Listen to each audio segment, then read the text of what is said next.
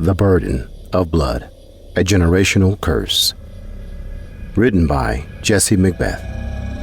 Narrated by Tajio X and Ladios Muhammad.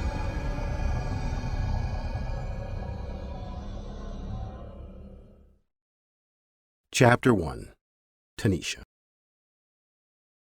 Cars zoomed by as I walked a mile and a half from my school bus stop. I hated walking home alone. The men in my neighborhood were like hungry sharks, and I was fresh blood in the water. They seemed to have no control over themselves or their desire. I was 12 and already on my own. My mother paid the bills, but she was essentially checked out. She worked and slept. If I didn't learn how to cook, then I wouldn't eat. My mother was a roommate that was never home. I raised myself. When she was home, she would drink and berate me for ruining her life. Coming home sometimes was terrifying. If it was my mother's day off, I knew she would be drunk and in a foul mood.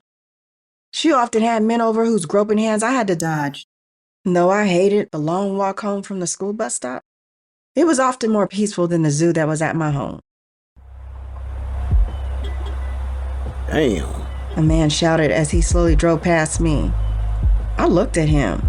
He seemed like he was in his 40s. He smiled at me, and I quickly averted my eyes and looked to the ground. I had discovered in my 12 years of life not to look at men in the eyes. For some reason, they take it as you being interested in them. Even as a child, grown men still mistook my stare for something sexual. His car looked as filthy as he did. His teeth were rotten and mixed with black and yellow. Ugh. He seemed as though he had not shaven or bathed in days. Please don't stop, I whispered to myself, praying that he would just continue driving and not try to talk to me. My slender body was barely starting to bud, and because of the stares and sexual advances of men, I intentionally wore my baggiest clothes to cover what little curves I had. But even that didn't seem to be enough. I wasn't an ugly girl. My skin was mahogany brown, like wet brown sugar. My hair was long and well brushed. I was poor and stayed in my room to avoid my mother and her male friends. One of the few things I enjoyed in my young life was just to sit and brush my hair. It became a way for me to escape. As I brushed my hair, my mind wandered to other places. I was told that I was pretty, but I never saw it. I just thought men said that as a way to get into my pants. The car stopped suddenly and started to back up. My heart started to race.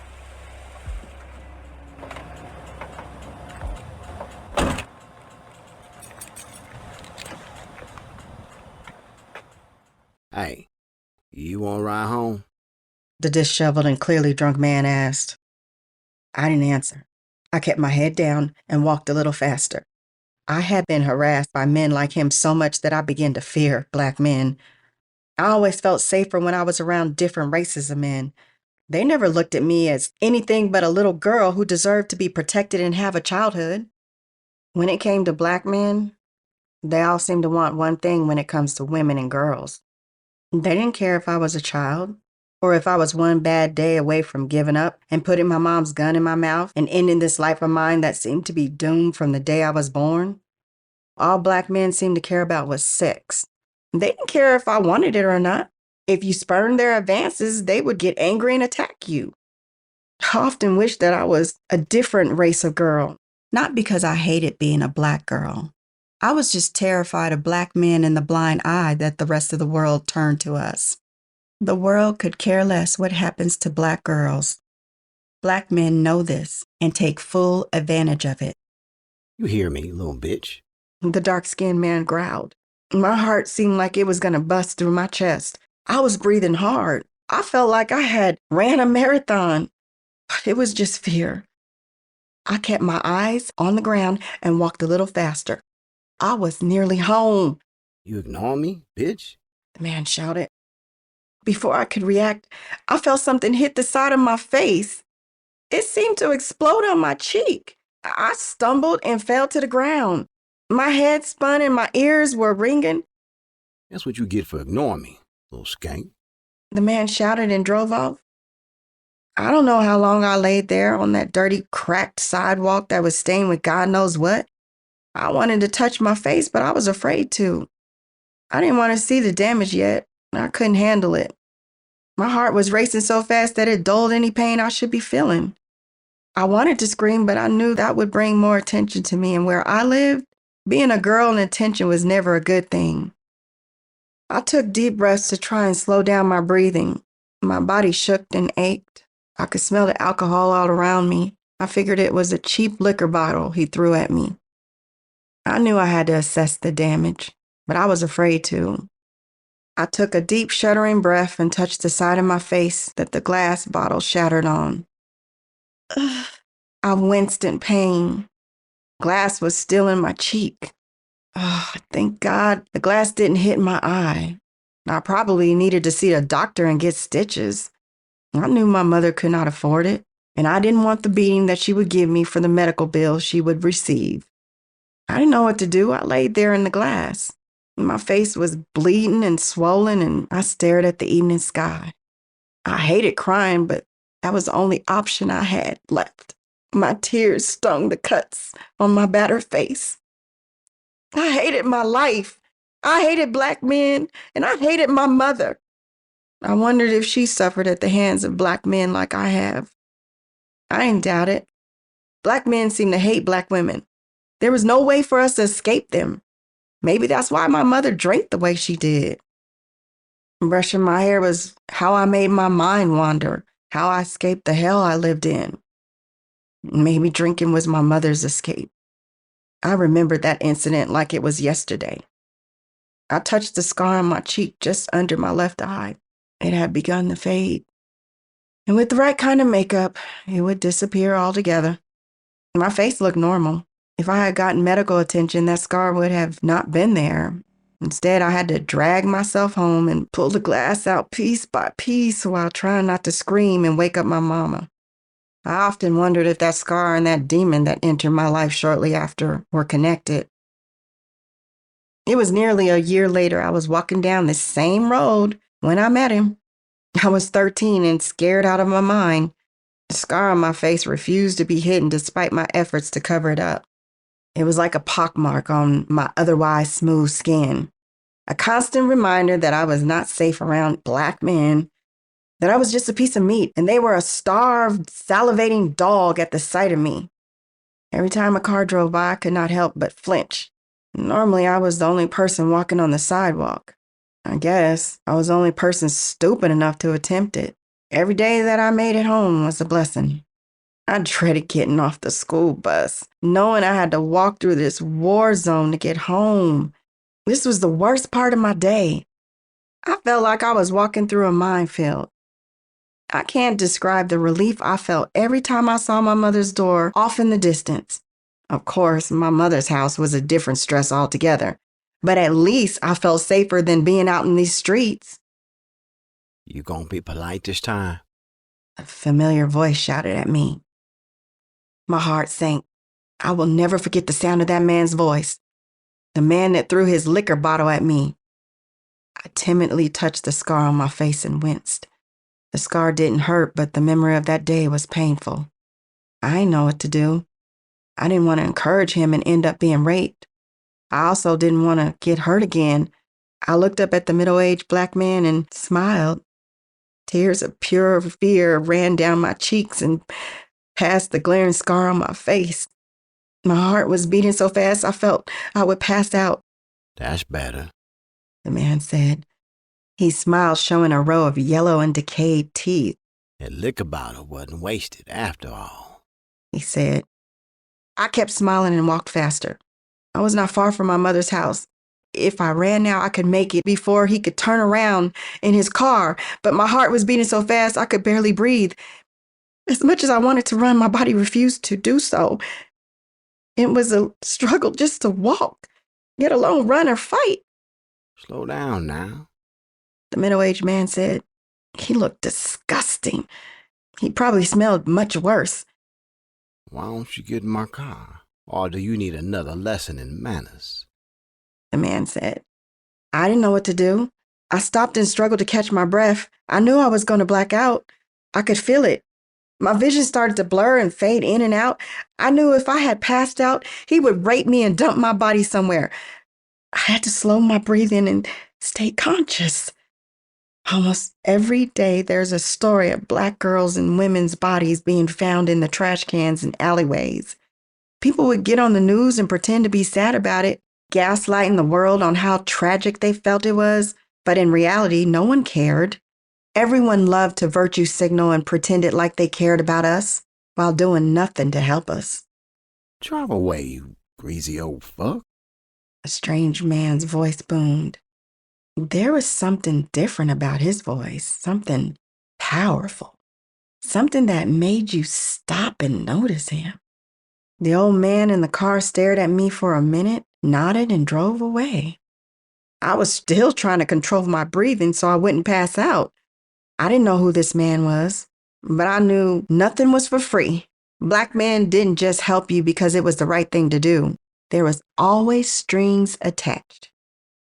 He waited patiently for me to calm down and catch my breath. And there was something eerie about his presence, something dark and powerful about this man, something that both intrigued and terrified me. When I was finally able to slow my breathing and fight off the looming doom of passing out, I looked up.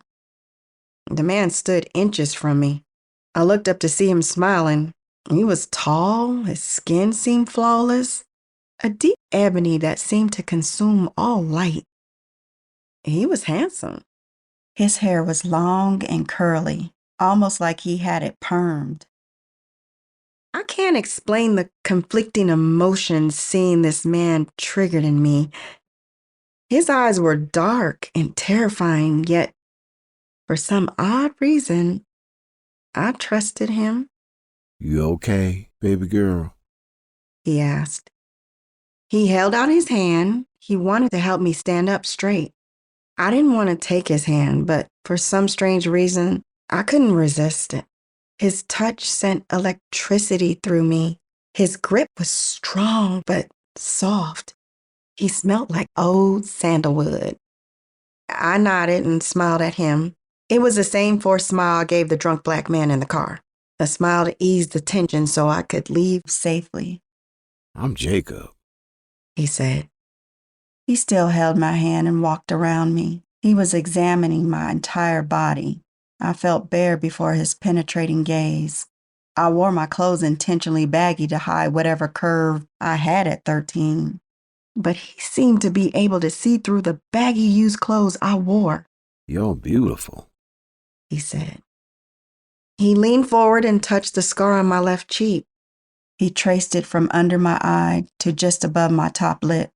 Everywhere he touched me seemed to tingle. I shuddered. From now on, I'm going to protect you. You hear? He said. I nodded. I didn't know what else to say. I was too afraid to disagree with him. I just wanted to get to my mama's house, run in my room and hide beneath the covers. I wanted this day to be over. I wanted my life to be over. I didn't know how many more days that I could endure. Don't think like that. Your life's worth living, Jacob said, pausing for a moment. I looked at him, startled. Did he read my mind? Besides, I got plans for you, Jacob finished. Something about the way he said that made my skin crawl. Can I stop here for today? I asked the therapist. She looked at me for a long moment and nodded. I sighed gratefully. Talking about Jacob and how I lived when I was a little girl was stressful. I hated coming to these groups. I hated having to relive the horrors of my childhood, remembering how isolated and alone I was, how every day was a struggle to not just give in and end my life. I'm not a religious person. I don't believe in some grand white man in the sky that dictates my life. I don't believe in the afterlife at all. Some people are terrified at the notion of slipping into the dark nothingness of death. Those people have not lived in hell on earth. Those people had something to live for, something they loved and didn't want to let go. All I had was pain. Scars like the one on my face that cover my heart and my soul. A cold, empty nothingness was a much needed and wanted existence to the purgatory that was my life. Maybe that's why this therapist chose us. She wasn't a normal therapist, not a shrink, so to speak. She was part of a group that investigated paranormal phenomena and those who survived it. I was extremely confused as to why I was here. When I was approached by her research team, I almost told them to fuck off until they told me that I would be paid for my time. The payment was substantial. I'm a black girl from the hood. We don't do paranormal. We don't play with that shit. You have to be a bored white person with no other real stresses in your life to want to focus on the dead.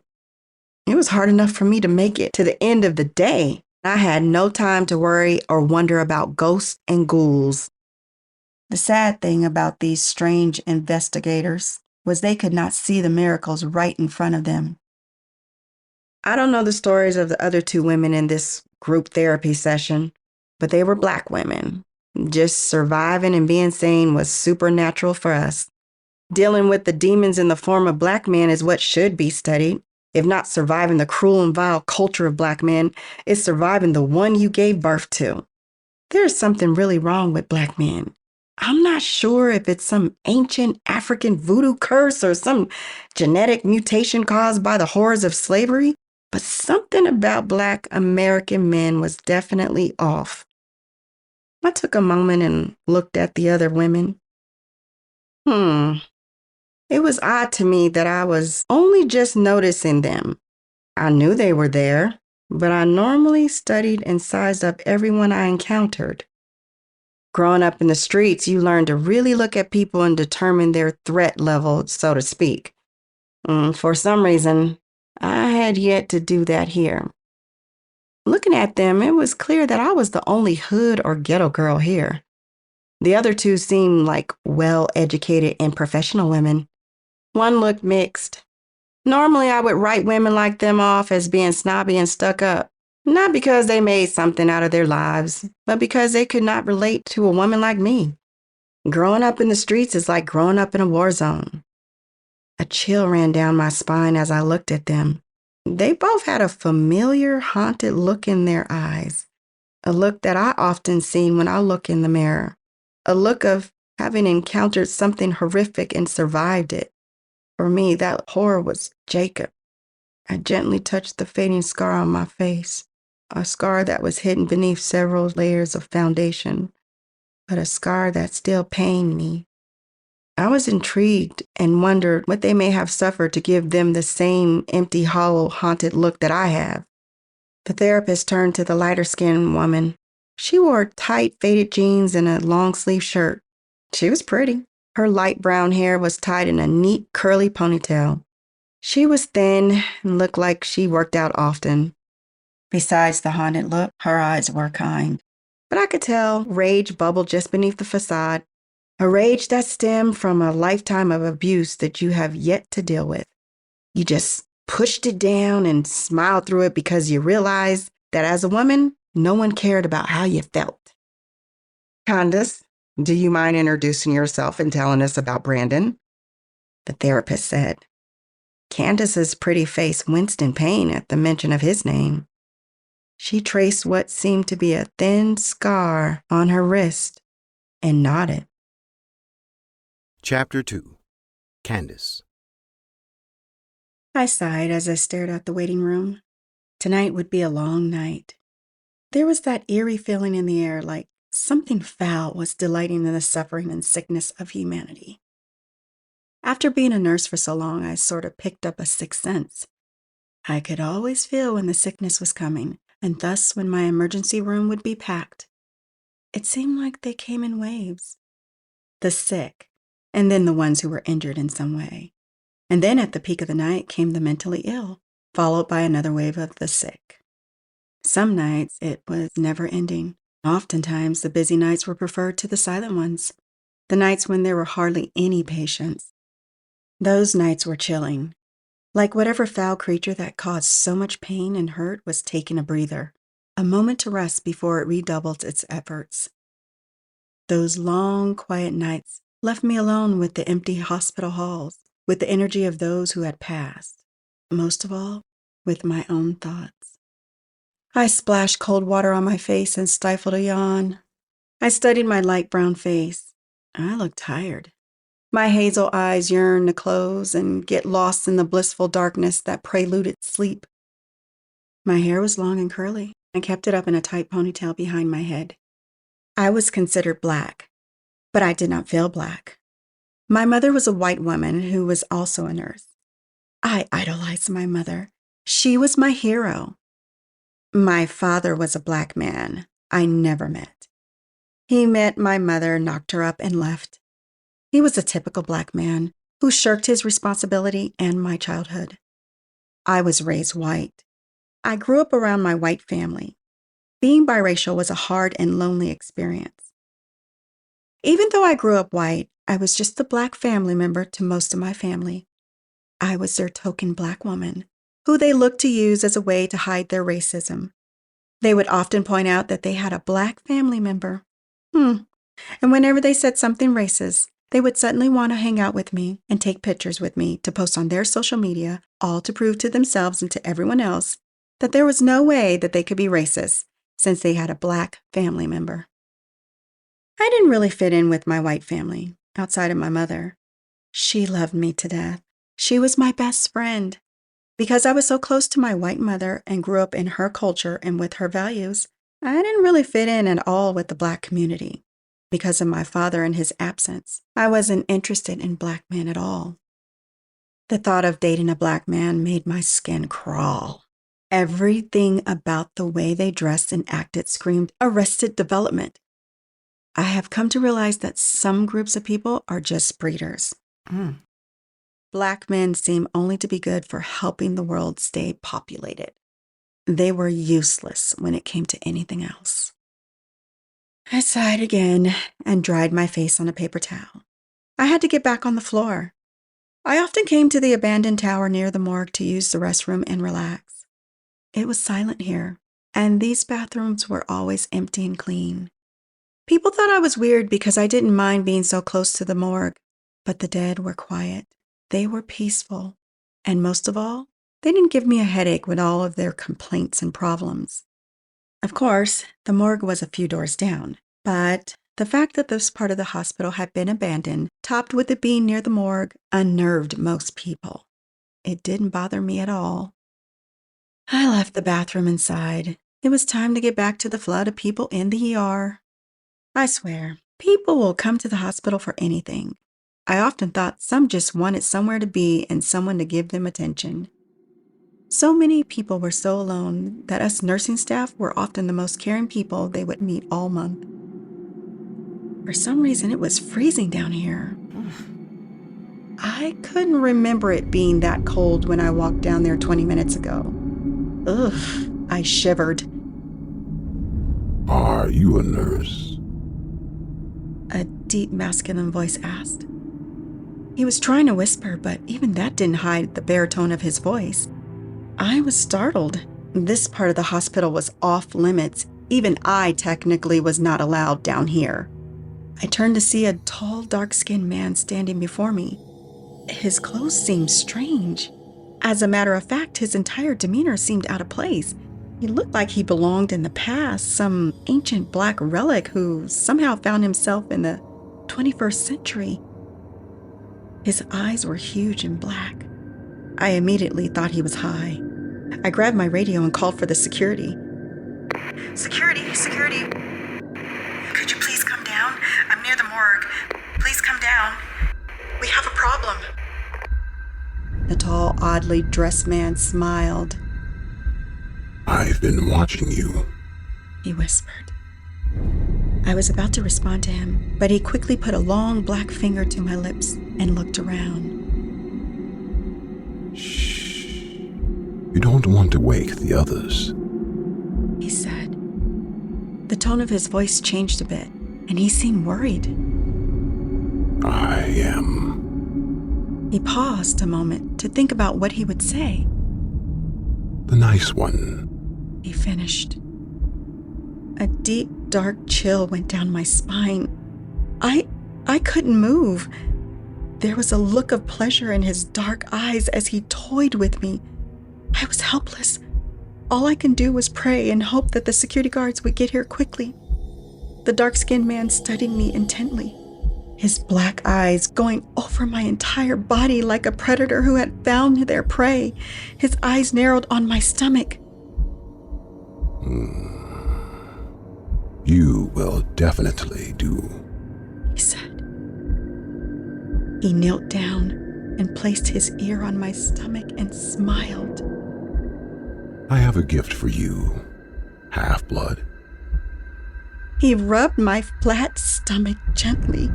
Then he stood quickly and looked me in the eyes. I could not help but shudder. Some half-bloods are not strong enough to carry the infection, He said seductively. but unfortunately for you, your black blood comes from a strong source. He let each word pass through his thick lips like an unwanted kiss. He placed a long black finger on my cheek and slowly started to run it down my neck.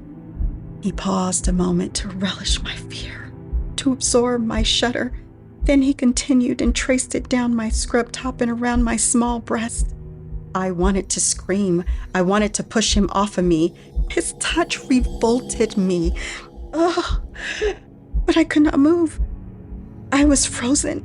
He had some hold on me. I stood there, a trembling statue. I could feel his every touch, the sweet death-like scent of his cold breath upon my skin, the soft caress of his long black skeletal finger as he ran it down my arm and stopped at my wrist. I could feel everything, yet my body was paralyzed. He leaned forward and softly pressed his lips on my neck. This is so you don't doubt how real I am, He said. He dug a long, sharp fingernail into my wrist. I wanted to scream, but I couldn't. I watched in horror as my flesh parted and dark red blood started to drip onto the hospital floor. I will see you again, half-blood. He said. Candace! I heard a male voice shout. The sound of many booted feet running down the hall echoed through the silent corridors of this abandoned part of the hospital. The security staff had finally gotten here. The dark-skinned man smiled at me and stepped back.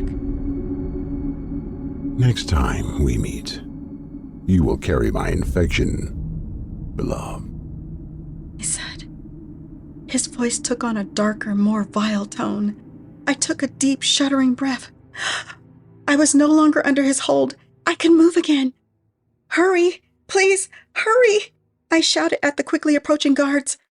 The dark-skinned man slowly backed up and stood in the shadows, his dark, penetrating gaze never leaving me.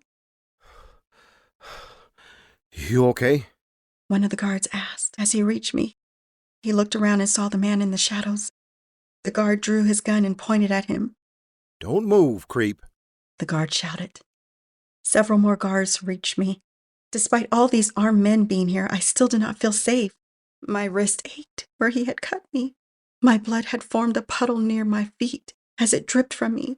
I covered the long gaping wound with my other hand in hopes of stemming the blood flow. The dark man's smile vanished, and with it, so did he. Where did he go? One of the guards shouted, and slowly walked to the shadows where the dark man once stood. His finger itched on the trigger of his gun. Escort Candace back to the emergency room. He ordered another guard.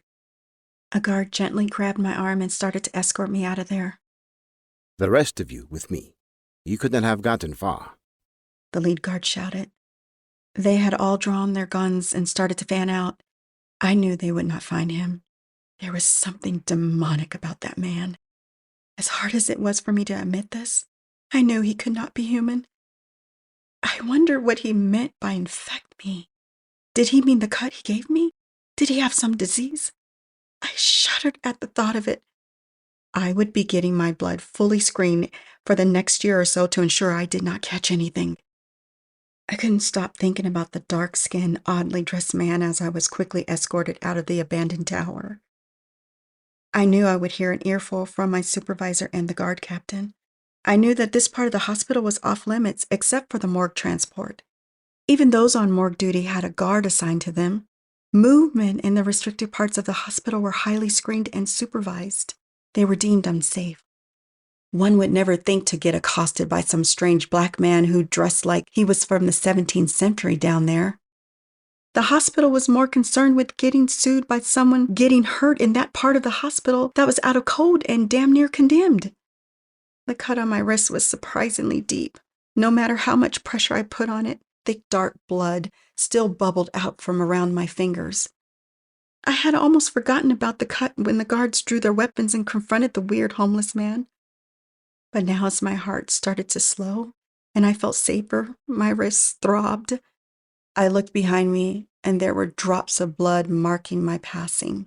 I sighed, feeling sorry for the poor staff who had to clean the halls here. The hospital was like a high school in the way that gossip quickly got around. We were a tight-knit community in these hollowed halls of the sick and the damned, but everyone quickly knew everything about everyone. The maintenance personnel assigned to clean up my blood would be fully aware that I was attacked down here. I would hate to be them, mopping and scrubbing the floor while looking at every shadow that lurked in the dark corridors of this damn place was beyond eerie. And to top it off, it was already creepy that the morgue was only a few doors down. Thinking of the morgue, I wondered what that strange man meant by he didn't want to wake them. The others. And he was the nice one.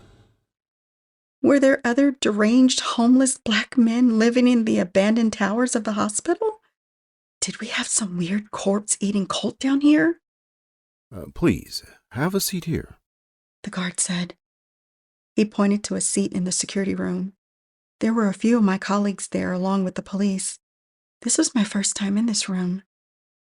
Cameras were everywhere.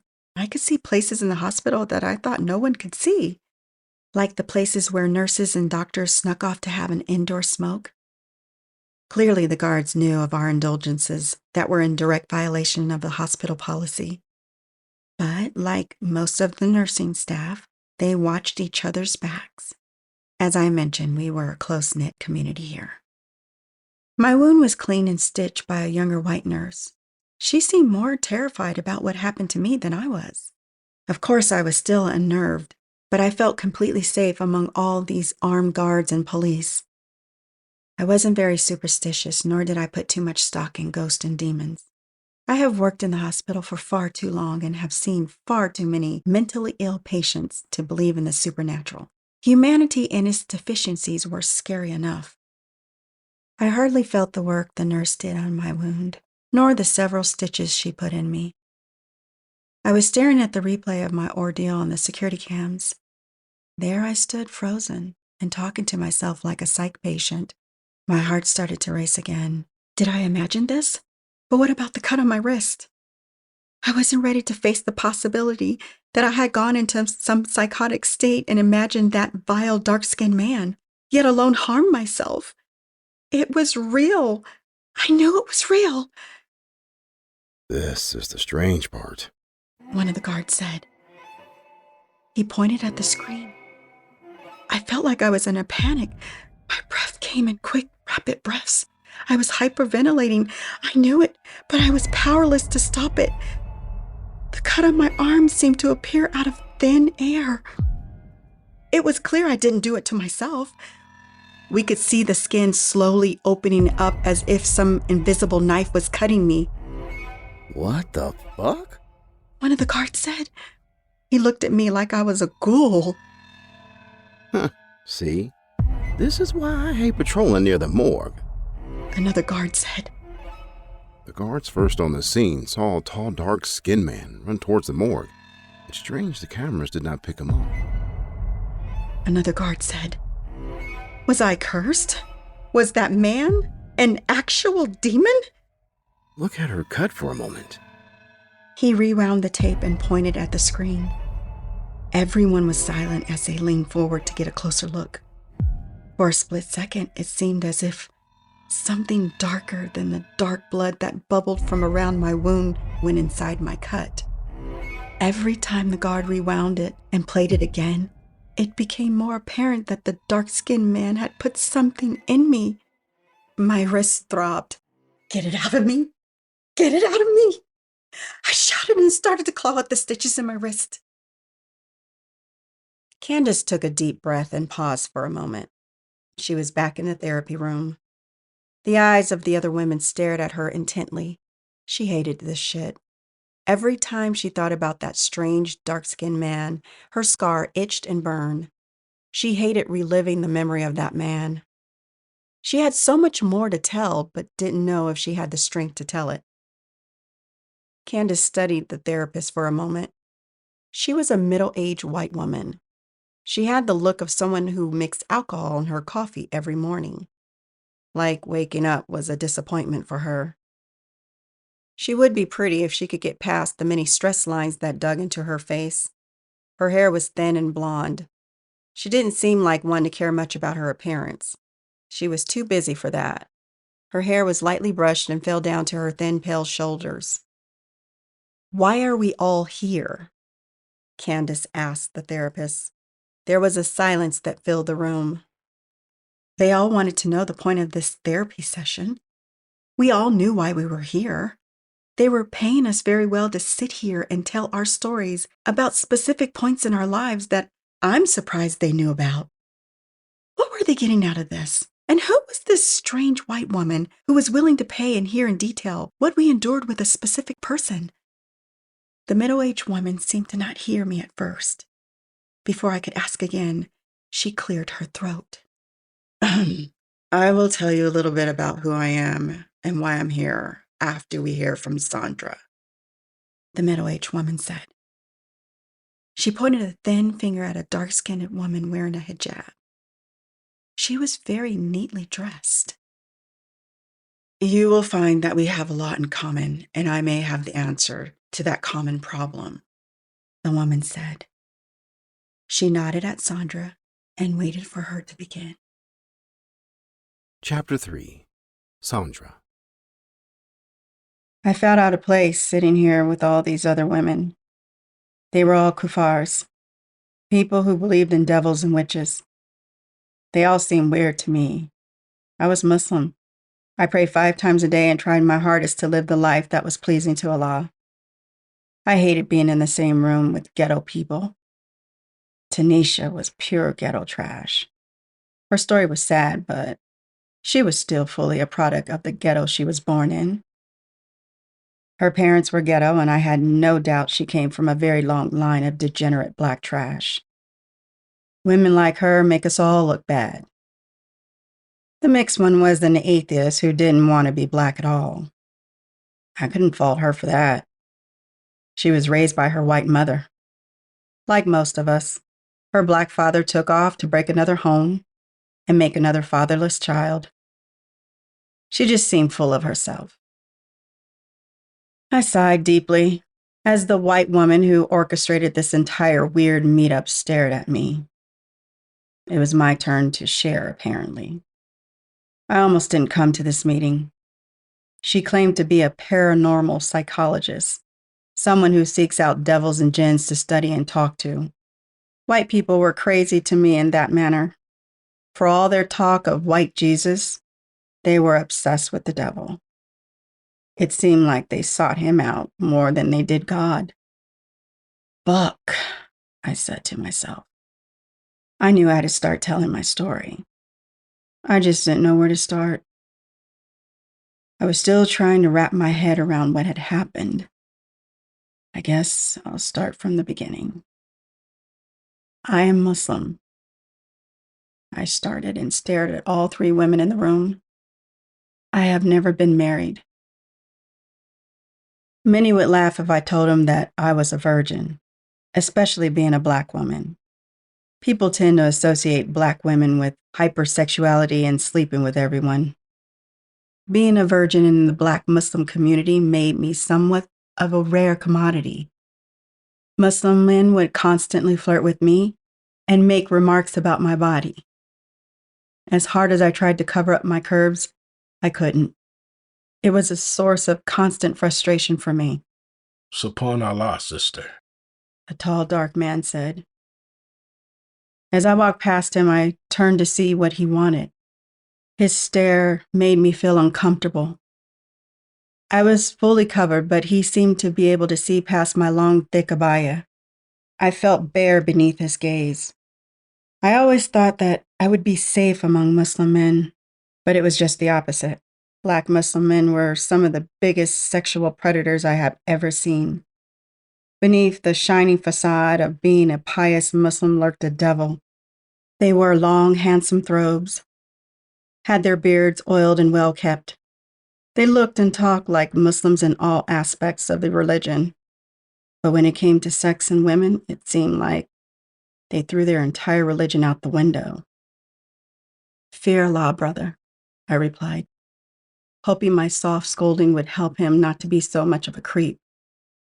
For some reason, whenever I attempted to remind men of Allah, they would get angry. You like the attention. I bet every brother in the masjid has tasted you. The brother growled angrily. I can't say I was shocked. This was the norm for me around Black Muslim men.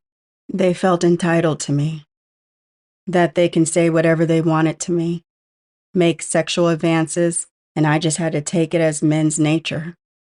If I dared to say anything back, their fragile ego got wounded. I was supposed to be safe here among fellow Muslims. They were supposed to be my brothers and protectors. They turned out to be my greatest fear and oppressors. Go make wudu, Bilal, and pray. A deep voice boomed from in front of me. I turned to see our imam standing before me. He was a huge man, taller than most of the men in our masjid, and looked as if he spent most of his time in the gym. The men respected him because they feared him. Rumor was that he had spent the last 20 years of his life in federal prison. For what was anyone's guess? Sadly, most Black men find Islam in prison. It's sad that only in one's darkest hour do they reach out to Allah. Very few remember Allah when they are freed. They go back to the very streets that imprisoned them in the first place. I smiled respectfully at the imam and averted my eyes from his glowing dark-skinned face. His beard was well-groomed and hung down to his chest. He kept it oiled and neat. Bilal stared at me angrily for a moment and nodded to the imam. I watched as he hurried into the masjid to do as he was told. Thank you, Imam, I said. The imam smiled at me. No thank you needed, sister. The imam replied. He stared at me intently for a moment. You wanted to see me, sister? He asked. I nodded. I wanted a husband. It's not that I needed one. I wanted a family. I wanted kids. Unfortunately for Muslim women, all we could marry were Muslim men, though the Black men in my community disgusted me. They were all I had to pick from. I wasn't ugly by any means. I take great care of my body. But I was very dark-skinned, nearly ebony black. Being this dark put me in a position where I was fetishized by many races of men, but none wanted to marry me. They all wanted to sleep with me. For some reason, they thought my vagina would be different than other women's because my skin was darker. Men made little sense to me. The only ones that showed any interest in starting a family with me were Black men. I was at a crossroads. The Black men in my community were no better than slave masters in blackface.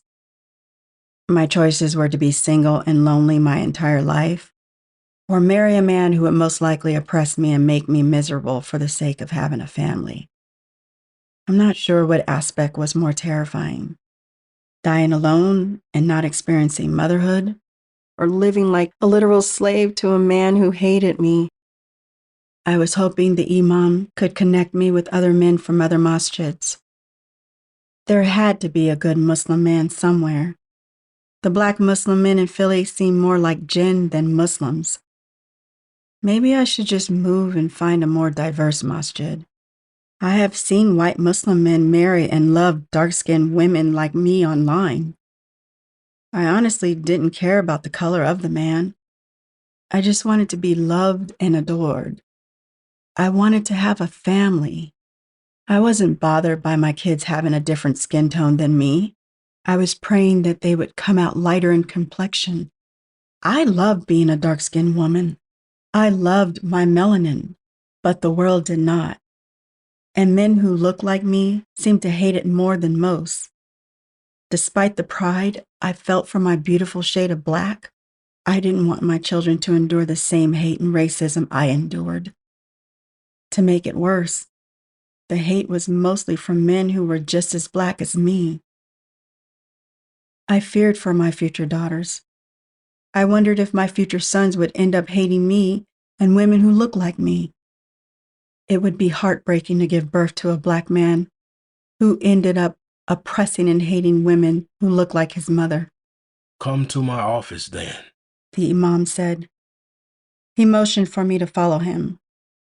Out of all the men in the masjid, the imam was the one man that it was acceptable for an unmarried woman to be alone with. He was our spiritual leader or protector. He was supposed to be better than all of the other men in the community. He was trusted and respected. Most in the community knew when a single sister went to the office of the imam, it was because she wanted his help in finding a husband. I could feel the stares from the men as they watched me follow the imam.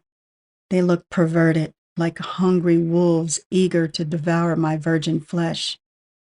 I wondered if that was all marriage was about for men. Someone who could not deny them access to her body. What about love? Finding a life partner? A protector that would replace your father in provision and taking care of you.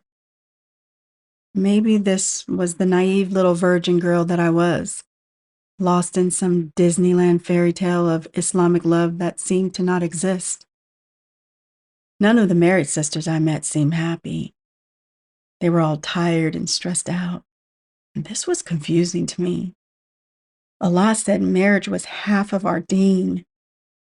It was something we as Muslims were supposed to do. Our religion was beautiful, so marriage should be as well. It was difficult trying to reconcile the fairy tale with the miserable reality of the married sisters in my community. Maybe it was the pressure put on women by the Muslim community. We were criticized for everything we did, from the way we dressed to the way we were supposed to behave. What happened to following the sunnah of our beloved prophet who said, "The best among us are those who are kind to their wives," and the countless other hadiths that instructed men on how to love and care for the blessing of their wives? Sadly, it seemed that Black Muslim men only cared about the sunnahs that gave men power and control over women and the option to have multiple wives. We stopped at the door of the imam's office. The imam seemed lost in thought. He stood there for a moment, his eyes gazed over like he was someplace else. "Imam?" I said, concerned. The imam seemed startled by my voice. There was a hint of something dark in his eyes, a rage that was there for a split second. I'm sorry, sister. It's been a stressful week. I was thinking about something else. The imam replied. He opened the door to his office. That look of rage had disappeared. He smiled at me warmly and motioned me into his office. I wondered if I imagined what I had seen in his eyes, if that darkness was just a reflection of my disappointment in Black Muslim men. I scolded myself for projecting my fears onto the imam. He had been nothing but kind to me and the other sisters in the community. I felt guilty. Not all Black men were bad. The imam was one of the few that seemed to be okay, that didn't hate women and see us purely as sexual objects. I entered his office and sat in the chair across from his desk. Maybe I was being too harsh by condemning all Black men, because the ones in my community were trash. This could not be the state of all Black Muslim men. Our imam was living proof of this. He was not married. His wife had passed away a couple of years ago. He had not sought out another wife since then. Was his heart so broken by her loss that he refused to love again? How can I help you, sister? the Imam said. As he sat across from me, he grunted as he sat, almost like he was in pain. Are you okay, Imam? I asked, concerned. The Imam smiled warmly. I'm fine, just tired. The Imam replied. His smile never left his face. He stared at me intently for a moment. I saw that darkness again. He seemed to struggle to keep it in check. Whatever it was, it seemed exhausting for him. I sighed. He seemed stressed and very busy. Again, I was feeling guilty for taking up his time. He should be resting. He politely motioned for me to get on with whatever I needed from him. It must be exhausting being the shepherd of such a huge and needy flock. I want a husband, Imam, but I'm also scared. I want children, but I don't trust the men of our community, I said bluntly. The Imam sighed deeply and stroked his beard that was streaked with gray. I hear this often, sister. Black men are far from perfect. We have a lot of work to do as men to be better for our sisters, but we must not abandon them. Surely I can find a decent black man of the Ummah for you. The Imam replied. He seemed to be a bit annoyed by me not wanting a black man. I never understood this. Racism was not supposed to be a thing in our deen. We are taught that the only thing that separates us as people is our faith. I was confused about why an imam would feel some type of way about a sister not wanting to take a chance with the trash that was presented to her. But he also did have a valid point. The men had to be better for us. They were failing us horribly. Our communities were in shambles.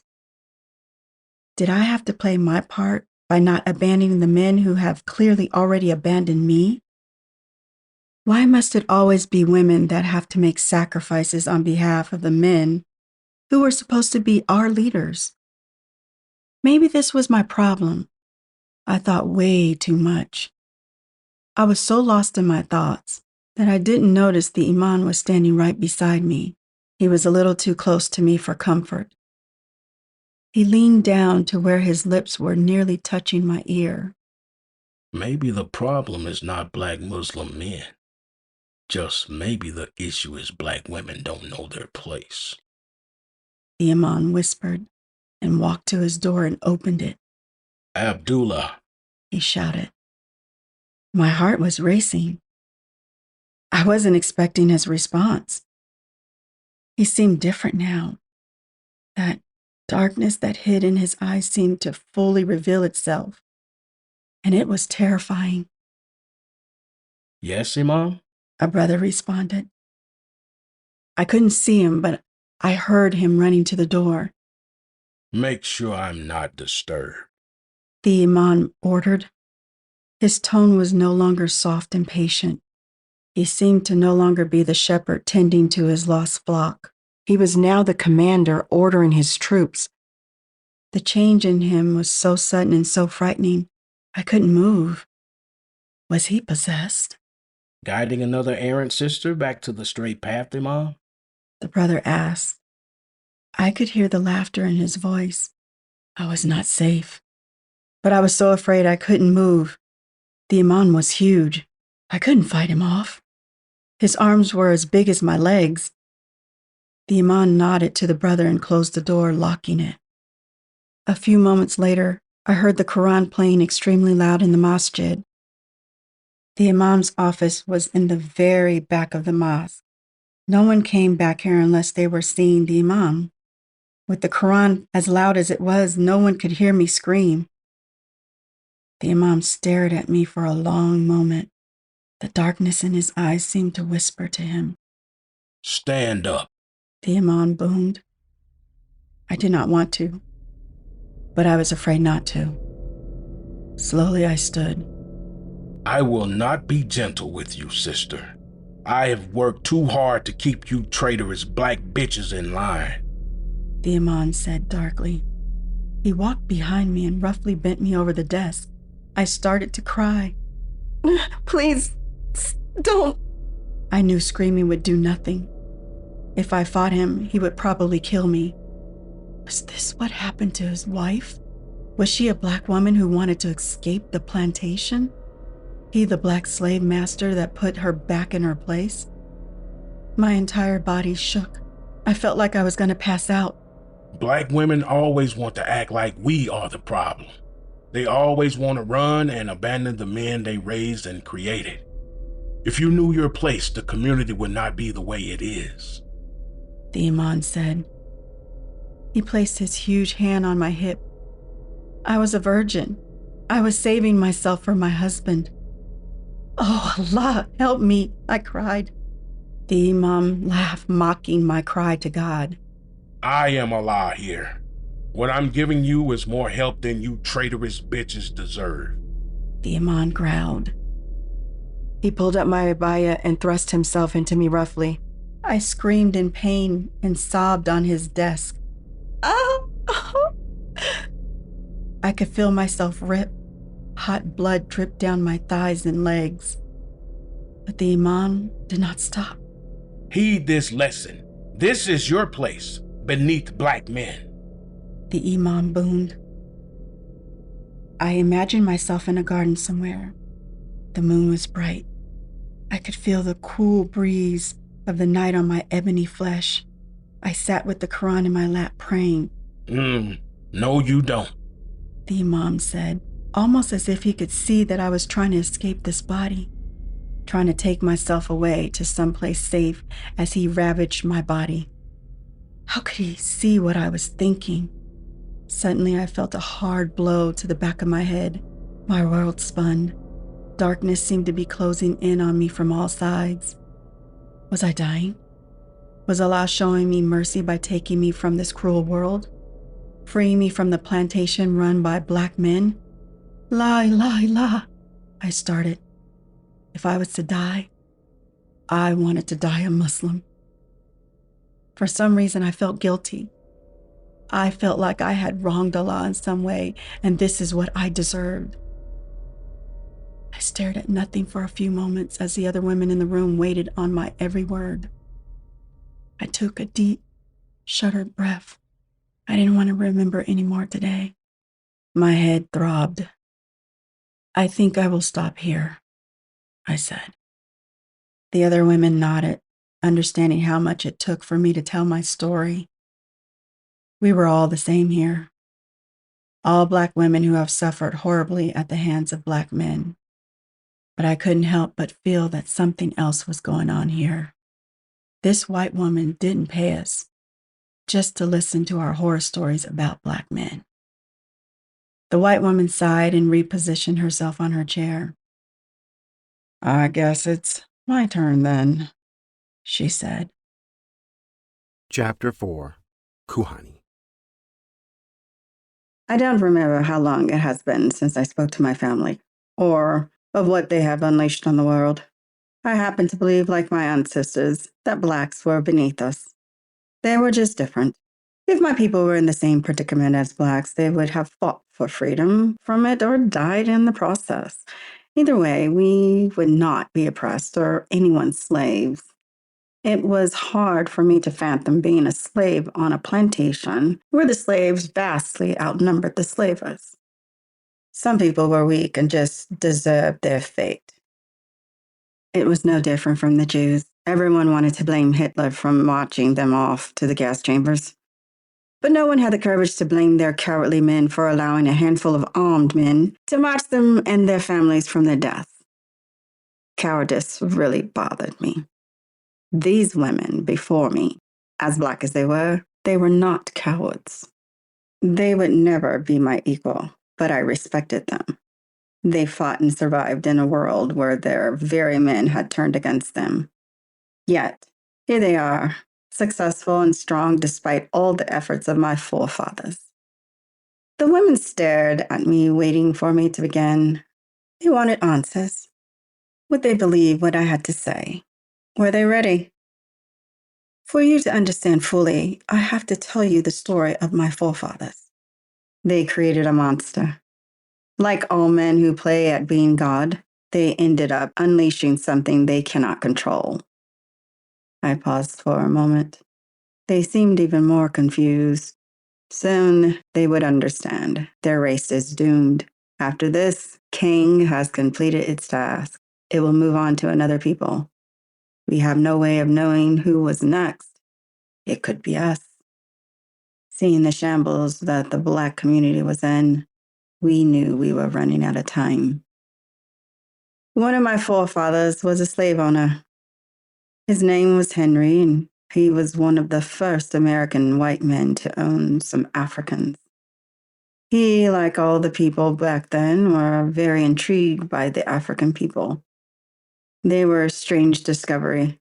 We did not know if they were human or animal. Henry was more curious than most. But to tell it right, let me start from the beginning, the way it was told to me.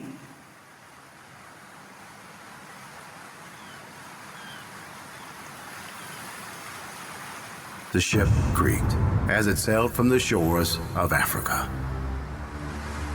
The smell that emanated from where she and hundreds of her people lay chained to their floating prison was horrid. It smelled of human excrement and death. She gagged as she inhaled. She had not yet opened her eyes. It was hard for her to fathom what had happened. The betrayal was something she was not used to. Her people were a people of honor. How could they do this to her? She was the priestess of a small tribe. Her beauty was renowned, as her wisdom. She was tall like the ancient trees that protected her village. Her beautiful skin, as dark as night, void of stars, and eyes as deep as the ocean. She now found herself imprisoned on.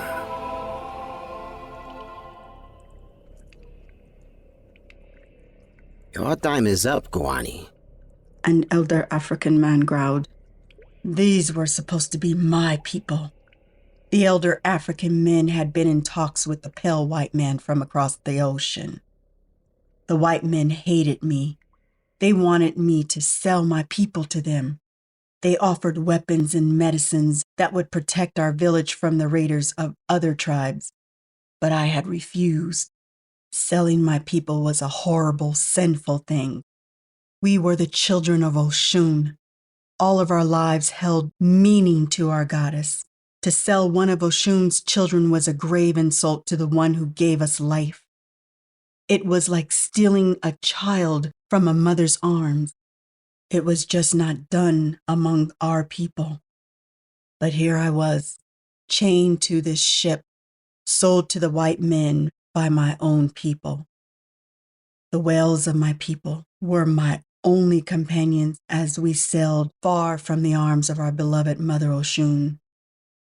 Help me, someone sobbed in our language. Have you seen my daughter? Another cried out. Many had perished on this ship already. If the white men did not beat us to death, then the disease and the sickness killed us. Where they kept us was dark, cold, and filled with my poor, sick people. Some had died chained to the ship, their bodies rotting. I sighed as I remembered the elder man who lay chained next to me. He was once a proud man of my village, a father of many sons. He had fought the white men. They laid him beaten and dying beside me. I remember his labored breathing as he cursed them. My sons will kill you all. He growled between gritted teeth. Despite his pain, he was defiant.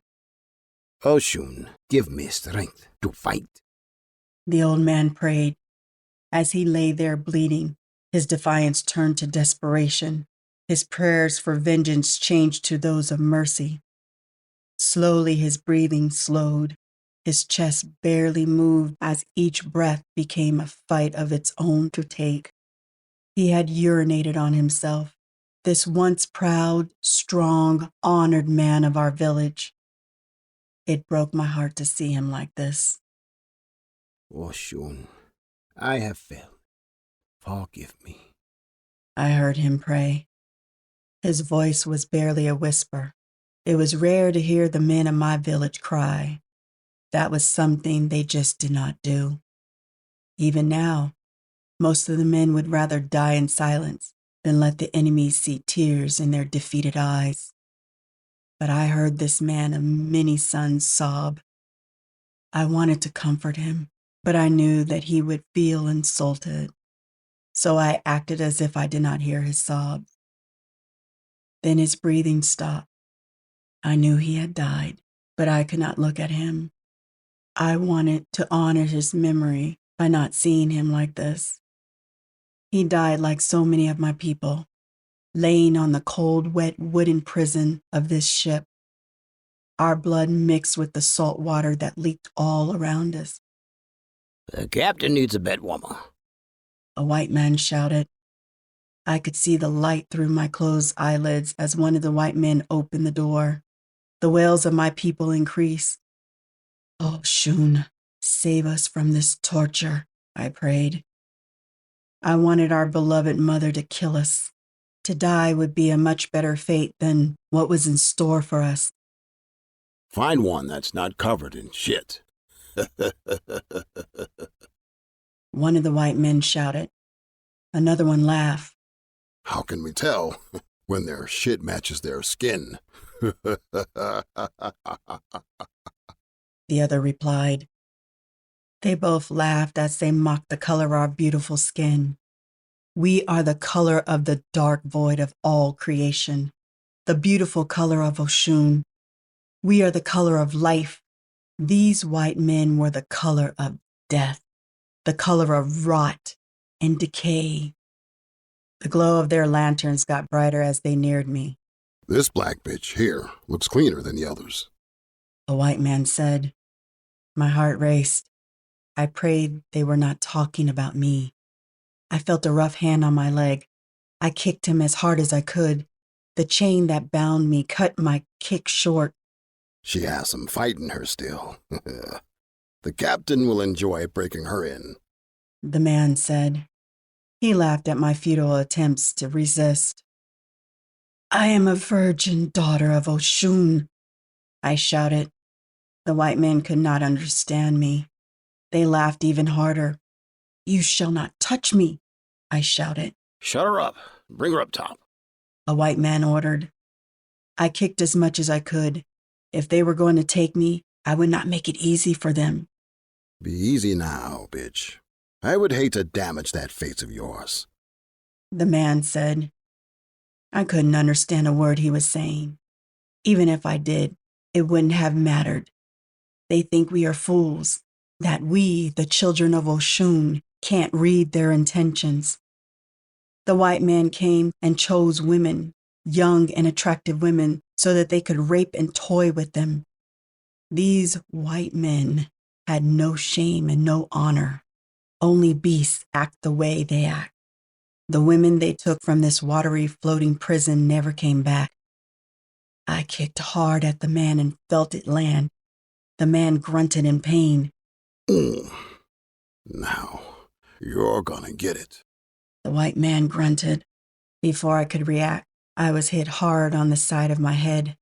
My ears started to ring. I could feel the darkness creeping in. I was going to pass out. I'm sure the captain won't be able to see that knot under that nappy nest on your head. The man said.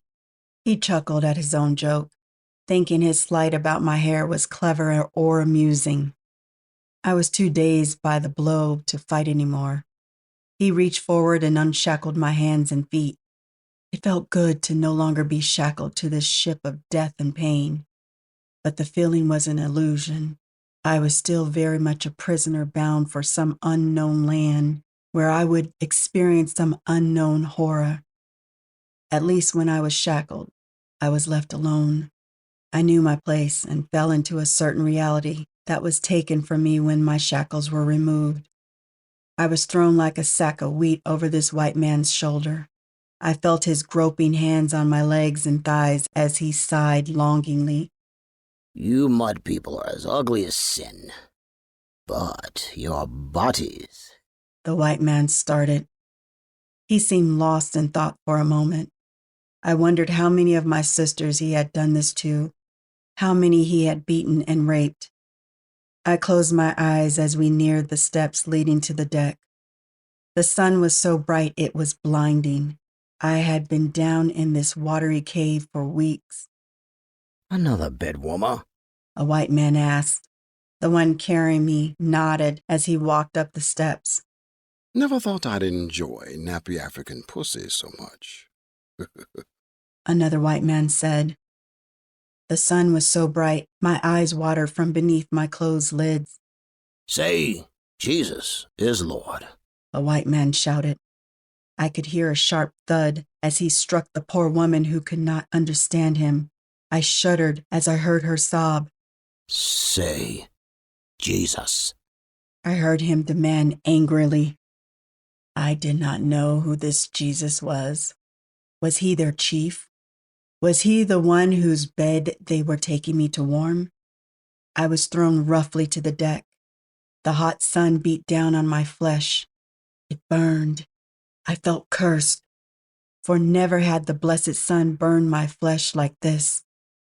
Maybe it was because I had been kept for so long from the sun that its beloved touch stung me. Was the sun angry at me?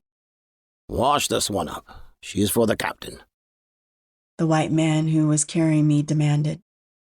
I wiped the tears from my eyes and struggled to open them.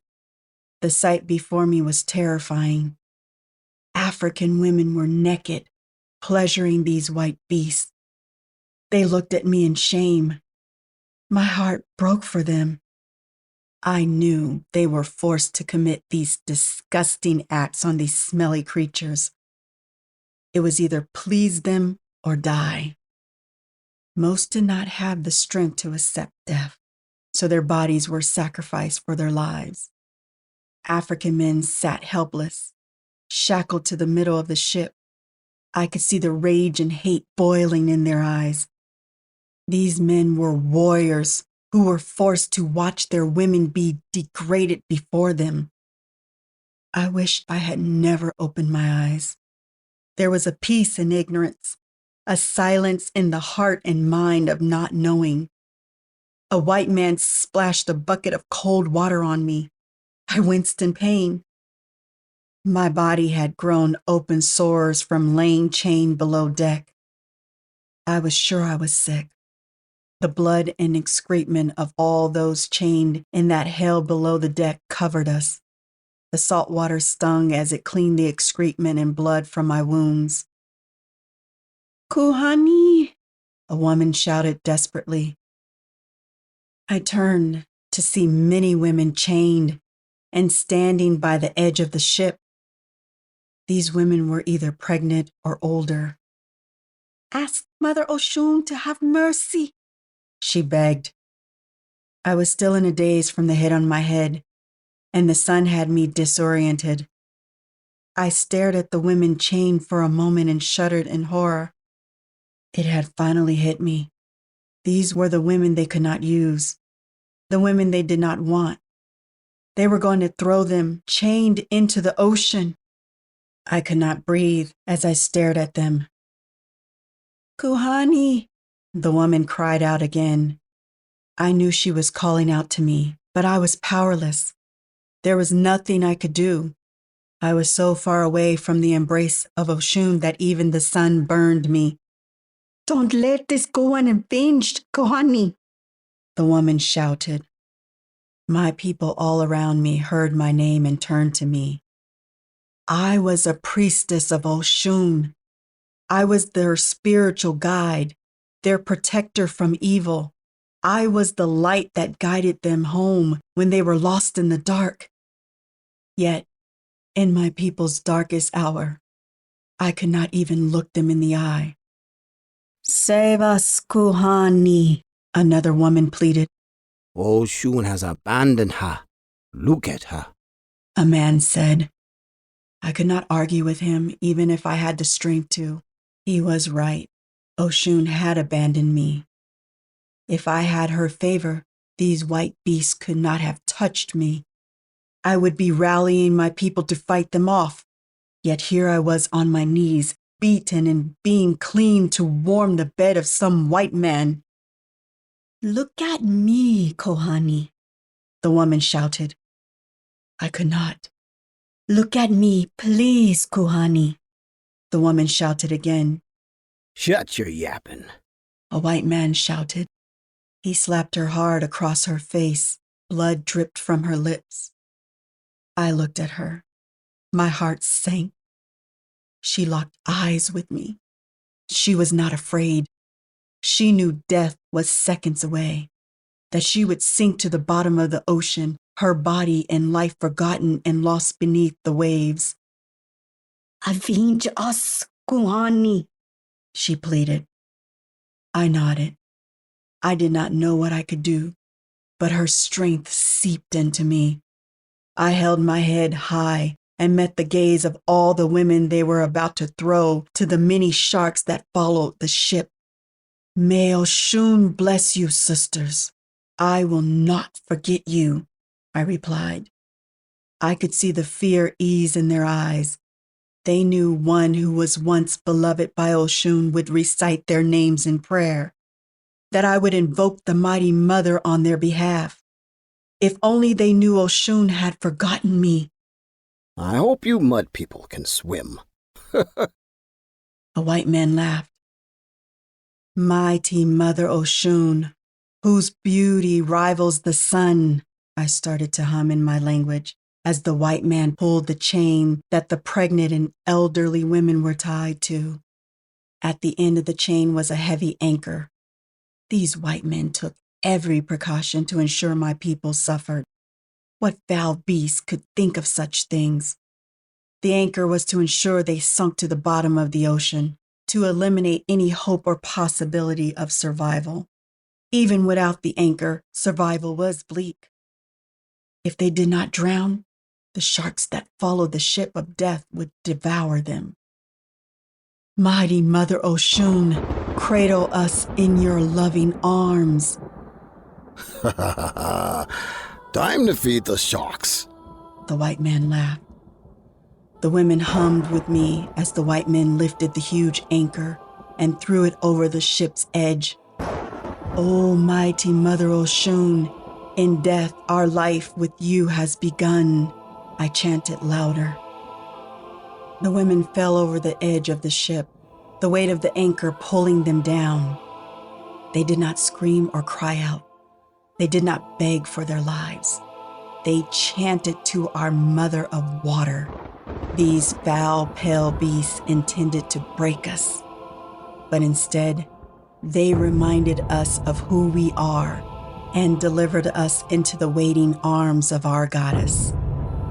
I watched, with my head held high as each woman fell overboard, as they sank beneath the waves. The pregnant, the elderly, the sick, thrown like waste from the ship. I should be sad.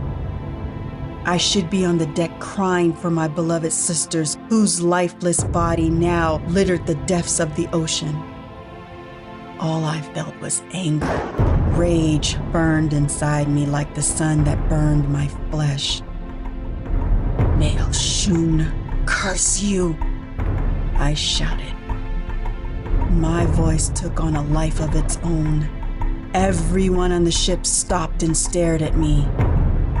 "You have invoked the wrath of our great mother," my voice silencing the very wind that howled through the sails. The ship seemed like a motionless speck on the vastness of the sea. "The seed of your hate will give birth to your destruction," I cursed them. My beautiful imprisoned people shouted in victory.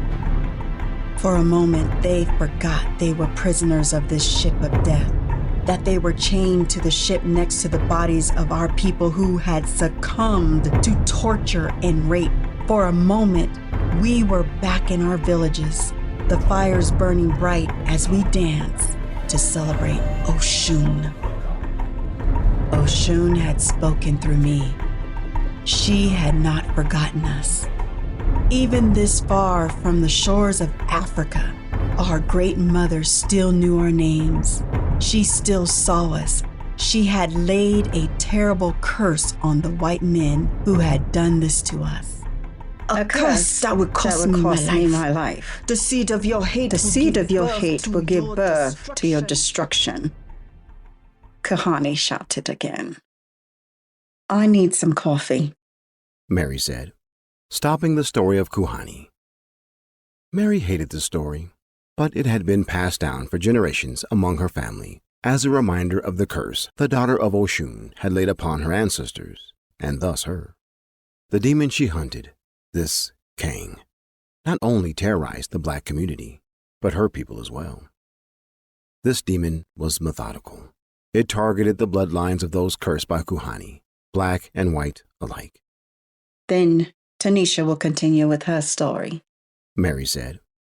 Mary knew they had questions. Before they could ask them, Mary stood up and walked out of the room. She was running out of time. The answer to defeating this demon was with these women. Chapter 5. Tanisha. Tanisha was the first one to sit back down. She had hurried to use the bathroom and splashed cold water on her face. She hated stories about slavery, even more so when it was a woman who could have easily been her, suffering under racism. Could she be as strong as the African woman? Living as a black woman today was not much different. At least for her, it wasn't. The other women in this group had suffered as well, but they had money. They had educations and careers. All Tanisha had was struggle and government aid programs. The face of the slave master had changed for Tanisha. The blonde hair and blue eyes of Kohani's oppressor were nearly extinct. They had been replaced by men who looked like her, men that would have been slaves as well. Black men had become the new masters of the plantation. Black women seemed to have never been freed. Not only did they have to face racism, but also misogyny and patriarchy. Tanisha wanted to be as strong as the African woman, but she knew she couldn't. Behind the facade of being tough and being some ghetto street woman, she was terrified. She was still that little girl who hated the long walk home from the bus stop, except now the world had become that walk for her. Behind every corner were vile black men waiting to hurt her. Tanisha took a deep breath as she watched the other women return and sit in their chairs. She would have to speak of Jacob. She hated even remembering him. He was her boogeyman, her monster under the bed, the reason why she was still on the plantation. Come on now, I want to get this done, Tanisha said. Mary sat down. She looked older and more haggard than earlier. For a moment, Tanisha saw fear in her eyes, a fear that was quickly covered up and replaced by a cold wall of ice.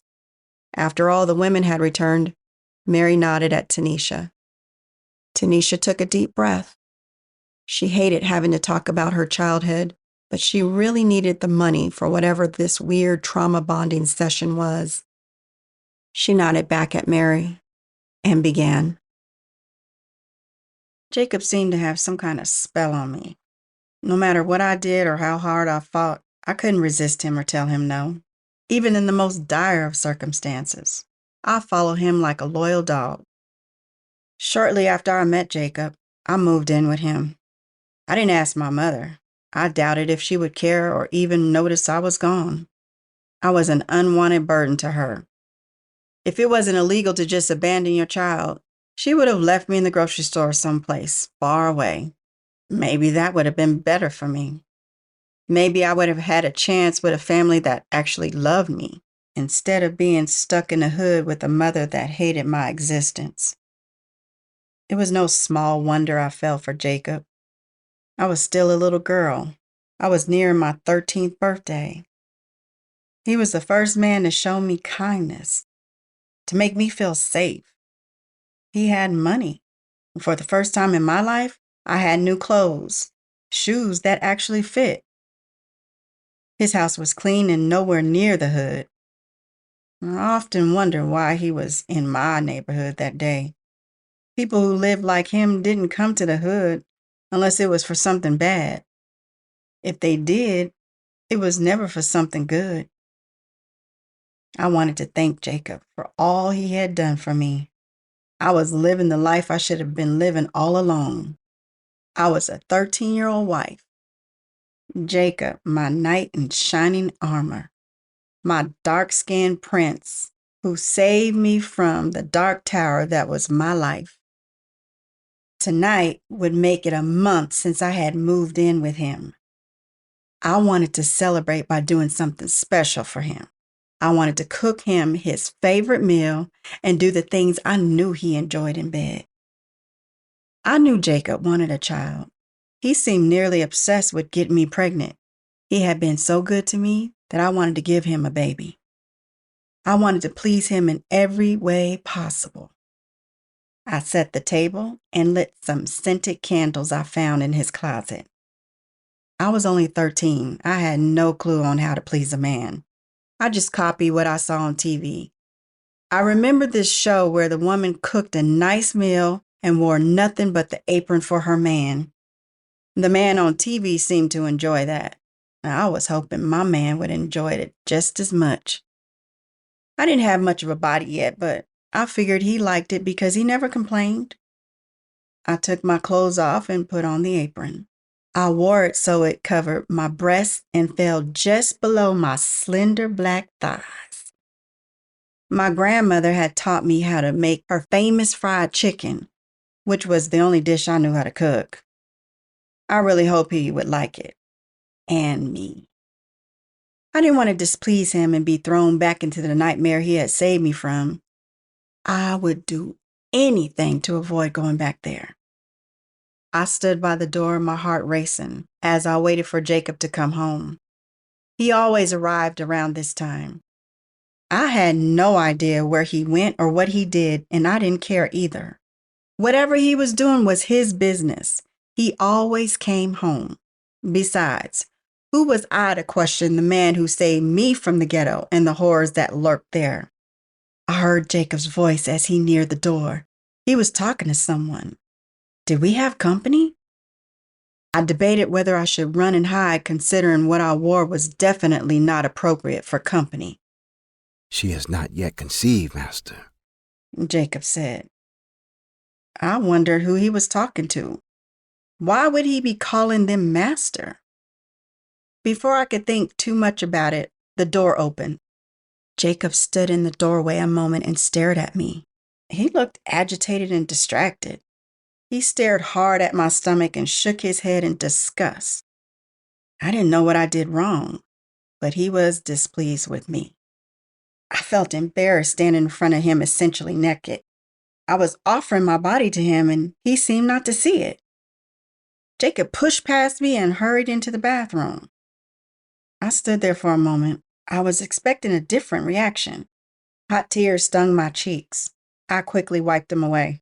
Jacob was not the type of man that was moved by tears. Maybe he was just having a bad day. Maybe I had done something to displease this man who had saved me. I hated myself for whatever I did to upset him. I'm trying, master, Jacob said. His voice sounded desperate, like he was afraid. If Jacob was fearful of something, I knew I should be too. There was something different about Jacob, something I had never seen in anyone else. He had a dark presence about him that spoke of power and control. When he walked into the room, people hushed and hurried out of his way. He was very different from anyone I had ever met before. I'm sorry, master, Jacob pleaded. He sounded terrified. For a moment, I forgot the way he looked at me, how he ignored me and pushed past me as if I were some trash he wanted to be far away from. I walked over to the bathroom. The door was not completely closed. My heart pounded as I stood by the door. I'll try harder, Jacob said. There was a feeling of pain and despair emanating from the bathroom. My mind screamed at me to run, to leave Jacob and never look back, but my body wouldn't move. It wouldn't obey the desperate commands my mind was bellowing. I had to see who he was talking to. I stilled myself and took a deep, shuddering breath. She is a direct descendant, master. I have not made a mistake in this. Jacob said. What was he talking about? Was he talking about me? I slowly peered into the bathroom. Jacob stood in the corner, his back to me, his nose touching the tile walls. He rocked back and forth to a rhythm only he could hear. His body trembled and shuddered. I tasted her blood, Master. She has the blood of the betrayers, Jacob said. I noticed he looked up as he spoke. I followed his gaze and screamed. The scream seemed involuntary, like my soul was crying out in pure horror. There above Jacob was a long, shadowy figure stretched against the wall like a spider web, its dark eyes locked on mine. The scream kept coming from my lungs. I could not stop it. I could not move. Couldn't tear my eyes away from the thing above Jacob. Its body was long and thin, the darkest black I have ever seen. Silence her, The thing commanded. Its voice seemed to come from everywhere. It was inside of me and in everything around me. Jacob turned away from the corner and stared at me, the look of disgust returning to his handsome face. His eyes were as dark as the creature that clung to the wall above him. As you wish, Master, Jacob replied. Jacob moved with unnatural speed. He grabbed a handful of my long black hair and pulled hard. I fell to the ground. You will conceive, Jacob shouted at me. Gone was the deep, seductive tone in his voice. Gone was the image of the beautiful knight in shining armor I once saw as him. He was like all the other black men I had encountered, violent predators who only saw me as a piece of meat. He dragged me by my hair to the kitchen. My scalp throbbed in pain. He yanked hard and ripped a handful of my hair from my head. Blood trickled down my face. Was he going to kill me? Jacob leaned down and put his face inches from mine. I could see a handful of my hair in his tight fist. My vision blurred as blood from my scalp dripped into my eyes. you will conceive for the Master, Jacob shouted. His voice was filled with pure rage and hate for me. I was confused. Who was this man and what happened to the Jacob that saved me from that drunk? I tried to lift my hand and touch my head. Before I could move, Jacob backhanded me across my face. I was gonna black out. He put his big black hand around my slender adolescent neck. you will conceive. Do you understand? Jacob roared. He unbuckled his pants and held me in the air by my throat. I could hardly breathe. He slammed me up against the kitchen wall. Blood from my scalp splattered on his face. Jacob seemed to not notice. He pulled out his manhood and raped me. He was rough. I couldn't believe I was here. I loved this man. I was trying to give him the child he wanted. I would have done anything for him. He thrust himself into me with rage and violence. I bit my bloody lip in pain. I dare not cry out or scream. I felt like I was in someone else's dream, that I was some stranger looking at a grown man raping a little girl. I could see her pain and the agony in her eyes.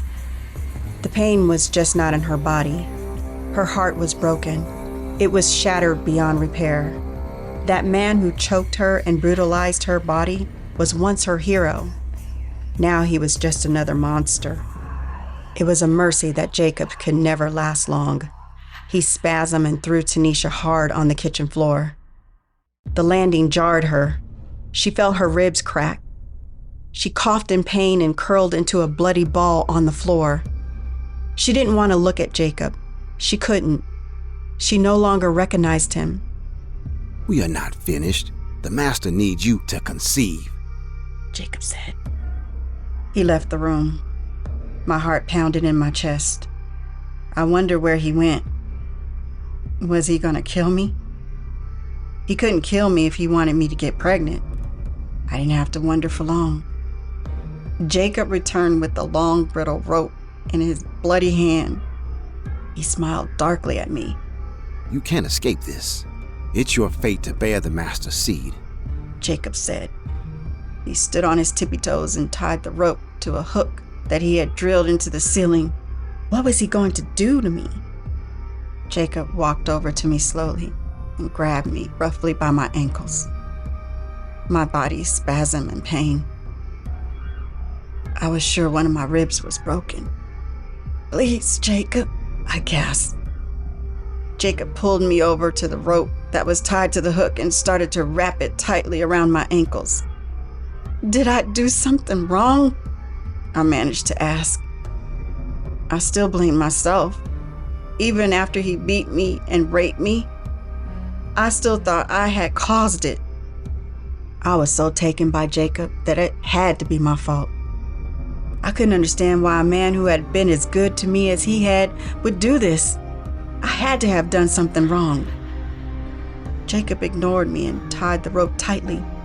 He pulled the other side and I slowly rose into the air. I was hanging upside down. I wanted to scream. My scalp throbbed and I could hear the blood dripping from the scalp onto the cold hardwood floor. My ribs burned. Each breath was like inhaling fire. Jacob leaned down and put his face near mine. My vision was blurry and I was going to pass out. You will conceive for the master. I will make sure of it. Jacob hissed. His deep black eyes were the last thing I saw before I blacked out. I thought I was going to die there.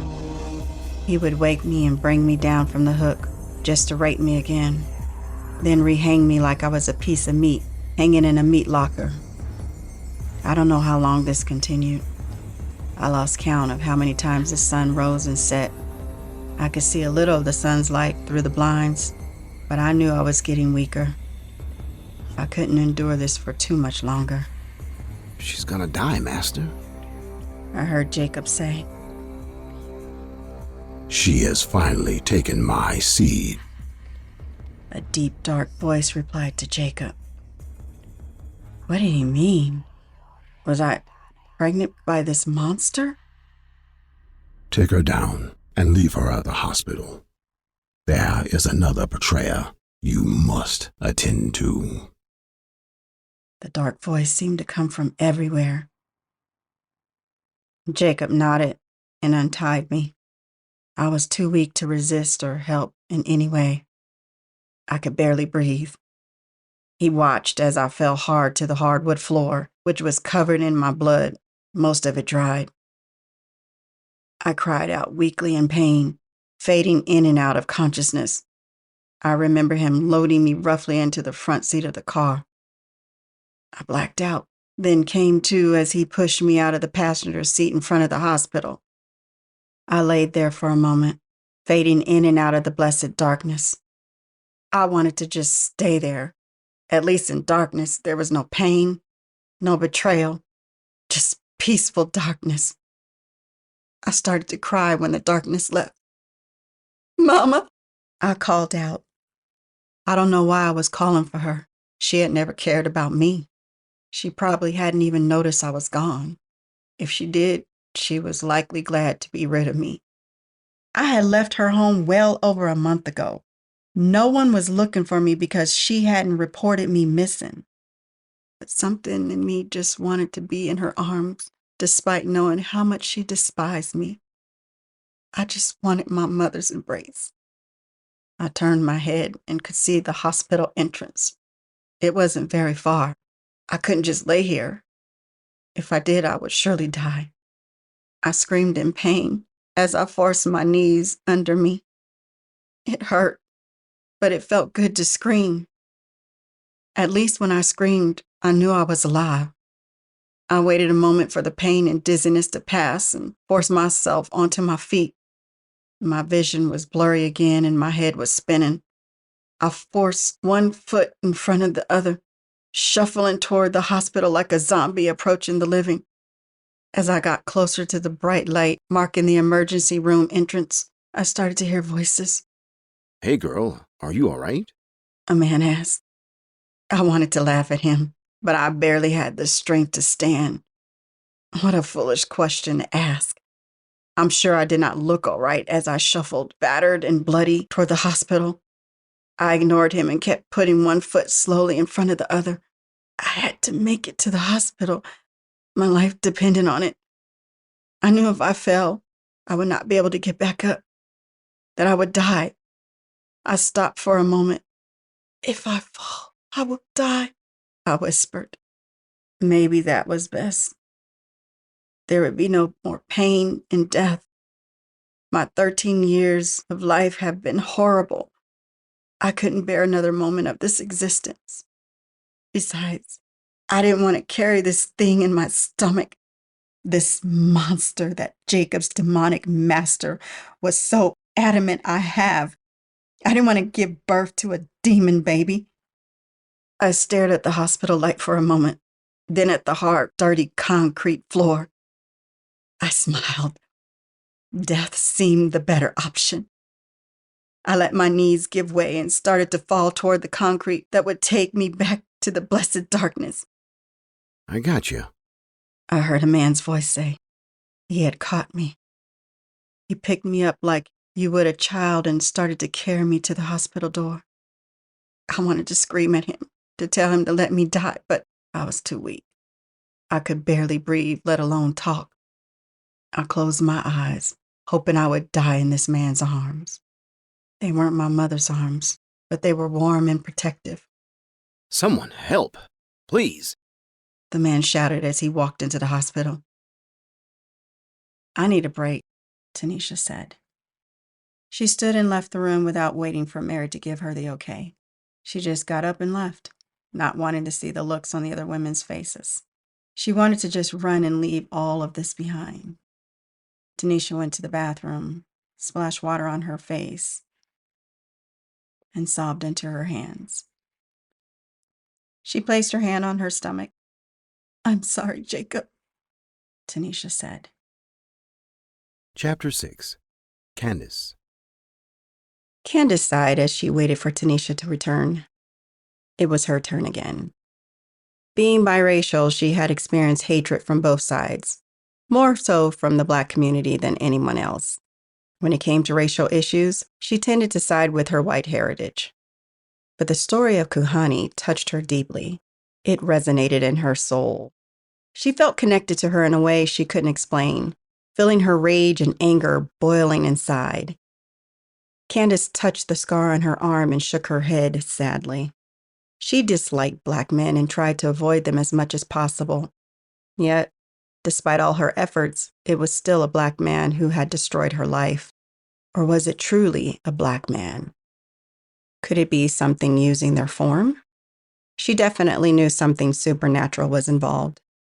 Her encounter with that entity in her hospital had changed everything she believed in. Candace shivered as she remembered that night. Are you ready, Candace? Mary asked. Candace was so lost in her thoughts that she didn't notice Tanisha's return. She nodded at Mary. It had been a week since she encountered the strange man in the hospital. Her wrist had been stitched but still ached.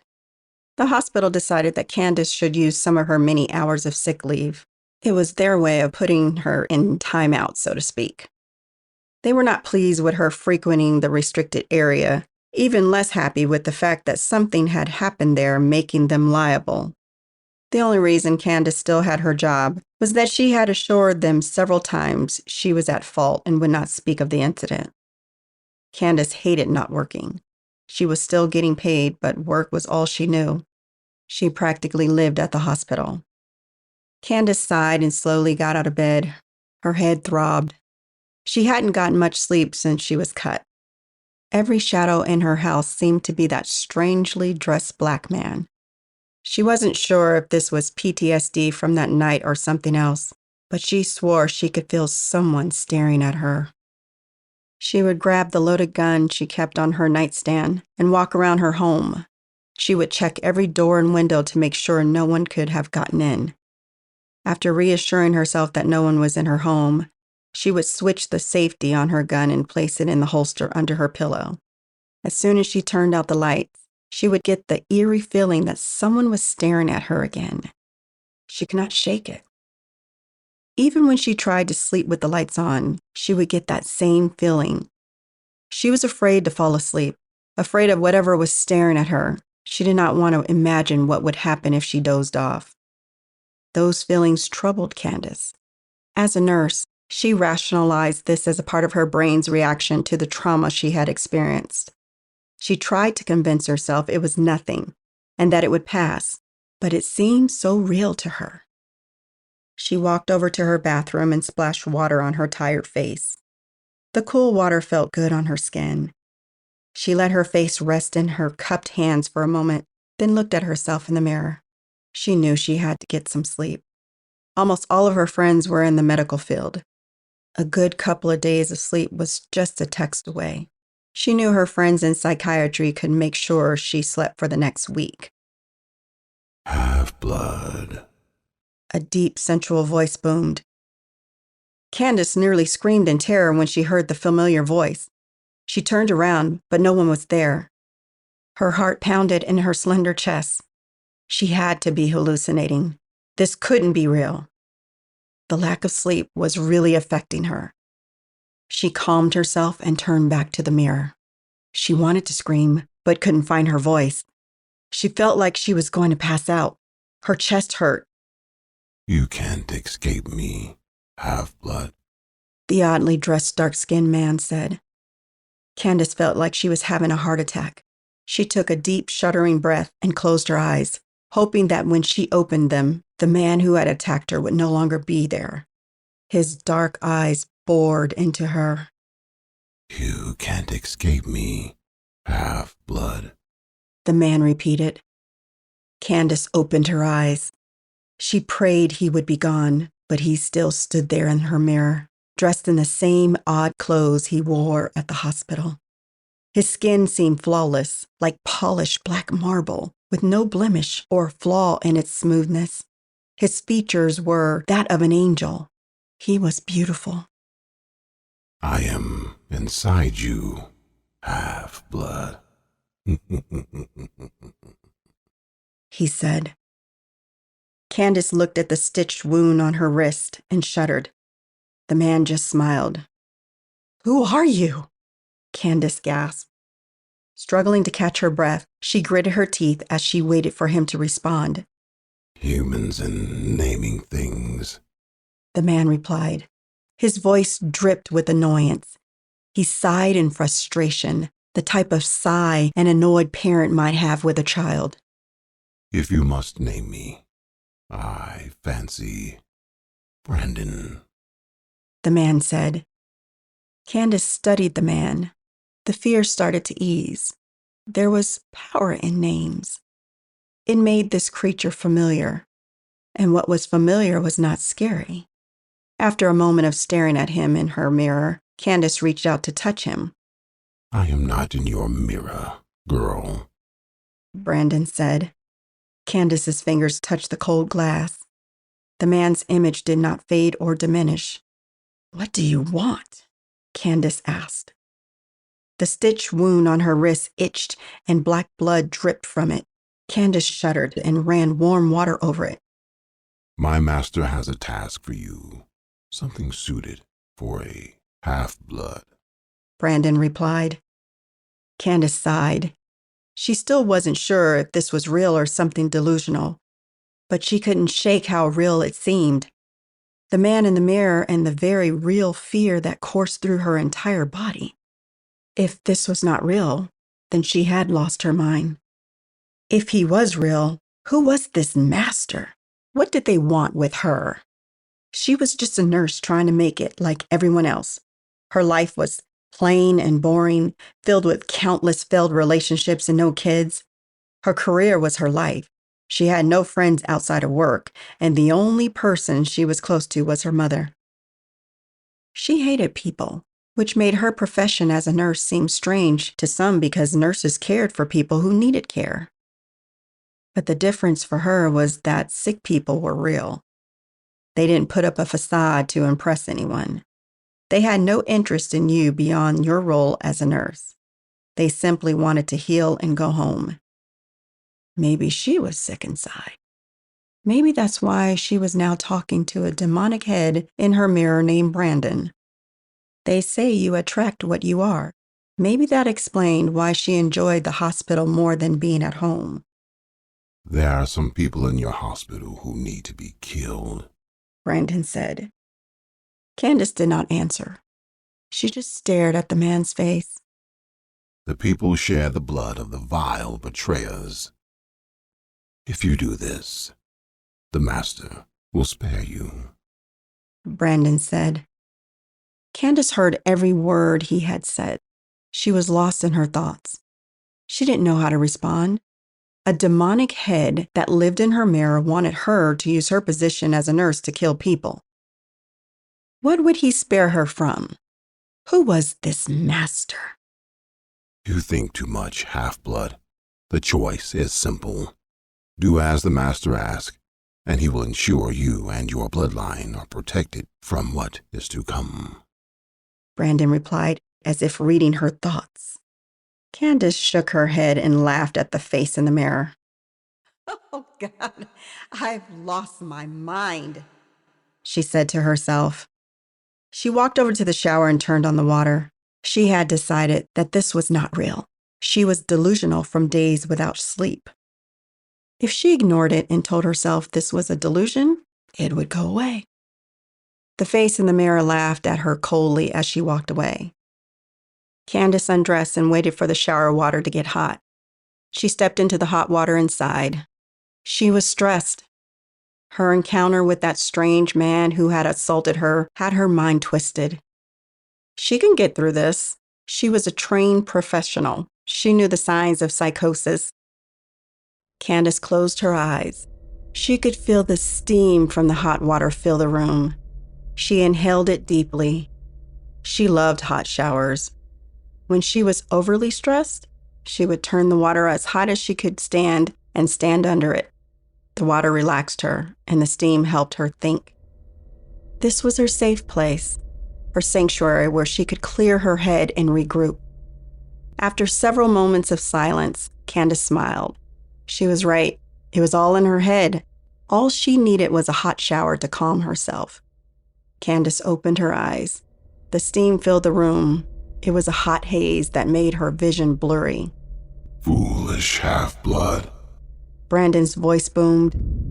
It seemed to come from everywhere. Candace's heart started to beat rapidly. She felt like she was going to have a heart attack. Before her stood Brandon, his body twisted and misshapen as if it tried to form in the steam. The Master wants you to know how real this is, Brandon boomed. An arm formed in the steam and grabbed Candace's long, curly hair. He pulled her roughly to the shower floor. Candace tried to scream but found she could hardly breathe. You are but a worm at my Master's mercy, Brandon boomed. Candace was hit hard in the face. She was dazed. Her head swam and blood dripped from her swollen lip. She felt herself being lifted into the air by her hair. Her scalp ripped and burned as strands of her hair were ripped from her tender scalp. He held her up so high her head touched the bathroom ceiling. Look at me, half-blood, and obey, Brandon boomed. Candace did not want to open her eyes. She wanted to scream in pain. She felt powerless as she hung by her hair, naked in front of this demon, this creature that seemed to come straight from hell. Obey, Brandon boomed again. Her eyelids gave in against her will. They had betrayed her and opened. Hot red blood from her scalp stung her open eyes. Before her, in the bloody steam-filled haze, was Brandon, his dark, devilish eyes smothered with black fire, his face twisted by the swirling steam. You will do as the Master bids, Brandon commanded. Candace blinked rapidly, hoping to clear the blood from her eyes. She felt like a doll being tossed around by an angry child. She was powerless and laid bare before this creature. Candace nodded. Brandon's dark face leaned forward and stopped inches from hers. He stared at her for a moment and smiled. Just as suddenly as he came, he disappeared. Candace fell hard to the shower floor. The hot water she loved fell on her back. She struggled to catch her breath. She watched her blood mingle with the hot water as it made its way down the drain. Candace stood up from her chair and paced the room. The other women never took their eyes off her. Candace hated feeling weak and helpless. She hated crying in front of the others. But she could not fight the tears of fear and anger that forced their way down her light brown cheeks. "Another break?" Sandra asked. There was a silent agreement to this. As Mary and Tanisha got up and hurried out of the room, Sandra stared at Candace for a moment. She wanted to help, but there was truly nothing she could do. This was a demon or jinn, something they all were facing.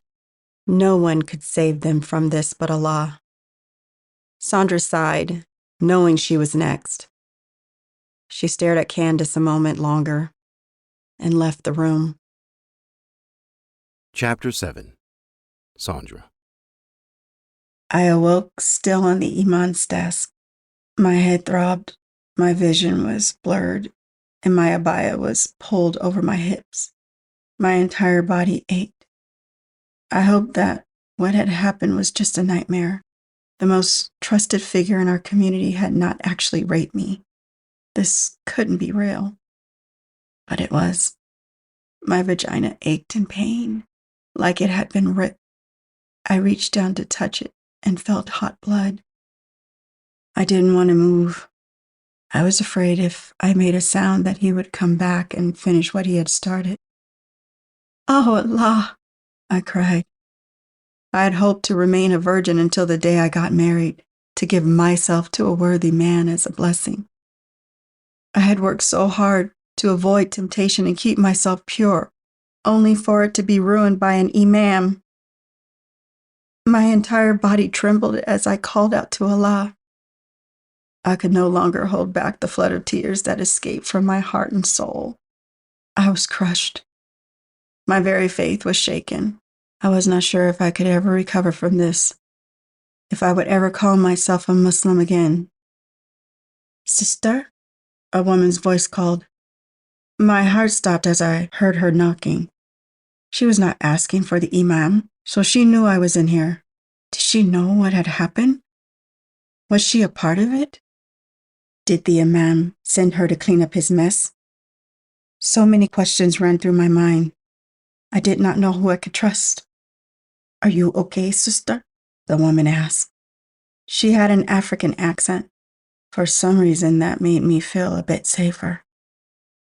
I groaned in pain as I sat up and adjusted my abaya. Every part of my body hurt as I moved. My head swam. I waited a moment for the room to stop spinning before I tried to move again. "Please, sister, are you okay?" the woman asked again. I still did not answer. I scanned the imam's messy desk in hopes of finding something to use as a weapon, but there was nothing, just books on Islam and loose papers. I shuddered and leaned against the wall facing the door. I could barely stand. My knees felt like they would give way at any moment. The doorknob turned, then stopped. The woman on the other side had discovered the door was unlocked. "I'm coming in, sister, okay?" the woman said. I could not find the strength to speak. My throat felt dry and my heart started to beat rapidly in my chest. I knew my face was swollen. I briefly remembered the imam choking me and hitting me in the face several times. I closed my eyes as the door opened. I was not ready to face the woman. I thought I had the strength to fight her off, but whatever strength I had faded. My knees buckled and I fell to the floor. "Sister," the woman's voice said. There was pain and concern in her voice. I felt her gentle hands on me. I don't know why, but her touch broke me down. Whatever fight I had left in me slipped away, almost as if she pulled it from me. I buried my head in her shoulder and wept. "Oh, sister, you will be okay," the woman said softly. She patted me on the head. "Hush now. I will get you out of here," the woman said. I nodded and tried to stifle the sobs that seemed to come from the depths of my soul. I had been betrayed. My soul hurt just as much as my body did. The men of the community that I loved and devoted myself to had violated and left me to die. Before I get you help, sister, I need to make one thing clear with you, the woman said. The tone in her voice had changed from comforting to threatening. I was amazed at how quickly her demeanor could change, almost as if this was normal for her, a practiced skill. My heart stopped. What little safety and comfort I thought I had found with this sister had vanished. I felt stupid. Of course, she knew what the imam did behind closed doors. He was shaitan, and she was the innocent face that cleaned up his mess. When her facade fails and her mask of innocence falls off, she is twice as scary as the imam could ever be. I know what happened here, sister. You must never speak of it, the sister said.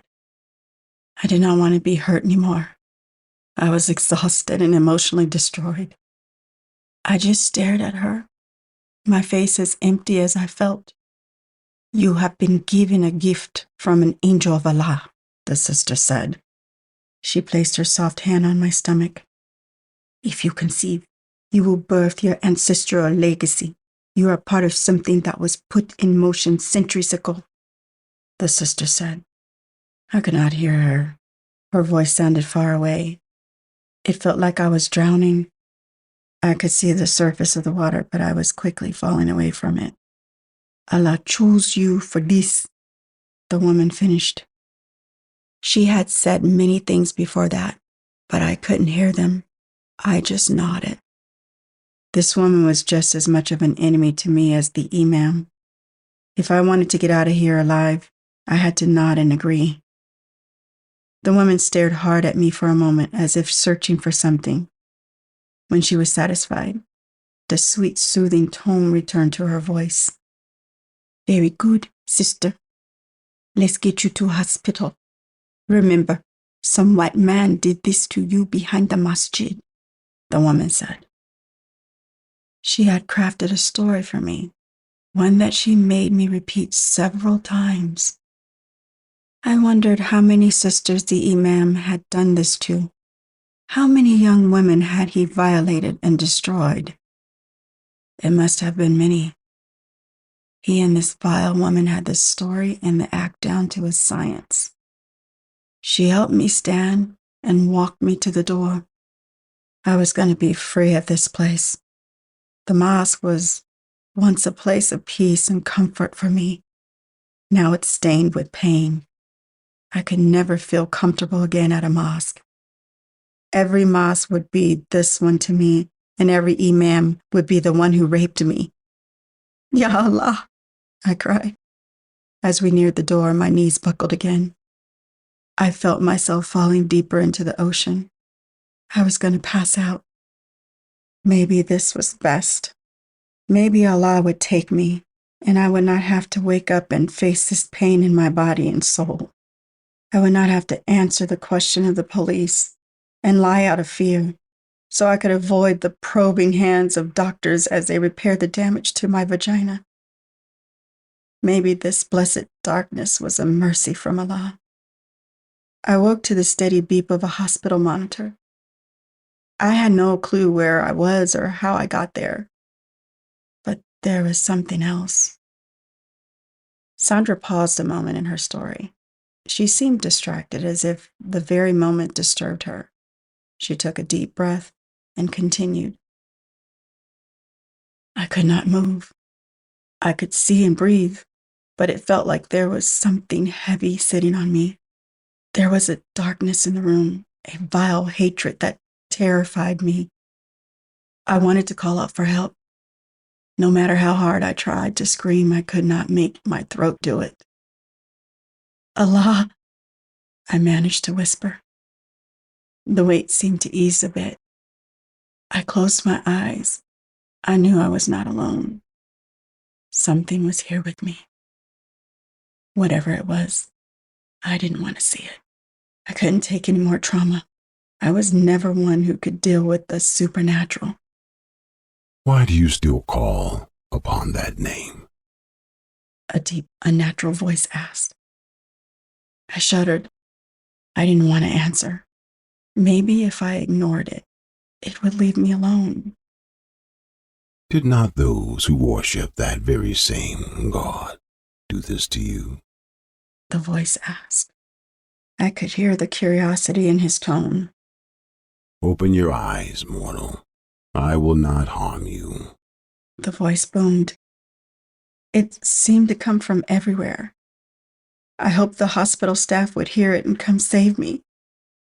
But then again, what could they do against this thing? I squeezed my eyes shut.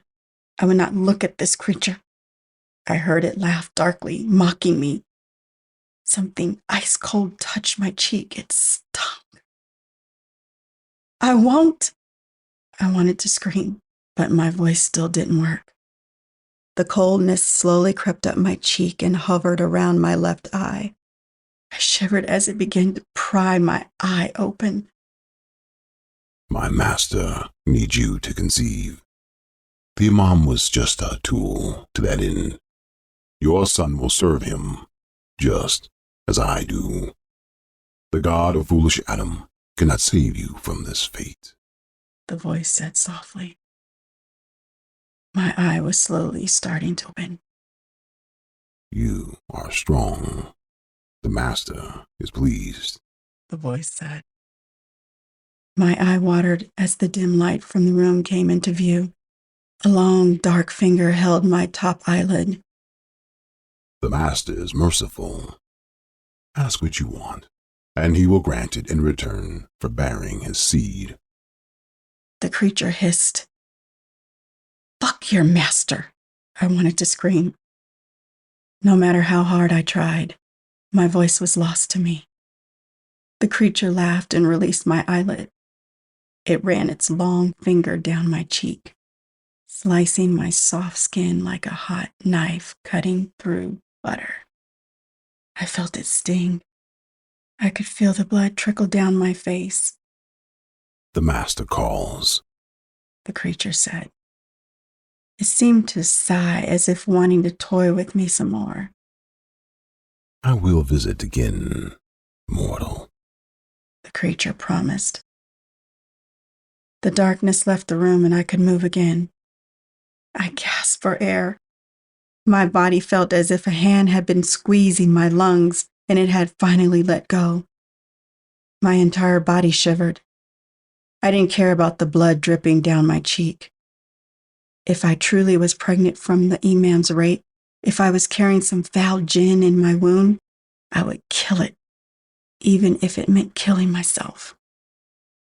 I will never birth this thing, I shouted into the room. Do you hear me, you piece of shit? I will never birth this fucking demon, I shouted. I couldn't help but shudder. No matter how defiant I claimed to be, I was trapped. I was no better than a prisoner shouting at the guards about how free he truly was, when in reality, I was powerless. I knew I had only one option to be rid of this demon. I would end my life. As soon as I got out of this hospital, I would kill myself. I knew this was a great sin in my religion, with dire consequences. I just hoped the merciful God I served would understand. I stopped for a moment and stared off into nothing. Just the thought of what death was like terrified me. I want to hear more about Kuhani, Sandra said. Mary nodded. The stories these women have are very sobering. The more I listened, the more I understood why we were here.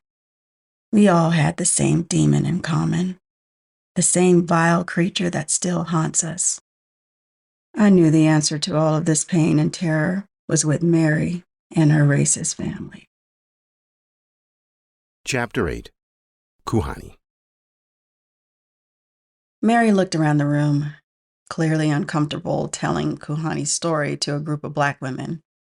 It pained her to be dependent on women she felt were beneath her in order to save herself and her family from the curse of the arrogant and defiant slave. someone who did not know her place in the greater world. Mary sighed, eager to get this over with. She took a deep breath and continued. You still refuse me?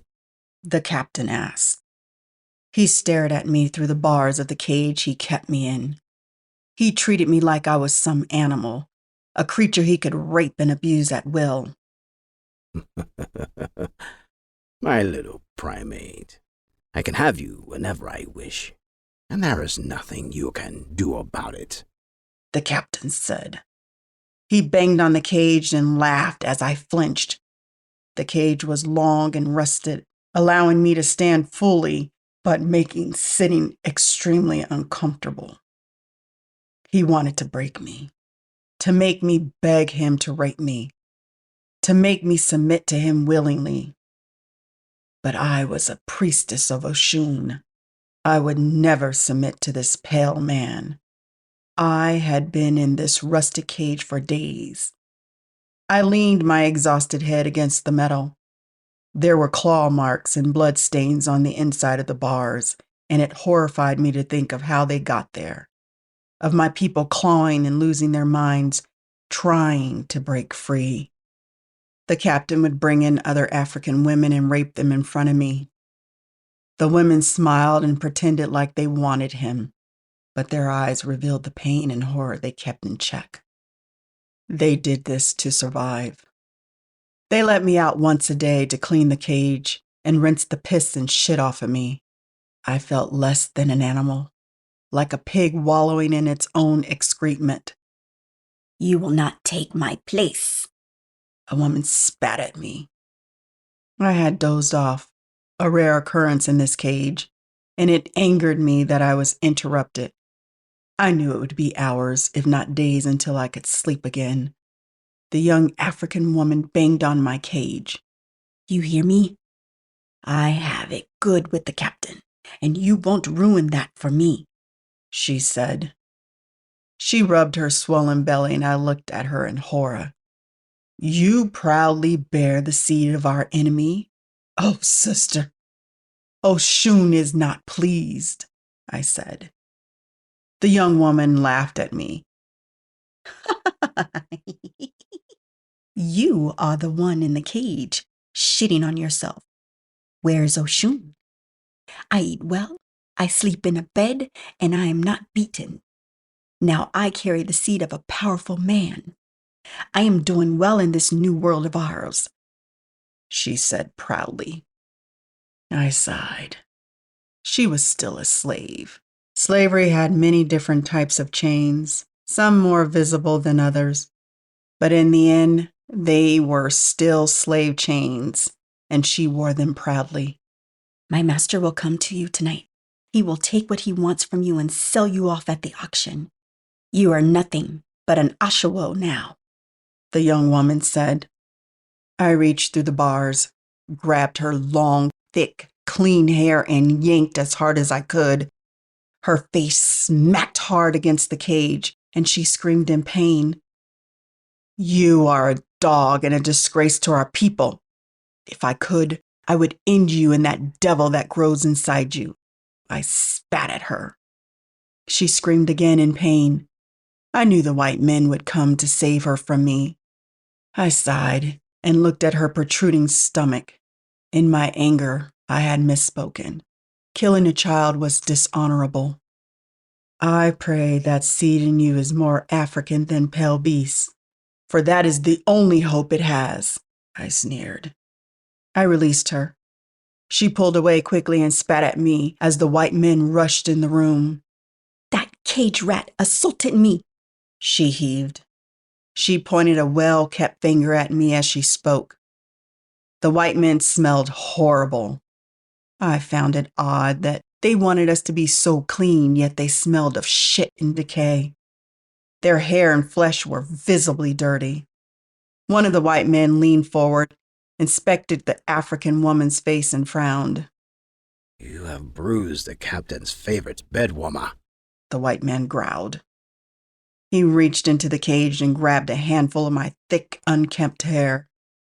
I felt filthy. I had never been this dirty in my life.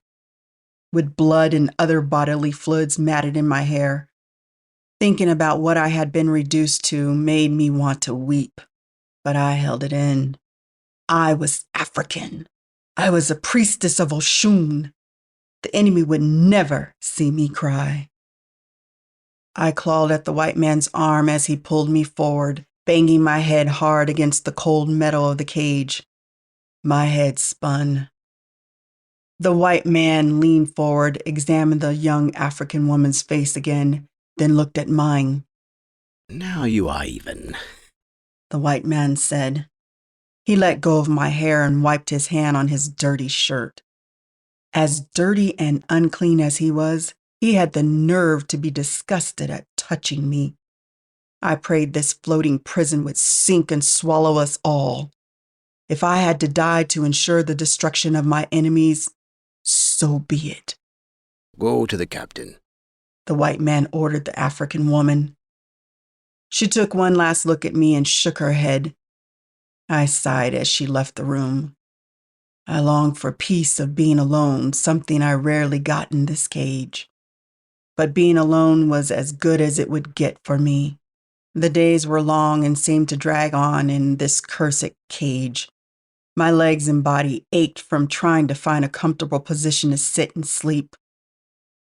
Would it be so bad to just die now? This torment would end, and I would be in the beautiful gardens of Oshun. I could wake up every morning and sing her praise. I would not hunger or fear being raped and abused by men. Hot tears pushed through the dirt and the blood that stained my cheeks. The beatings and the possibility of rape seemed to dull in comparison to the betrayal. How could the men of my tribe do this to me? Did they not know how white men treated us? Surely they had to. Being sold like cattle to these pale beasts hurt me the most. They had stabbed me in my heart. My body would heal from the beatings, but my heart would forever bleed from their betrayal. Wake up, my primate. The captain's voice seemed to appear out of nowhere. I must have dozed off and didn't notice. I opened my blurry eyes. The captain stood in front of the cage in just his undergarments, with two other white men beside him. My head spun from this massive headache I had. I was dehydrated and deprived of sleep. One of the white men opened the cage door. I was groggy, but I knew what he had come to do. He wanted to break me. Like most men, he thought the only way to break someone was to rape them. Men always seemed to think in terms of their penis. They were slaves to it and built their entire lives around it. It was rather pathetic to me. Even the strongest and holiest men fall victim to that bit of flesh that dangles between their legs. One of the white men reached into the cage to grab me. I kicked at him as hard as I could. I smiled as I felt the impact. The white man grunted and stumbled backward. Black bitch. The white man grumbled. The captain smiled as both men reached into the cage. He was enjoying this.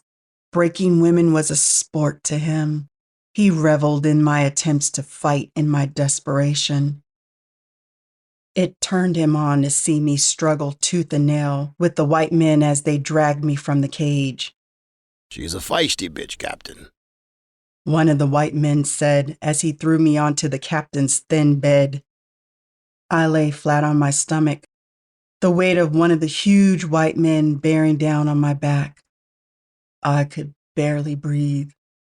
I wanted to fight more, to scream and defy this beast. I wanted to stop him from violating me, but I was powerless. The weight of the man pushing on my back was suffocating me. I was going to black out. Maybe blacking out would be a mercy. They could do what they wanted with my body and I would not feel it nor remember it. I felt the white man rip the thin, soiled gown they had put on me as soon as they captured me. I felt his hand caress my butt. He forced one of his dirty fingers into me. I screamed in pain and rage.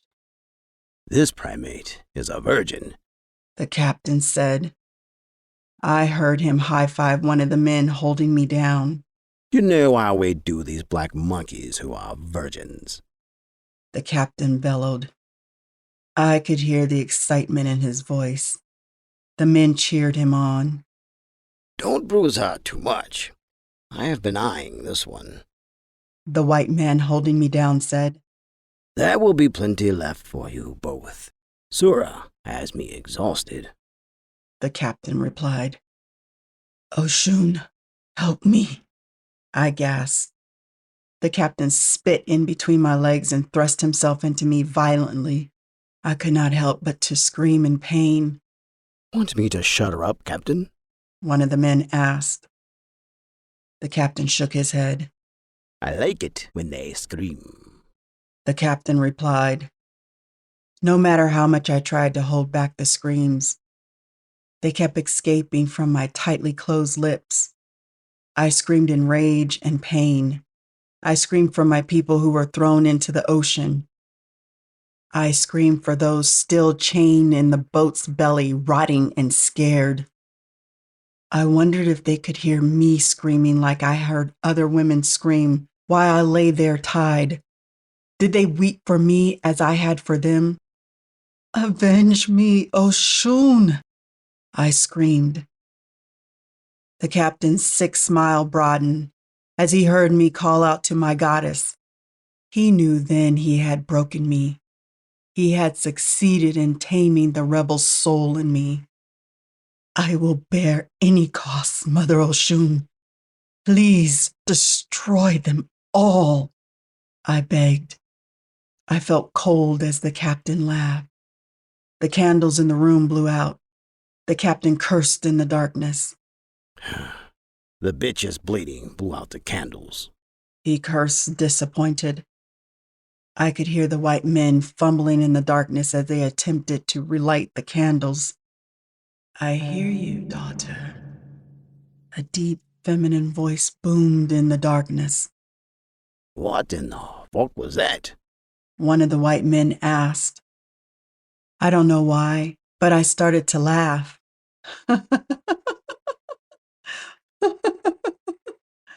Oshun had heard me. She had not forgotten her people. Every one of my people on this floating prison of death called Oshun's name. They had heard her too. Do your worst, you pale beast. Oshun will avenge every wound. I laughed. I heard my people screaming through the entire boat. I thrust my bruised and battered hips against him mockingly, daring him to hurt me some more. The captain backed away. I laughed harder. Shut that black witch up, The captain shouted. The white men hesitated for a moment. I could almost taste their fear. For some reason, I laughed harder. The laughter started to hurt, but I could not stop it. Shut her up, you cowards! The captain bellowed. The white men struck me several times on my head. I smiled as I felt the cold darkness creep in. I hear you, daughter, echoed in my mind as I embraced the cold, quiet peace. Chapter 9. Tanisha. Tanisha stared at the wall, her eyes thoroughly examining the tiny room they were all in. She noticed every blemish and imperfection in the wall. She was nervous. She hated this, especially this part of her story. She was starting to think that the money was not worth it. It had taken her years to get over all this. She had built a solid dam that held the terrors of Jacob and his vile master, brick by brick. Now that dam was destroyed. All the fear, pain, and emotions that she had tucked away came flooding back. Fuck this, Tanisha said to herself. She stood up and paced the room as the other women stared at her. This is too fucking much, Tanisha grumbled. Her hand shook as it found its way to the scar on her cheek. This is how it all begun for her. She often wondered if the old man was part of Jacob's plan, an added torment to make her even more vulnerable to him. Bunch of fucking nut jobs we are, huh? Tanisha said. The other women did not answer. They were fighting their own inner battles as they listened to each other's story. Tanisha stared at each of them for a moment, hoping one would say something to her. Tanisha sighed deeply. Fine, she said. She repositioned herself in her chair and continued her story. I woke up in the hospital bed. The steady beeping of my heart monitor was soothing, but I was disappointed. I wanted to die. I didn't want to give birth to whatever was inside of me. You awake? A female voice asked. I had not fully opened my eyes yet, but I nodded. My head spun. I knew it would get worse if I opened them. Good. How do you feel? The woman asked. I frowned. My entire body ached. I felt like I had been hit by a truck. I could only imagine how I looked. It hurt to breathe. I'm sorry, dear, the woman said. I felt her warm hand on my forehead. Your fever has lessened, she said. I tried to open my eyes and look at this woman. My eyes watered so much that it made it impossible to see anything. The tears that flooded down my cheeks stung. My face was badly swollen and cut. Did you know you are pregnant, dear? The woman asked. She dabbed carefully at my tears that spilled from my now closed eyes. I didn't know what to say to this. I was 13 and had been hung upside down and beaten nearly to death. The only time I was let down was when he raped me. That thing Jacob called Master told him I was pregnant. Deep down inside, I knew it was telling the truth. But what do I tell this nurse? Did I tell her I knew because a demon had told me I was? I sighed deeply and shook my head. I winced in pain. Even that simple action hurt.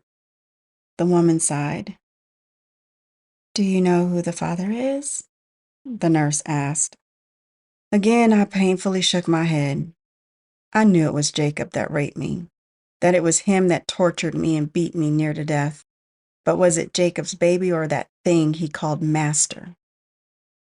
The woman seemed disappointed in my answers. I wasn't sure if she was disappointed in me or not having a name so the police could get me justice. Do you want to keep this baby? The nurse asked. I didn't know how to answer. I wanted to scream no to her, to tell her to kill it now and take it from my body, but something held me back. The part of me that was now a mother cared for this demon that grew in me and would die to protect it. I was conflicted and didn't really know why. It's okay. Take your time. Not knowing is normal for most victims of rape, the nurse replied. I was 13, but my childhood was long gone. I wasn't sure if I ever really had one. I have been on my own avoiding the groping hands of grown men since before I could remember. I was going to kill this demon in me. This thing was not human, and it wasn't something I wanted. I can't really say that. I guess I did want to give Jacob a baby. But that was when I thought he loved me, when I thought he truly cared for me and would take care of me. He was my black knight in shining armor. I knew no other way to thank him than to bear his child for him, to try and please him. But in truth, he was just a monster.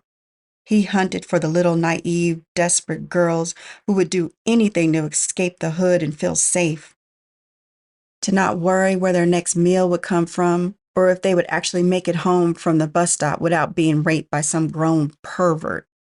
He served a master who wanted to impregnate little black girls. I don't know why he wanted this, nor did I care. I fought back a small part of me that was a mother and knew I would kill this foul thing in me. I didn't want them to do it. I wanted to kill it. I was his mother after all. If it was going to be murdered, it needed to be done by me. I wanted to take back everything Jacob and that shadow he talked to took from me. I wanted to strike back at them and let them know I wouldn't go down without a fight. I was tired of being that weak little girl. I would kill this thing myself. I want to keep it, I replied. The nurse stared at me for a long moment, then smiled. As unfortunate as it is, you made the right choice, darling. Abortion is murder no matter the circumstance. I'll pray for you, the nurse said. I wanted to spit at her. How dare she say that shit to me? She had never been raped and beat within an inch of her pathetic life. Instead, I just smiled and nodded. I wanted her to leave so I could kill this thing and try to figure out my next move. I wasn't sure if my mother would let me come back home. I honestly didn't want to go back there. Now that I had a taste of freedom, I couldn't imprison myself again in her home and try to ignore the groping hands of her boyfriends.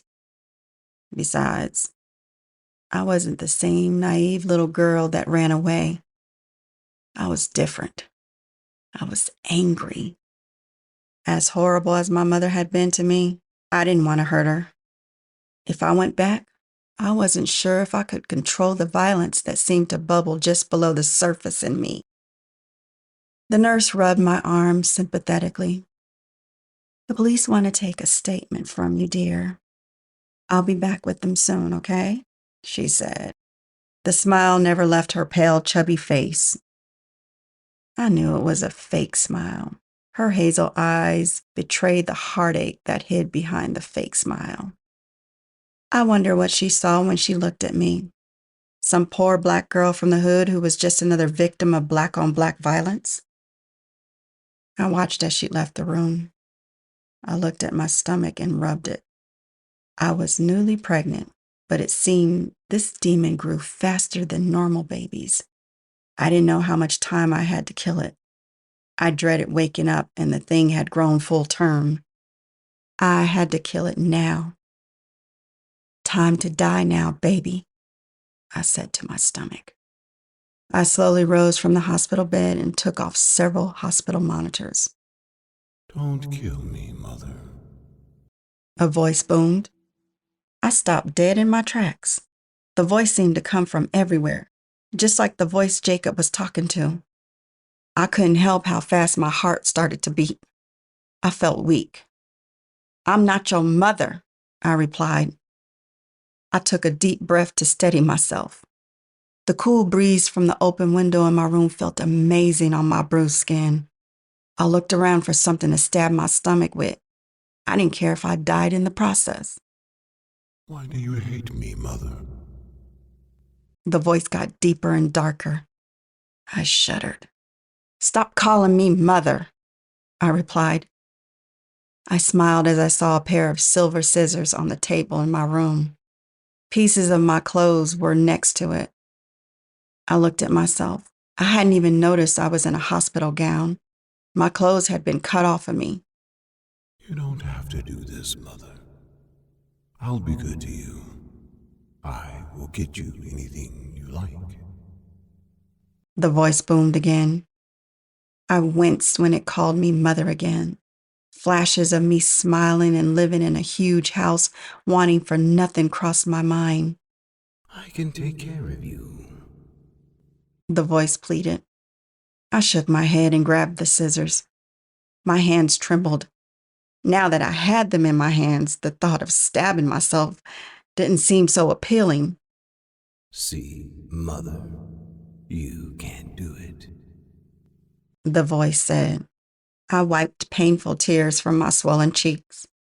I held the scissors in front of my stomach, the silver point hovering above my belly button. Why are you out of bed? The nurse asked. I hadn't noticed that she had come back into the room. She stared at me for a long moment. What's that in your hand, darling? She asked. I could hear the concern in her voice. My hand shook so much that I almost dropped the scissors. See, Mother, you can't do it. The voice said mockingly. Did you hear that? I asked the nurse. The nurse opened my room door and shouted for help. I knew I didn't have long before the others rushed in here and restrained me. Hear what, darling? Why don't you just lay back down and we can talk about this? I know you've been through a lot. It can't be easy to have this baby, the nurse said. I glared at the nurse. You have no fucking clue. I'm 13 and I have a demon baby in my stomach, I screamed. I could hear the voice laughing at me, mocking me. The nurse's face paled. She really had no clue. Everything she could say would be pure bullshit. If she were in my shoes, she wouldn't keep this baby either. I pushed the scissors into my belly button and screamed in pain as the tip pierced my flesh. The nurse called for help again. I knew I couldn't finish stabbing myself. I felt like a coward. I heard many voices as they rushed into the room. I was dizzy, but I had to move. I looked around for a way out. Drop the scissors, okay? A man's voice asked gently. I looked at him. He had a kind face for a cop. He seemed like he truly cared. I started to cry. I couldn't help it. I can't have this baby. I just can't. I sobbed. The cool breeze from the window hit my battered body again. I turned to the window. I could climb up on the sill and jump. I had to be at least 4 stories up. Please, Mother. The voice begged. Gone was the mocking laughter. Now it pleaded with me. Before I realized it, I had ran to the window. I didn't know where this sudden surge of strength came from, but I was happy it was there. I jumped on the ledge and stared at the night sky for a moment. The stars had never looked this beautiful before. They seemed so bright and alive. Maybe I had just never paid attention to them. Living at the bottom, it's hard to look up sometimes. Why worry about the stars when I wasn't sure if I would make it home? You don't have to do this, young lady, The cop said gently. The demon in my stomach was saying something. It was probably begging me not to jump. It felt good to be in control for once, to have power over the things that harm me, to feel it squirm powerlessly. I can't have this baby, I replied to the cop.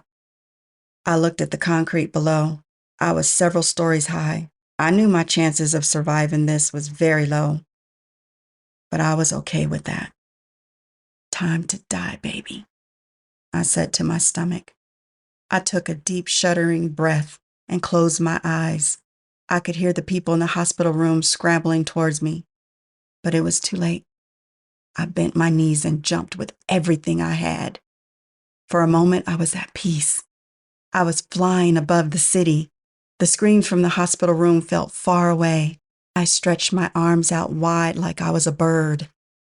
I wanted to land directly on my stomach. I wanted this thing in me to be obliterated. I didn't open my eyes. I knew it would only be a moment before I hit the ground. Strangely, as I was falling, I thought about my mother. I hoped she would be okay. A loud screaming echoed through my mind as I hit the concrete hard. My entire body seemed to shatter on impact. The thing inside me screamed in pain, then went eerily silent. I knew I was dying, but I wasn't afraid. I had won. I had beaten Jacob and his master. I had killed the creature that had been beaten and raped into me. I smiled as the darkness took me. Chapter 10. Candace. Candace sighed deeply. She knew it was her turn. She pondered if she should tell them the truth. She had killed people. She had never openly admitted this before. She had covered her tracks, as only an experienced nurse could. But admitting what she did to these women could mean prison time for her.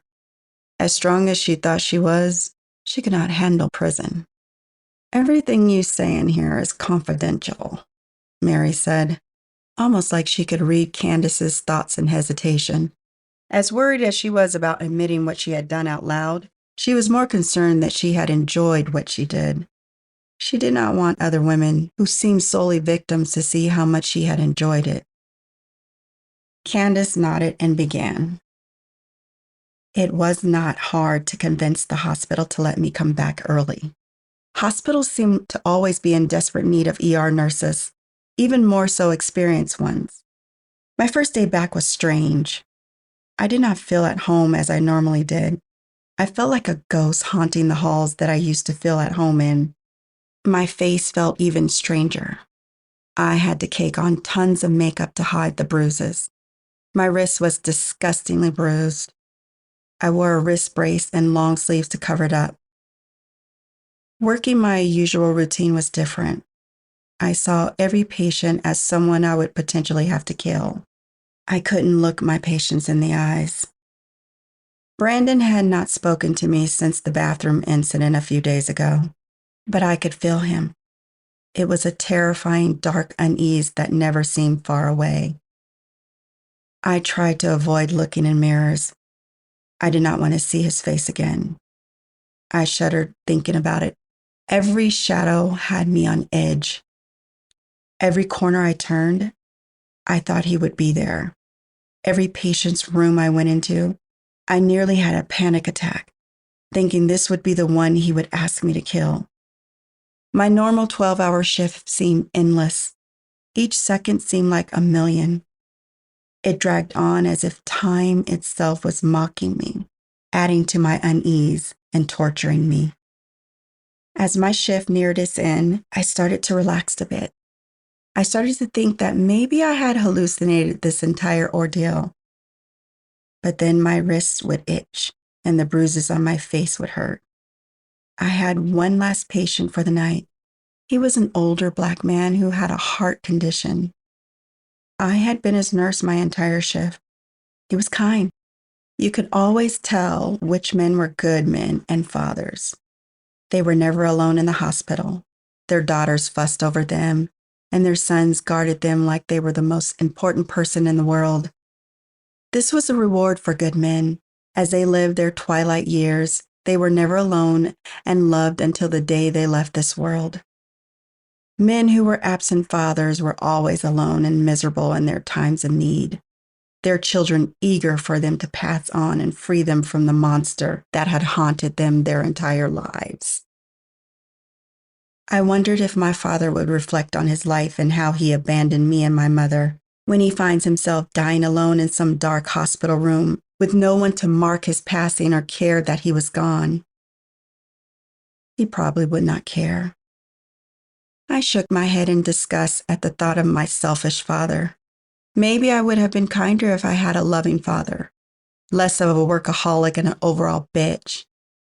I could admit I was cold-hearted, especially when it came to men. I had never been loved by one man whose love would have made a difference in my life. I had never had the opportunity to be a daddy's girl. I couldn't help the bit of jealousy I felt when I saw a grown woman still being loved and cherished by her aged father.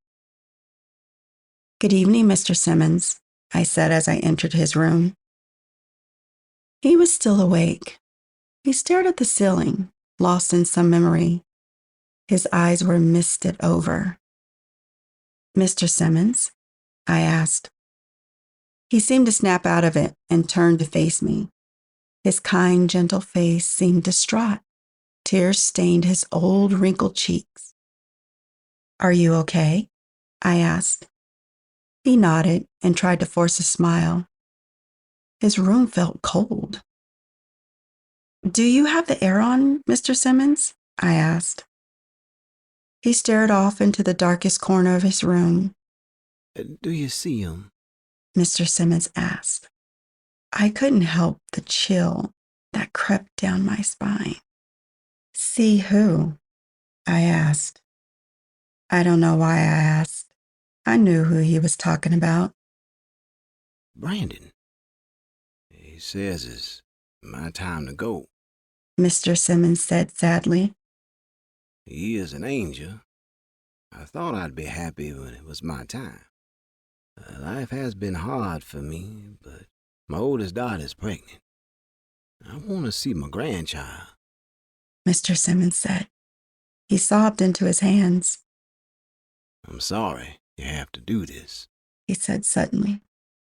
He stared at me. His stare made the hair on my body stand on end. It was the stare of a man who knew you were here to kill him. A stare that did not have judgment. He had accepted that I was the instrument of his death. I can't do this, I whispered. My heart beat so loudly I felt I was going to pass out. The cut on my wrist throbbed. I have a letter for my daughter. Mr. Simmons said. He pointed to the desk in the room. How long he had known this would happen. How long had this foul demon been toying with this man? I can't kill this man. I am not a killer. You will. Half-blood. Brandon whispered in my ear. I jumped, startled. Brandon had read my mind. Nothing was safe or sacred to this demon. I could not even retreat into the safety of my own mind. Flashes of what he had done to me in the bathroom pierced through my mind. He was threatening me, reminding me what he was capable of. He's beside you. Can't you see him? Mr. Simmons asked. I didn't answer him. Mr. Simmons nodded at me and lay down. He had accepted his fate. He knew these were his last moments, and there was nothing that he could do to fight it. I wondered what this foul demon had told this poor man, how he had convinced him to lay there and accept me killing him. Or was he just tired of living, tired of seeing his kids suffer as they waited for their beloved father to pass? It's time, half-blood. The demon said, interrupting my thoughts. Mr. Simmons stared at me. I shuddered. I couldn't help it. He looked at me longingly. Killing me saves my children. I'll do anything for them. Mr. Simmons whispered. So that was it? The demon had given this lifelong family man a choice where there was only one option for him, his life for the safety of his family? For Mr. Simmons, the choice was clear. This foul thing would not leave his family be. Hurry, half-blood. There are others that need your attention. The demon prodded. I walked over to Mr. Simmons's bed. He closed his eyes and sighed. I wondered what he was seeing beneath those heavy lids. Was he seeing his children? Imagining what his grandchildren would look like? I couldn't help the tears that rolled down my cheeks. Don't cry for me, Mr. Simmons said. He patted my trembling hand. He was ready. Hurry, half-blood. The demon's voice boomed impatiently. I took a deep breath and gently pulled Mr. Simmons's pillow from underneath his head. I locked eyes with him one last time. I knew I would never forget this moment, the moment I stared into the eyes of the man I had murdered, the look of acceptance on his old face. I placed the pillow over his face and pressed down hard. I wanted to scream, but I held it all in. It took a few moments, but Mr. Simmons started to twitch, his body naturally fighting to breathe and survive. I sobbed as I pushed down harder on the pillow. I was killing a man for the pleasure of some demon. Kuhani will never forget those who betrayed her. The demon whispered into Mr. Simmons' ear. I could feel him dying. It was like squeezing a wet rag and watching the water drip from it. Eventually, there would be no water left to squeeze out. Your children are next. The demon said. I could feel Mr. Simmons' heart break as he heard those words, but it was too late for him to react. He took one last shuddering breath and died. I had done it. I had murdered someone. I stood there staring at the pillow over his old face. I had actually done it. The alarms from the machines connected to him started to beat. I quickly replaced the pillow back under his head and left the room. It feels good, doesn't it, half-blood? The demon whispered. I couldn't deny the tingling of power I felt at taking that poor man's life. I felt powerful, like I could take on the world. I didn't realize it until much later that I enjoyed killing. Or maybe I knew it all along. I just couldn't admit it to myself. Instead of shying away from the demon's words, I smiled. I could feel the demon smile with me. The next one will be easier, The demon said. He was right.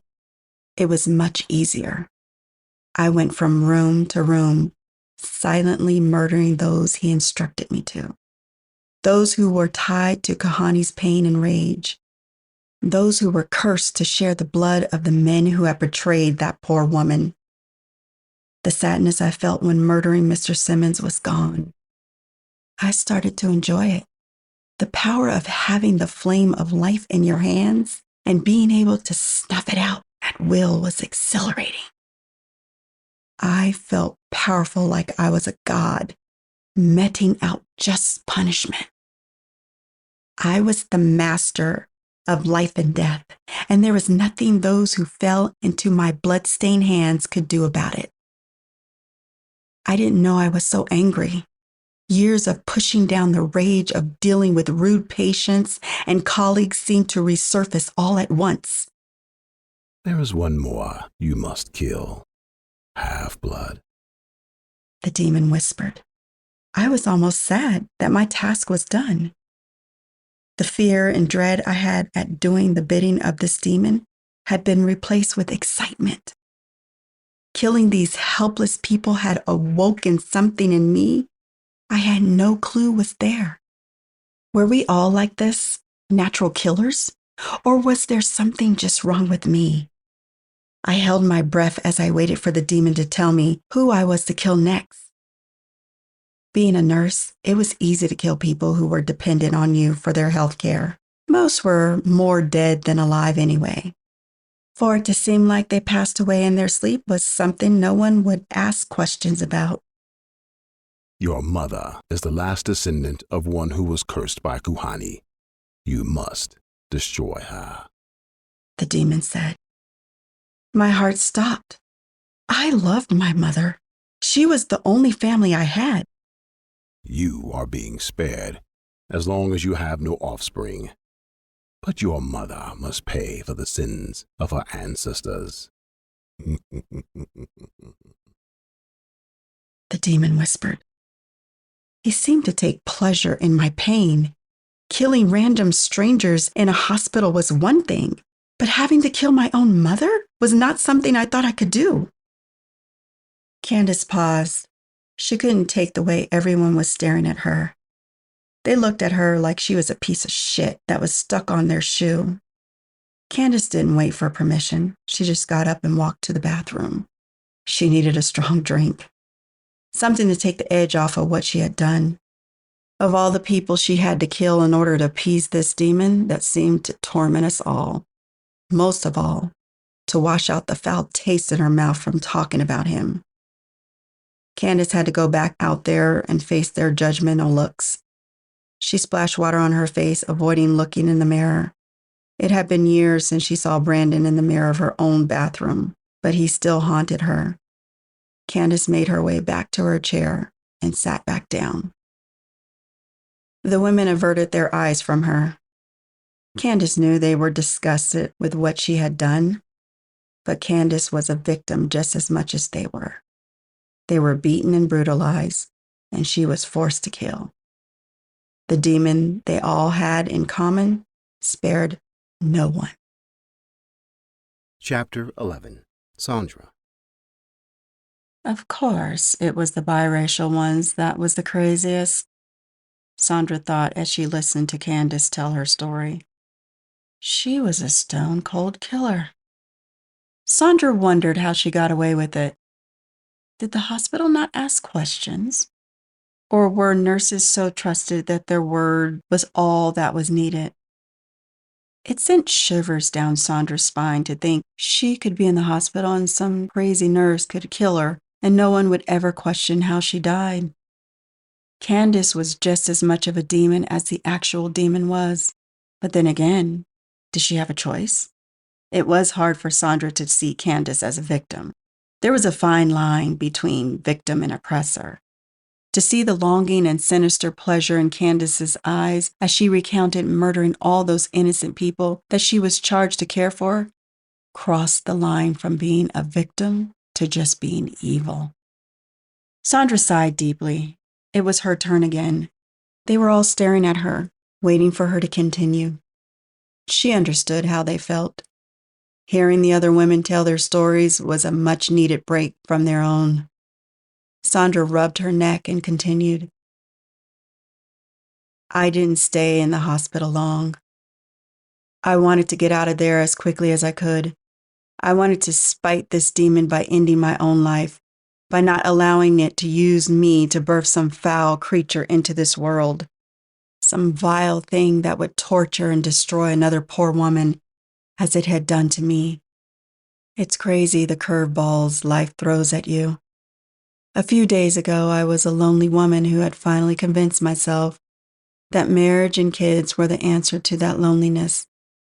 Now here I was, pregnant and eager to end the life that grew in me.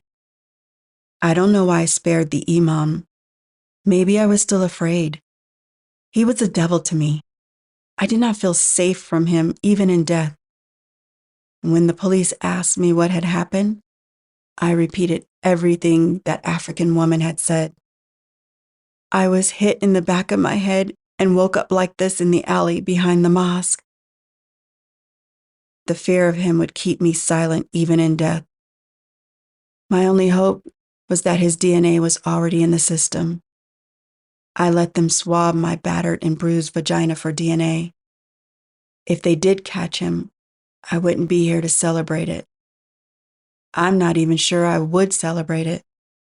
It would just be another thing for me to fear. He was not human. He could not be and be so evil. Sandra shuddered as she remembered the darkness that crept into his eyes, the smile on his brown, bearded face as he violated her. He is not human, Sandra whispered. She stood alone in her apartment. Her place seemed foreign to her. The woman she was the last time she stood had been destroyed. Now, instead of her home being a place of peace for her to heal and recover in, it would be her tomb. She had come here to die. She looked around her dark, empty apartment, her home that would never be filled with the laughter of her children or the love of her husband. Maybe she was foolish to think these things were possible. The world was going to hell in a handbasket. Men no longer wanted to be family men. They just wanted to rape and take, then walk away. They wanted to pillage and break all that was soft and fragile in the world. There was no room for love or children in a world that was as horrendous as this. Sandra limped to her bathroom. Her body still hurt deeply. She had many stitches in her vagina. The iman had ripped her badly. She turned on the light and wept when she saw herself in the mirror. Her beautiful ebony face was bruised and swollen. Oh, Allah, she wept.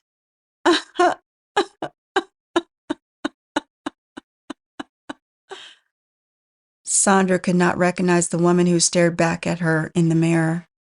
The innocent, loving, naive girl she was just a few days ago was gone. The woman before her looked aged and haggard. Her eyes were filled with pain and confusion. But through it all, her faith had not wavered. She wanted to pray one last time before she took her life. She wanted to beg Allah to understand and not judge her too harshly, to apologize for her weakness. She winced as she turned on the warm water in her sink. You promise with hardship came ease, Sandra whispered to Allah as she made wudu. She sighed painfully as she cleaned herself. Please grant me that ease in death, O Lord, Sandra whispered. She could not help the tears that crept down her swollen face. She was hurt deeply. Her heart and soul were just as battered as her body. The Iman had taken something from her that she could never get back. She would never be that innocent woman she once was, The hopeless romantic who felt everyone had good in them and deserved love. The dreamer who longed for her fairy tale. Her Muslim knight in shining armor who would love and protect her. The imam destroyed all those things for her, shattered the illusion that love between a man and a woman could truly exist without one hurting the other. Maybe that was why marriage was considered half of our deen. Marriage was the greatest test of our faith. Sadly, so many of us will fail at it miserably. It takes a strength and patience to be married that most lack. It came to the point that it wasn't even about love. It was a duty and a service to Allah, and then your partner. Love was the wrapping that sold the hardship that marriage truly was. Sandra limped to her living room where her prayer rug lay ready. She prayed often, even more than the required 5 times a day. She loved her prayer mat and talking to Allah. She would sit there after reading the Quran and just make dua for hours on end. This was the one place in the entire world she felt at peace, that she felt safe. Sandra wiped away fresh tears that crept down her battered face. She didn't understand why she was crying. Maybe it was her soul weeping for the body and heart that was in pain. Sandra just sat on her prayer rug. It hurt too much for her to stand. She didn't want to rip her stitches by bending over. She put her hands, palms up just above her breasts, closed her eyes, and prayed. She swayed back and forth as she talked to her Lord. "Oh Allah, have mercy on me," she begged. Foolish child. A deep, dark voice interrupted her prayers. Sandra sighed. "Let me pray in peace," Sandra shouted in the darkness of her empty apartment. The cold voice of the demon laughed at her. Do you truly believe Allah cares for you? Why would He allow jinns like me to torment someone as faithful as you? You are nothing to Allah, child. There was a tone of pity in the demon's voice that enraged Sandra. She shook her head and struggled to rise from her prayer rug. The Allah you have spent your life praying to can't even help you up. But I can. The demon said. Sandra could feel the dark eyes of the demon staring at her. Her apartment seemed cold. After several moments, she was able to slowly stand. A wave of pain and dizziness shot through her battered body. I can offer you anything you desire, Sandra. Just give the master what he wants. Let his seed grow and continue his mother's revenge. The demon said. Images of riches and luxury flashed through her mind. There are greater things in this world than love, things that will fill your heart with joy. Who needs marriage when you can buy the affections of all? The demon continued. Again, images of people admiring her and waiting on her hand and foot filled her mind. My master can give you all these things, child. The seed you carry is a blessing for you in a lifetime that is fleeting. The demon tempted. Despite these temptations, Sandra found her way to the linen closet and pulled out a clean bed sheet. She struggled for a moment to tear it into one long strip. What has Allah given you, child? The demon asked. Sandra's body seemed to move on its own accord. She tied the sheet around her slender neck and walked to the fire escape behind her apartment. She was 3 stories up. The moon seemed incredibly bright that night, almost like it was a herald of her death, like it would escort her from this life. Sandra smiled at the moon as she tied the other end of the rope to the fire escape stairs. Stop this, child, the demon pleaded. There was a sense of desperation in the demon's voice that made Sandra smile.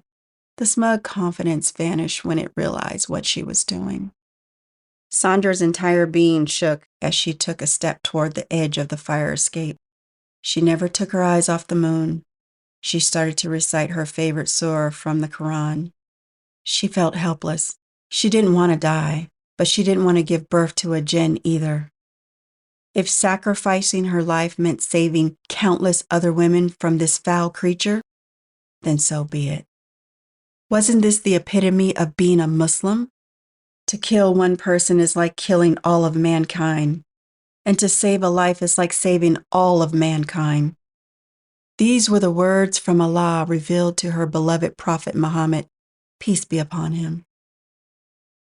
Her taking her life to save others was demanded of her. It should be rewarded, not cursed with eternal hellfire. She took another shaky step toward the edge. There is still time, child. Ask my master anything, and he will grant it. You are important to him. The demon pleaded. His voice was no longer mocking. It was soft and pleading, as if his very life depended on her having this child. Sandra ignored him. She stood at the edge and stilled her beating heart. Farewell, Sandra said. She hated this world, but she knew she would miss it. Her body trembled as she stood there, taking in everything one last time. She took a slow, deep breath and walked over the edge. Sandra paused and looked at the women in the room. They all stared at her. There was no pity in their eyes. They understood her pain, and her desperation to rid of the demon. Even Candace, who had given in to the demon, did not judge her. But was she so different from Candace? Sandra sighed and looked at Mary. She needed a break, but most of all, she wanted to hear more about Kuhani, the African woman whose rage started all of this. Sandra understood the reasons behind Kuhani's pain and anger, but to have people suffer who had nothing to do with it seemed irrational. Kuhani was just as much an enemy to her as the king was. She was paying the price for the actions of some very distant ancestor that sold out. Or maybe she did deserve this. She had failed in killing herself and thus the child that grew in her. Maybe she hated Candace's choice to work with the demon because she had sold out herself. Would they judge her like she had judged Candace? Mary did not respond at first. She seemed to dislike telling the story. Sandra didn't understand why. Mary was detached from it. She was not actively being hunted by this demon. It was clear to Sandra that Mary could care less about what happened to Black people. The blood of her racist ancestors was a source of pride for her. Sandra sighed again and folded her arms across her chest as she waited for Mary to continue. Chapter 12. Kuhani. Mary took a deep breath. She didn't want to have to explain anything to these Black women. She wanted to talk to the king, to offer her services in exchange for forgiveness for her ancestors. She wanted the deal that was offered to Candace. She knew the demon still spoke to one of them. She needed to find out who and offer them anything they wanted in return for getting the demon to talk to her. If these women thought what they had endured was bad, they had no clue what the rage of Kuhani truly looked like, how it ravaged those who were directly responsible for her pain.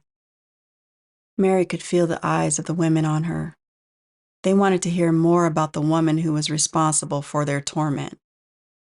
Mary didn't blame them for that. She nodded and began. The cool air felt good on her bruised and dirty flesh. The sun's bright light stung her eyes as she stood on the ship's deck. They had arrived in the land of white men.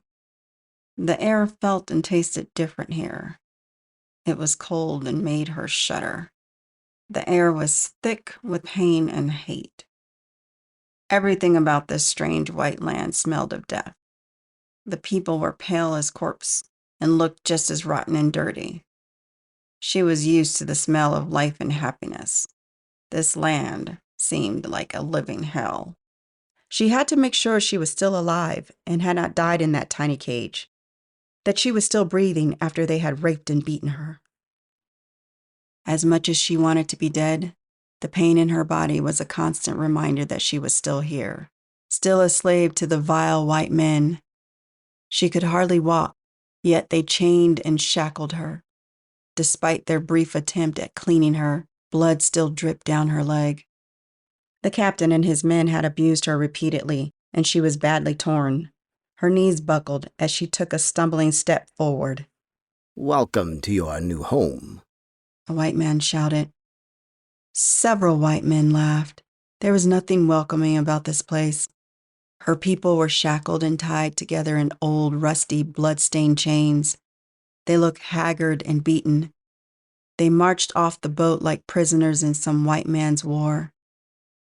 Kuhani stared at the side of the boat where the women who were considered useless were thrown overboard to drown and feed the hungry sharks.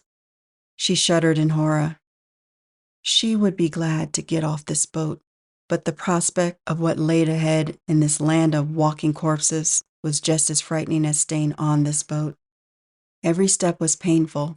The shackles made walking even harder. Her people moaned and sobbed in pain as they were led off the ship and into what seemed like a huge hole in the ground. Move it! A man shouted and hit her in the ribs with his rifle. Kuhani turned to him and couldn't believe what she was seeing. A man as black as her was guarding her for these vile white men. Her people saw him as well and pleaded with him for help. He seemed not to hear or care. His skin may have been as black as the children of Oshun, but his heart was as white and as vile as the white men he served. They always think you're one of them, don't they, Tommy? The white man said. He patted the black man with the rifle on his broad shoulder. Tommy smiled at the white man. They sure do, massa, but I's ain't one of them niggas. Tommy replied. To emphasize the point, he shoved me into the hole and laughed as I fell hard on the dirt. I cried out in pain. I was helped to my feet by my people. You are bleeding, a woman said. She pointed at my legs. I watched her eyes follow the blood. A look of horror spread across her face as she realized what it was from. I smiled at her. Despite the pain and the circumstances, it felt good to be around my people. Despite all we had endured on the ship, my people had not lost their heart. The loving and kind nature of the people of Oshun is what made us who we are. The woman ripped a piece of her own filthy rags and folded it into a long strip. Use it to catch the blood, she said. I nodded. Normally I would do this in private, but that was also stripped from us. The hundreds of my people who were shoved into this dark hole averted their eyes. I can't explain why, but this simple act of humanity and respect made me cry. I couldn't help the tears that flowed down my dirty and swollen ebony cheeks. I placed a strip of cloth between my legs and winced in pain. The woman patted me on the shoulder. I wanted to hug her. I didn't know what she had endured, but her kindness would never be forgotten. Listen up, darkies, A white man boomed. He stood over the hole and looked down at us. By God. If it not for your eyes and teeth, I would not even notice you were there. The white man said. I could hear the mocking laughter of many white men that I could not see.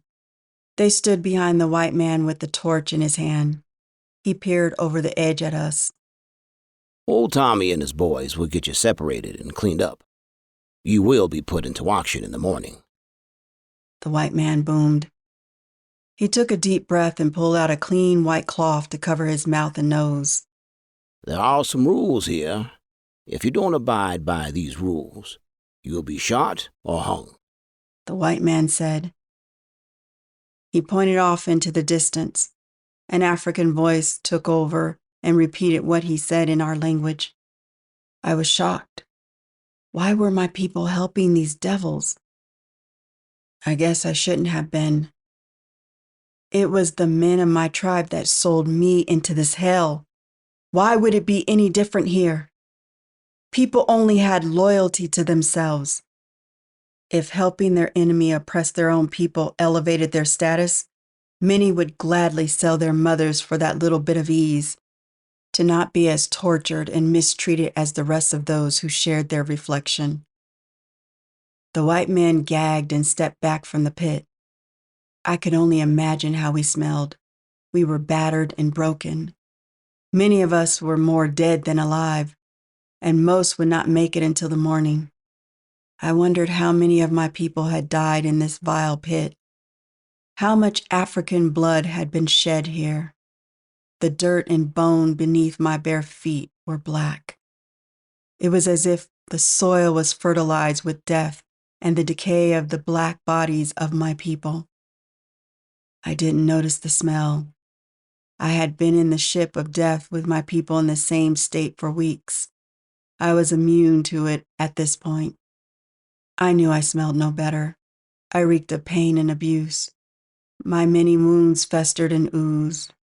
Fresh blood still dripped from between my legs. I must look like a corpse myself. "Oh, Shun, where are you?" I whispered. A rope ladder was dropped into the pit. "The women and children are to come up first," the white man ordered. The African man repeated what he said. None of my people moved. They did not want to go up there and be subjected to more abuse. They knew that they would die if they stayed in this pit, but slowly rotting away down here with their own people was preferable to spending another moment at the mercy of white men. The white man seemed impatient. "Tell them if they don't start moving, we will burn them all alive in this pit." The white man boomed. The African man repeated his threat. The men in the pit started to push the women and children towards the ladder. I had grown to hate the men of my people. They were cowards. They knew the fate that awaited their women, but to save themselves and hopefully get a position like the African men who helped the white men, they threw the women and children to the slaughter. The women sobbed as they were forced to the ladder. The children clung to their mothers and anyone they could grab. I sighed and squeezed the shoulder of the woman who had been kind to me. I had to do something. I'd gather what little strength I had left, held my bruised head up high, and slowly pushed through the throng of desperate, broken black bodies. A silence took over the pit as my people watched me stumble weakly to the ladder and start to climb. My strength was fading fast. I knew I did not have much time before I passed out, but I had to make it to the top. I had to show my sisters strength. We knew what the white men would do to our bodies, what they had already done, but I could not let them burn to ash in this pit. As I climbed, the women of my tribe followed. Some were in worse shape than me, their bones clearly broken and protruding from their flesh. The pain and agony were apparent on their once beautiful black faces with each breath they took. As I fumbled on the rungs of the ladder, they pushed me up. Rough African hands pulled me over the edge and threw me to the side. I winced in pain, but would not give them the pleasure of hearing me scream. I was led to a room not far from the pit where I was covered in salt. I bit my lip to hold in the scream. The salt seeped in my many wounds and sent fire through my body. The white and African men laughed at my futile attempts to appear strong. They mocked me as I trembled before them. I was scrubbed roughly with a rag that seemed soaked in blood and human waste. They doused me with several buckets of filthy water. They hurried me along to another room where my wounds were attended to and hidden as best as they could. I was cattle to these men, damaged property being wrapped in a pretty package to trick someone into buying me. I was stripped bare, my body and bruises on full display. I didn't even bother to try to cover myself. I couldn't find the strength to care anymore. It took all I had just to put one foot in front of the other. They paraded me with the other women in front of a jeering crowd of pale white faces. They pointed at me and laughed. They mocked at our bodies, the very same bodies they had lusted over and abused. I was in and out of consciousness, a living zombie, praying I did not pass out. Before I knew it, I was sold. I didn't know who bought me. I was just glad to be off the stage, to be out of view of those leering and mocking eyes of those pale beasts. "You's coming to Massa Togo's plantation," A black man said. He shackled and chained me to the back of a wagon. Was he free? Did he willingly enslave people who looked like him? I still could not understand how he could smile and put shackles on his own people. But then I thought back on how the men of my tribe sold me, how the men watched in silence as my sisters were thrown into the ocean. The men who beat their chests with pride in our tribe about being warriors had become nothing more than lapdogs to their white masters. I did not know how to respond to this black man, nor did I care to. He was not of my people. As soon as I sat down, I could no longer fight the weariness and exhaustion. My body could no longer resist the cold darkness of sleep. Chapter 13. Tanisha. Tanisha looked around the room. It was her turn again. She didn't want to remember her broken body, her equally broken heart and soul. Men like to write songs about women breaking their hearts, but men don't love like women do. Tanisha was not sure they even could. Men could love a woman for her beauty or how she makes his body feel, but to truly love her for who she is was beyond men. They don't understand the soul-wrenching pain of betrayal that a woman feels, why we take abuse and cheating and still stay. Women love from a place that transcends humanity. We are the bringers of life. And even now that I know who Jacob truly was, part of me still loved him. I still saw him as a savior who took me from the hood. Tanisha took a deep breath. She saw herself in Kuhani, her strength despite her body and soul being broken. As much as Tanisha hated to admit it, Mary could tell a story. As racist as she was, she knew how to captivate you and pull you in. I guess I'm up again, Tanisha said. She no longer felt like the ghetto girl here. They were all the same. Tanisha bit her lip and began. I lay there on the hard, cracked pavement of the hospital parking lot, my body as broken as my heart. I didn't know if I was going to live or die. I honestly didn't care. I no longer felt connected to Jacob. I felt empty and alone for the first time since I met him. I knew he was gone and thus his seed. I knew I should have been happy, but I wasn't. I longed for Jacob and the closeness with him. Nearly every bone in my tiny adolescent body was shattered. Each breath was a painful reminder that I was still alive. Jacob, I tried to whisper, but gagged on blood. I could hear the screams of people and the heavy boots of those running towards me. I couldn't move my body. Look what you have done to me, Jacob. She's alive, someone shouted. I knew they were touching me, but I couldn't feel it. I blacked out again. When I awoke, I was back in the hospital. A tube was down my throat and my entire body was in a cast.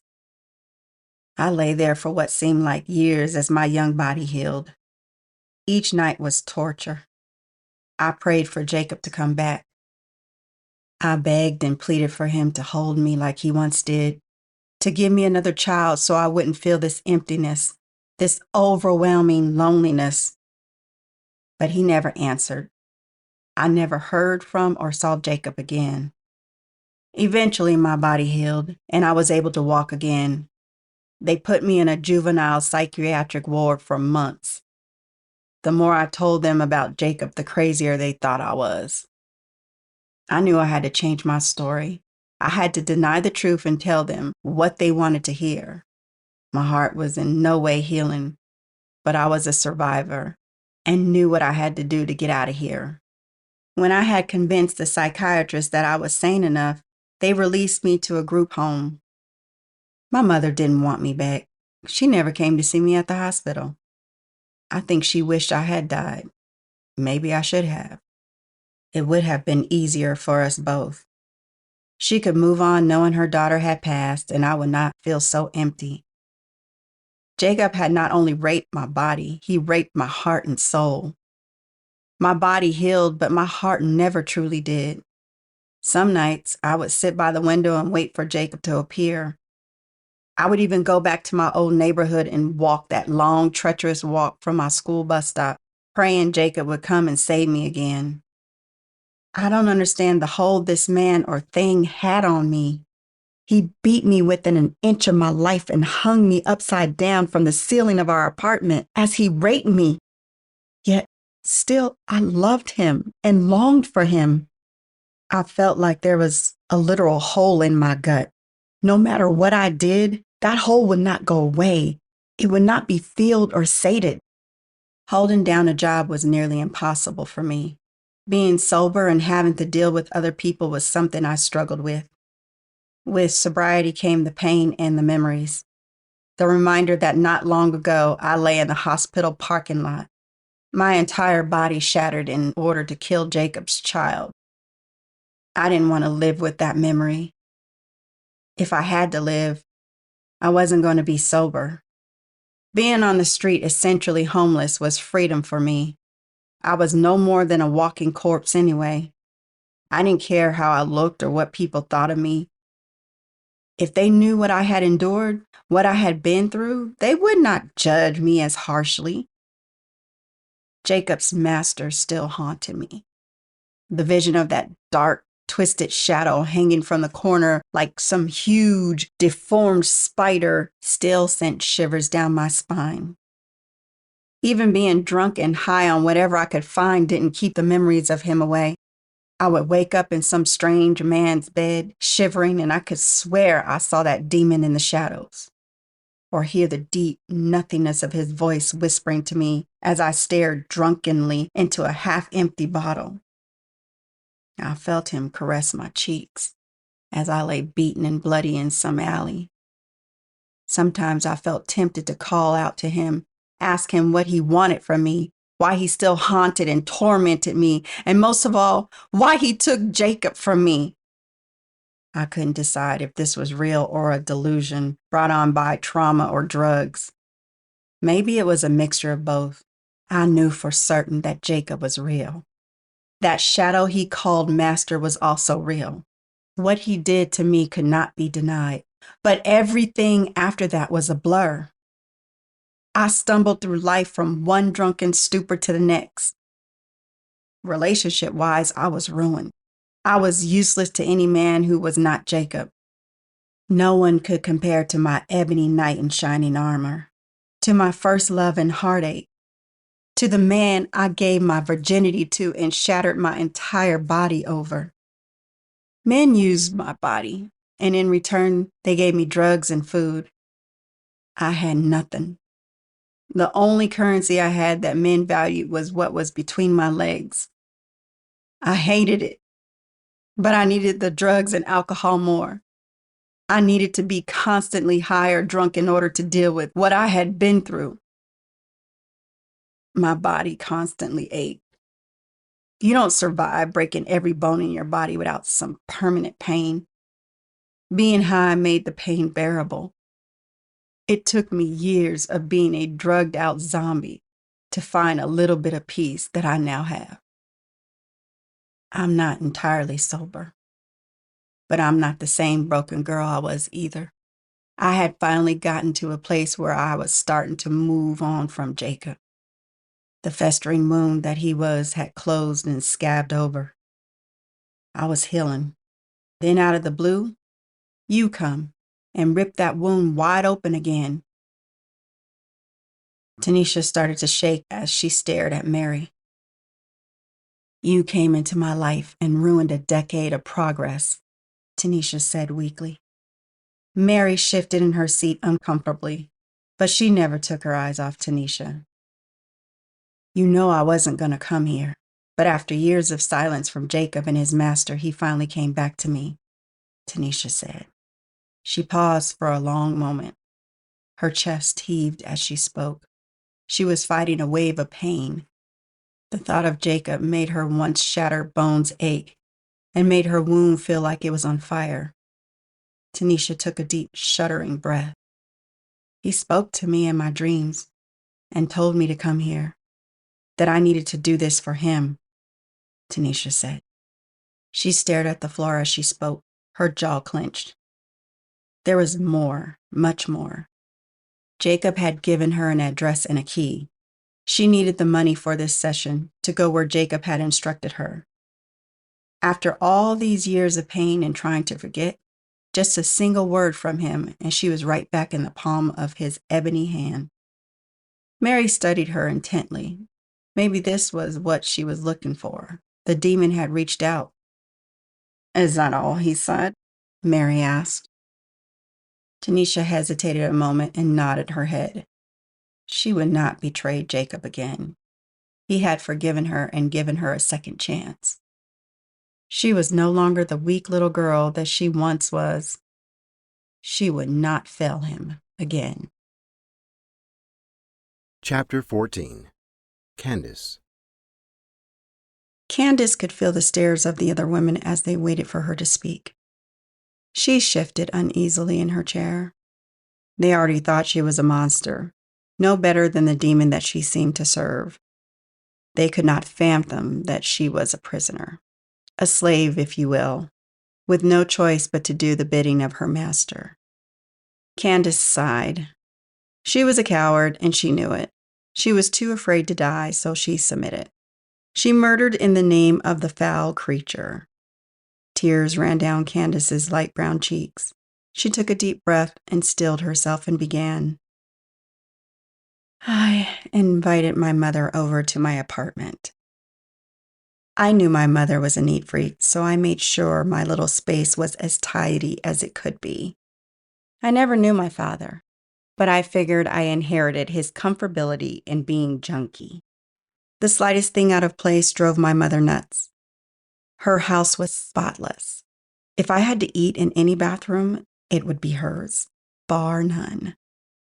Her bathroom was cleaner than most people's entire houses. You can imagine that inviting her over was always a bit intimidating. My poor mother, I was her only child, and I was biracial at that. She tried her hardest to identify with me, but she just couldn't. It wasn't her fault. She was a wealthy, privileged white woman. The world she was from was vastly different from mine. Even though I came from her womb, I could never be a part of her world or see things the way she did. When it came to people of color or even poor people, she was disconnected. I was her daughter, and she loved me. I had no doubt about that. But I was still a foreigner to her in a way. It bothered me when she would introduce me as her black daughter. Why couldn't I just be your daughter? Why was telling everyone that I was half black so important in her worldview? I could never understand why she could never see me as part of her race and thus part of her. I grew in her womb for 10 months. She struggled to give birth to me. She breastfed me and raised me with love and care. But there was this racial disconnect that she just could not get past. No matter how much she wanted to, the black blood in my veins was like a barrier that kept me from being fully loved and embraced by her. I often wondered if she was proud of me. I knew she was proud of my accomplishments. She had fought her own family to accept me and treat me like one of their own. But was she proud of me? Her half-black daughter, not me, the nurse, the strong woman who was following in her footsteps. My mother loved lemonade. Ever since I was a child, whenever we wanted to talk, it would be over a glass of lemonade. I remember her squeezing the lemons and saying, "When life gives you lemons, you make lemonade." That has been our thing ever since. I remember seeing her crying after a conversation with my absent father. She wiped her tears, cut some lemons, and started to make fresh homemade lemonade. It was therapeutic for us. It was our place of peace, turning our problems into lemonade and knowing this hardship would pass. I couldn't help the tears that fell down my cheeks. I loved my mother. I wish I was stronger. I wish I wasn't so afraid to die or feel pain. I made my mother lemonade as we also did to work through our problems. If she invited me over and I saw lemonade, I already knew what time it was. She was my best friend. I was hers. My hand shook as I put the odorless and tasteless thallium into her glass of lemonade. Being a nurse, I had access to all kinds of poisons and knew what could be detected. I got a taste for murder. I liked it. I liked how it felt to be in control of life, to watch the light fade from someone else's eyes, knowing it was you that caused that light to extinguish. I didn't know if I could stop killing now. Even if I truly wanted to, it was an addiction and I was a fiend. It is easy and effortless to kill and get away with it as a nurse. I may even transfer to a terminal ward just so I could speed the inevitable for those already dying. No one would question a terminal patient passing. There was a loud knock at my door. I knew it was my mother. My heart raced. I had to calm myself. My heart was not beating out of fear or nervousness. I was excited. My hair stood on its end. Sweat trickled down my forehead. The thought of taking my mother's life was almost orgasmic. Something had changed in me when I took that old man's life. Something had turned on that I never knew was there. I was waging an inner war that I desperately wanted to lose. As much as I would miss my mother, the thought of killing her or watching her choke on the poison was a pleasure I could not fight. Another hit of the drug of murder that I could not go without. I walked over to the door and forced a smile on my face.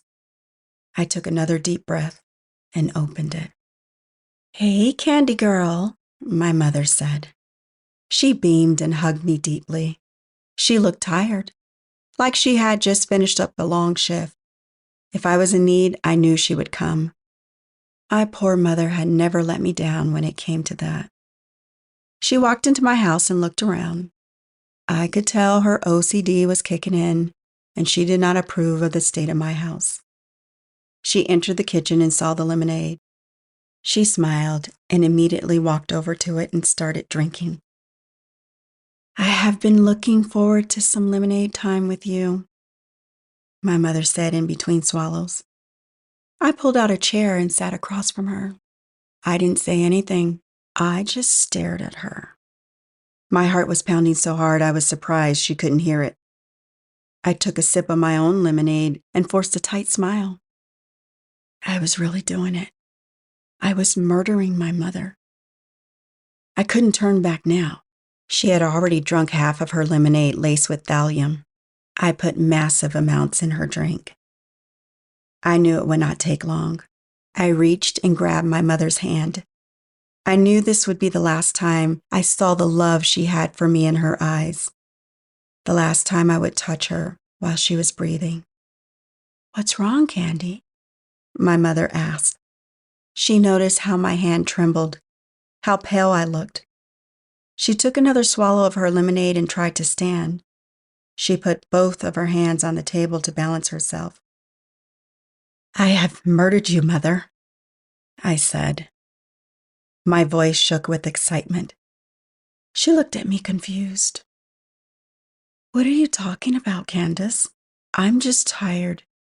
I've worked almost nonstop for the past 3 days," she replied. I watched as she sat back down and rubbed her temples. I squeezed her hand and just stared at her. "No, Mother, I laced your drink with thallium. You are dying," I said. She stared at me for a moment. I knew the lifelong nurse in her was assessing the symptoms. She frowned as the realization hit her. She sighed deeply and slumped back down in her seat. Her eyes were glazed over. I knew she was actively dying. I have seen this so many times in the hospital. "Why, Candace?" my mother gasped. I leaned forward and stared deep into her eyes. There was no anger or hate there, just pain and betrayal. I could not answer her.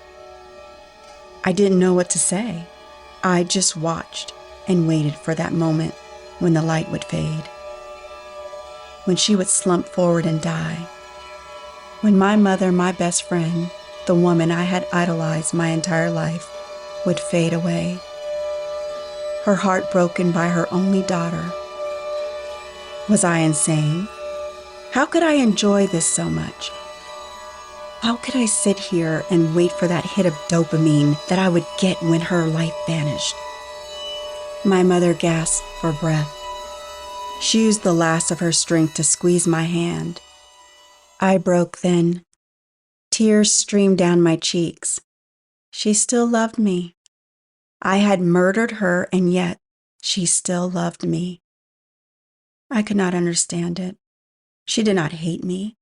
She knew what I had done to her. Yet her last act was to show that she still loved me and forgave me. Was this the love of a mother? The pure, no strings attached love of the one that carried you and went through the pains of birth to bring you into existence? I could only imagine how hard it was for her to raise me alone. How many nights she sat there and cried as she held me, knowing my Black father had abandoned her. The proud racist side of her family disowned her. All for me, her half-Black child that only she seemed to love. What did she get in return for all of her love and sacrifice? A child who took joy in murdering her. I had to be insane. I could not rationalize this in any other way. My mother slumped forward and died.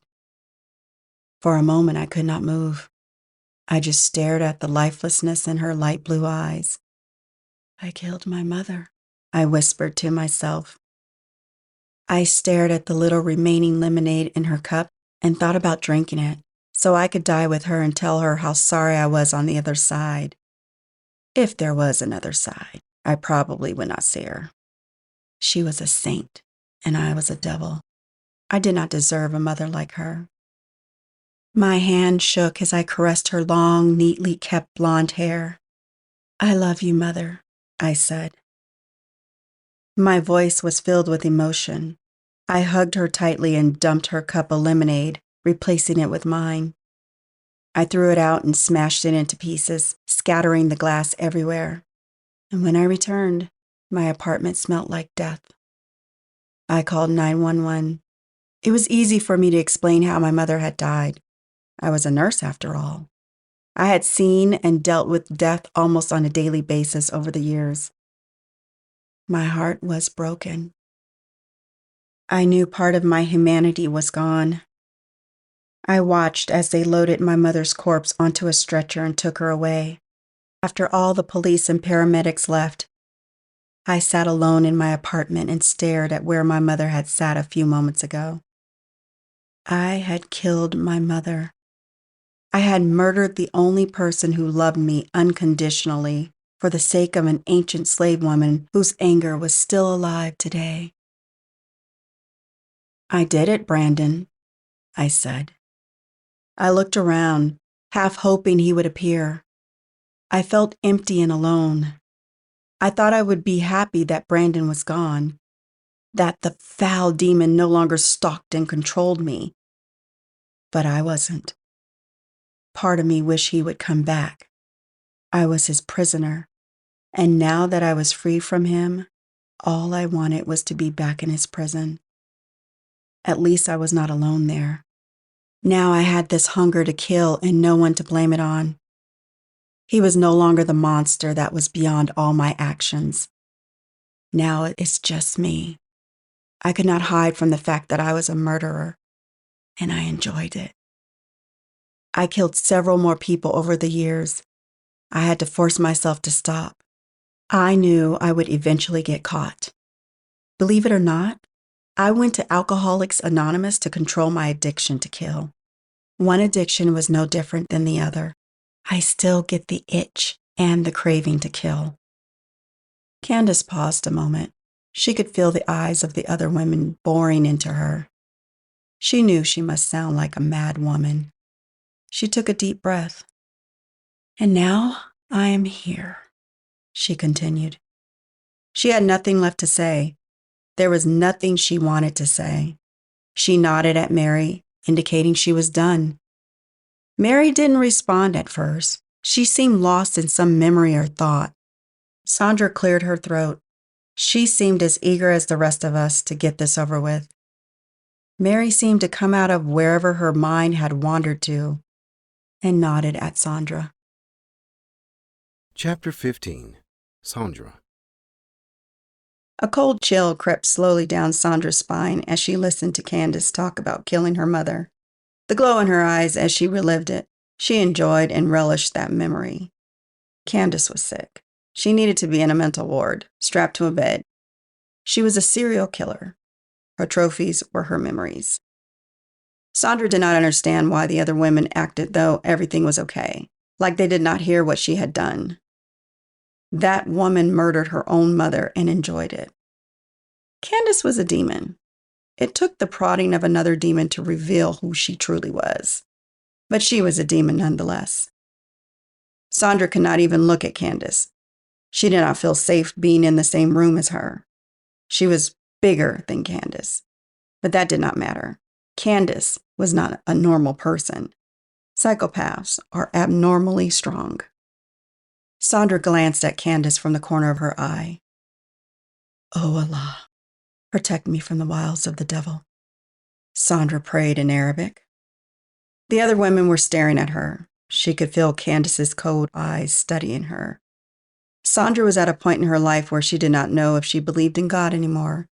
The things she said and did were out of routine. They were ingrained in her personality. It was part of who she was. But she could not bring herself to believe as blindly as she once did. Why would Allah allow this to happen to her? All she did was pray and follow the Quran and as Sunnah as best as she could. She was a virgin before the Imam raped her. She dressed modestly. She prayed and recited the Quran almost non-stop. "You promised to protect the believers from these evils, Lord," Sandra whispered. Allah had failed her. He had failed in his promise to safeguard the believers from these vile evils, at least in her mind. He had failed her. That failure made her question everything. "I know it's my turn. Give me a moment," Sandra said. She took a deep breath. She had to gather her thoughts. Though she was afraid of and despised Candace, she was not so different from her. She also had given in to the demon. She also was weak. She had chosen to serve rather than to fight. Sandra shook her head, disgusted with herself, and began.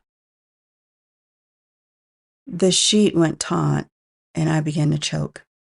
My face felt like it was swollen and would explode at any moment. I tried hard to look at the moon and focus on that. I wanted the beautiful image to be the last thing I saw before I died. I didn't want to think of the demon that grew in my body, of the Imam who raped me, or the foul creature that tempted me. I just wanted to stare at the moon and face my judgment. I started to cry. I didn't realize it until the tears were running down my cheeks. I tried to sob, but the sheet around my neck prevented it. I didn't want to cry. I thought I was past that. Maybe it was my soul weeping for my dying body. I didn't know, nor did I care anymore. Soon I would not feel any more pain. That was the point of all this. My life was worthless. Even if I did not have this foul thing in my belly, I still was lonely and bitter. No matter how hard I prayed and tried to make good and moral choices in life, I still was alone. I still could not get ahead. As much as I loved Allah, it seemed like He was ignoring me. The rape was just adding fuel to an already burning fire. I was dying. If I could not be honest with myself in my last moments of life, then maybe I was not as good of a person as I thought I was. I could feel the eyes of the demon on me. I tried to turn and look at him, but I was starting to black out. Death was quickly approaching. I did my best to smile. I wanted that fiend to see it, to see the joy I felt knowing I had defeated it. The sheet started to fray.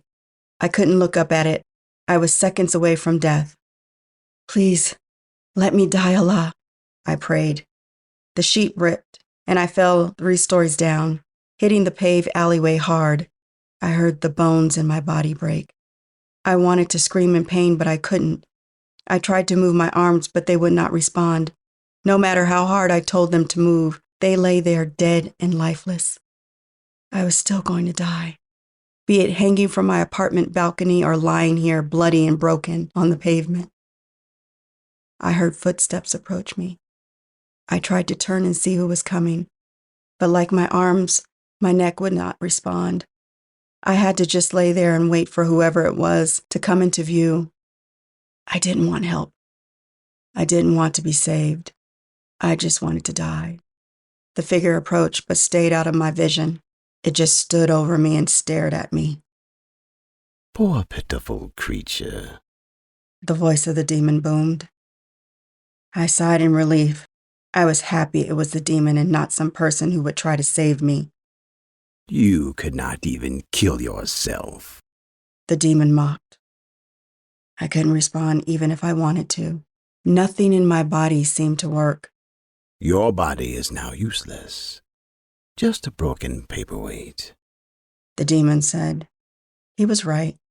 I could feel nothing. I couldn't even move my neck. I must have shattered my spine completely. To make things worse, my nose itched and I could not move to scratch it. But I would be okay. I was dying. This added temporary torture would soon pass. You will not die, mortal. You will live your life trapped in a broken body that no longer obeys you. My master will ensure you live for a very long time imprisoned in your own body. The demon said. If I could shudder, I would have. A vision of me in a hospital bed with tubes feeding me and helping me breathe crossed my mind. My limbs and body sunken, muscles atrophy for a lack of use. I looked like a ghoul. I could feel the demon smile at me. My master can make all of this go away, Sondra. He can heal your body and give you wealth. All you have to do is have his child. The demon said. I was terrified. I wanted to scream in rage. I could not live like that. I wanted to die. As much as I hated to admit it, the demon was right. I had failed to kill myself, like I had failed at everything else in my life. To end your life seemed like a simple thing. Tie the noose, wrap it around your neck, and walk over the edge. I had failed at those basic things. Maybe this was a reflection of my entire life. I rushed the simple steps and ended up in a worse position than when I started. I hated myself for even considering the demon's offer. I could not live a prisoner in my own mind, in my body that was broken. I would live, and he would make sure of it. But what of Allah? Was I betraying my Lord by agreeing to do the bidding of a demon? Allah had promised us that with every hardship comes ease. My entire life had been hard, and I had yet to see that promise ease. I could not live the next 60 years or more as a vegetable, being no more than a hollow husk trapped inside, having to look through the eyes of a broken shell, knowing I could not escape. A cold chill went down my broken spine. I will do it, I said. I could not physically say it, but the demon read my mind. He smiled darkly. I felt like I had betrayed everything I had believed in or stood for. I had betrayed my religion and the God I served because I was too cowardly to trust in Allah and wait for death. A warmth pulsed through my body. My bones started to mend. I could feel a tingling in my limbs. Before I knew it, I could take a deep breath with ease. I sat up amazed. Was this even real? My mind was having trouble understanding how I went from being a broken vegetable to normal again. Now, go to your bed, mortal. Your body needs to rest. The demon commanded. Like a puppet on a string, I felt myself rise almost against my will. I was just a passenger at this point. You will regain full control, mortal. You just need to rest. The demon reassured me. The demon led me to my bed. I could not help the fatigue and weariness that covered my body. I would sleep. I did not want to sleep, but I knew I could no longer fight it. I didn't know what this foul creature would do to me if I slept, if it would keep its end of ordeal, restore me and let me live if I gave birth to this creature that grew in me. I shuddered and gave into the darkness of sleep. The weeks turned into months as my body began to change. At first it was subtle, the slight swelling of my belly, the tenderness in my breast. But as time passed, my pregnancy became more of a reality I had never expected. I started to enjoy being pregnant. I knew this child was a demon, that I should hate it, but for some reason I could not. I would often touch my growing belly. I loved and hated this creature, this thing that grew in me. I had to stop myself from talking to it. I was torn between the illusion of finally being a mother and the dark reality of what had happened to me. A part of me wanted to rip this demon from my womb, to throw it over my balcony and watch as it lay broken and dying upon the pavement, just like I had been. The thought of it made me shudder, not of killing this creature, but remembering how I lay there, broken and begging for death. How desperate I was to be rid of my life and this new burden. Ah, but I was a coward. Just the thought of living in that broken body was enough to make me betray all I had believed in. I was so much of a coward that even my hate for this creature started to fade. Maybe it's the curse of being a woman or a mother. I started to love this demon. I had no longer stopped myself from talking to it. I sang verses of the Quran to my belly, not because I still believed in it, but out of habit. The fool that I was, I named the child. As the pregnancy progressed, I started to dread the fact that I could not keep it, that the demon would take it from me. I had longed so deeply to be a mother, to have a family and fill the void of loneliness that ached in my soul.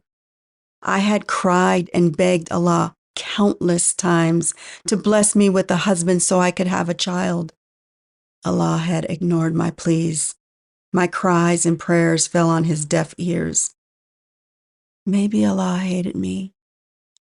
Oddly enough, it was a demon who answered my prayer, who had given me what I had always wanted.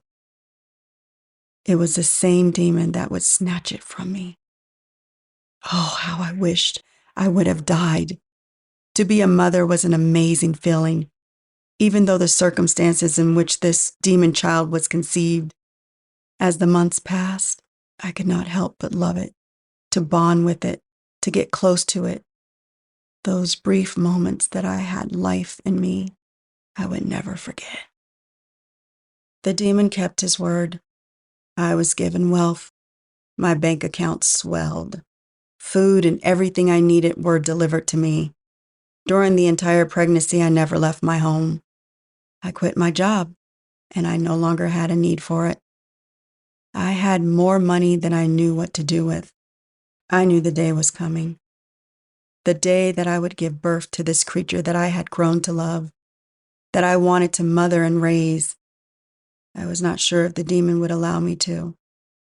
I grew anxious again, not at the thought of being forced to have this child, but from knowing I would lose it.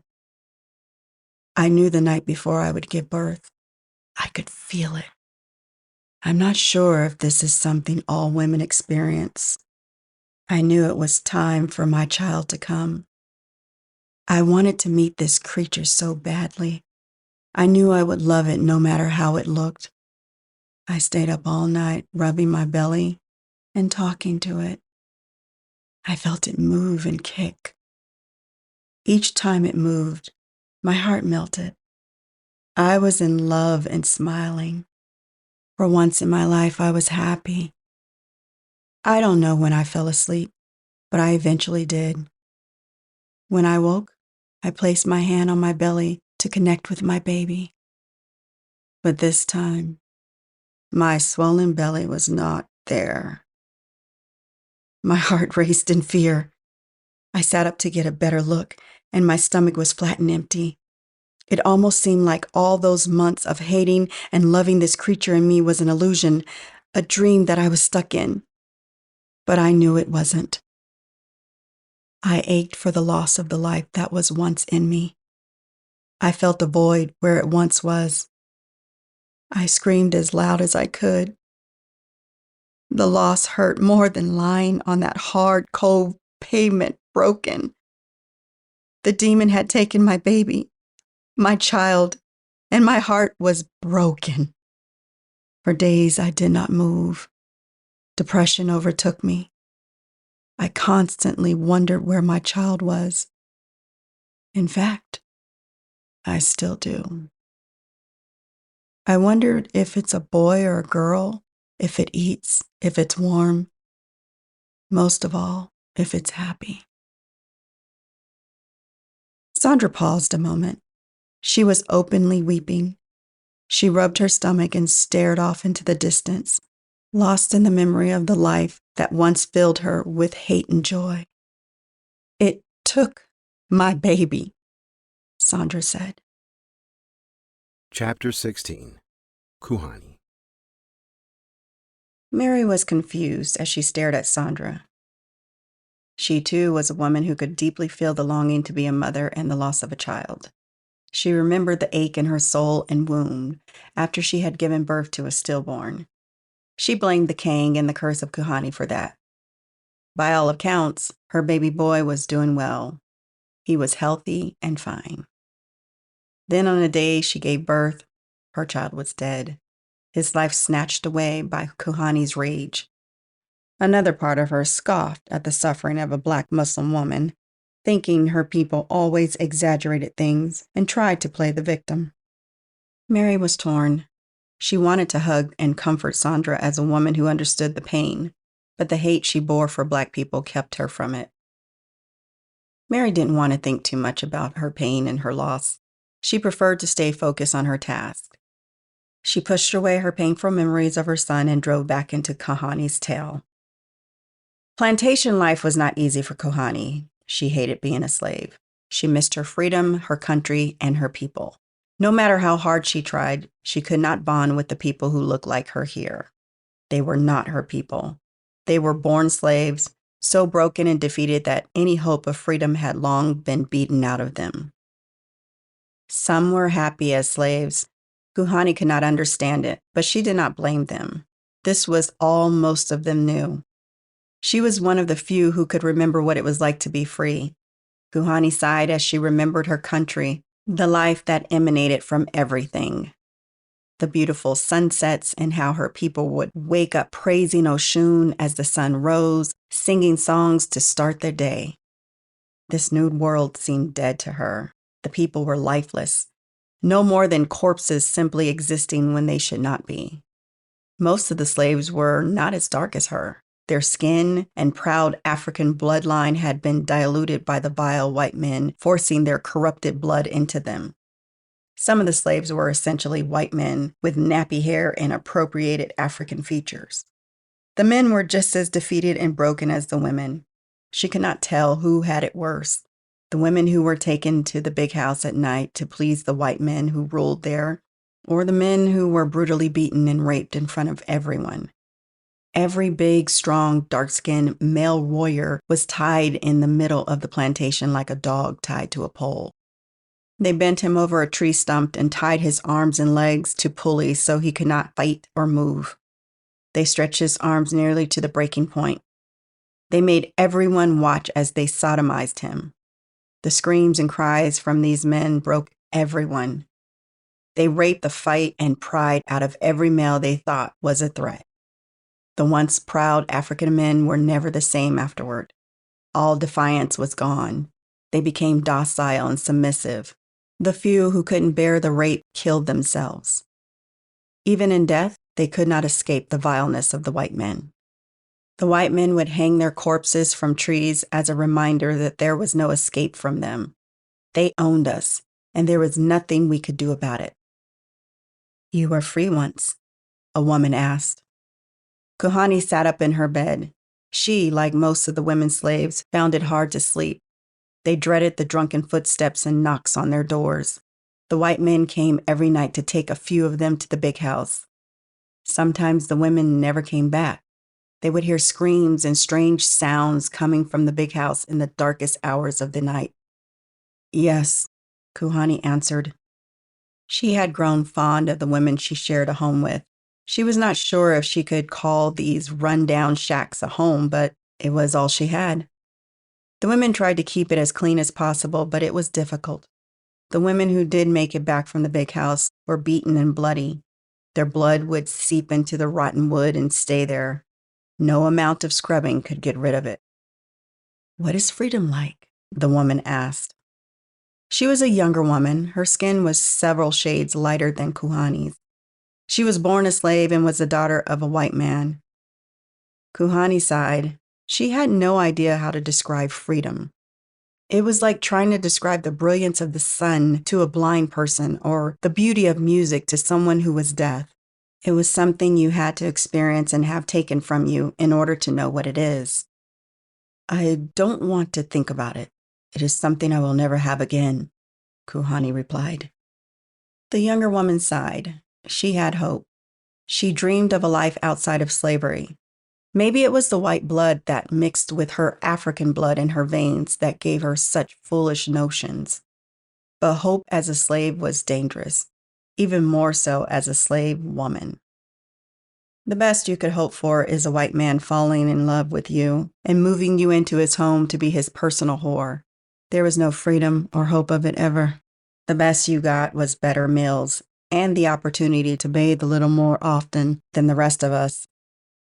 Even the bathing and extra meals were not for your enjoyment.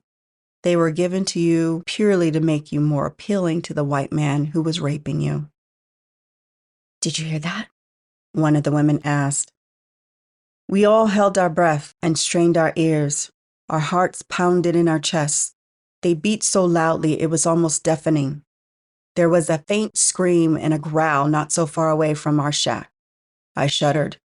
I wondered what foul thing they were doing to one of our poor sisters.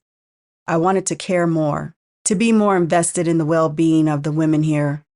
But I couldn't. I couldn't be their Kuhani. I was too broken from seeing my African sisters chained and thrown over the side of the boat. I did not want to lead anymore. "I think they are calling up a devil," one of the women said. "What do you mean?" another one asked. I was curious as well. "Master Tuggle is not like the other Christian masters. He prays to the devil. I heard from a sister in the big house that he is sacrificing women to the devil in hopes of staying young," the woman said. The scream of a woman echoed through the silent night again.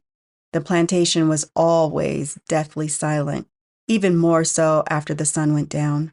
All of the slaves knew that something evil and vile lurked in the woods and in the darkest places where the lights of their fires could not light up. Kuhani felt a cold, dark chill run down her spine.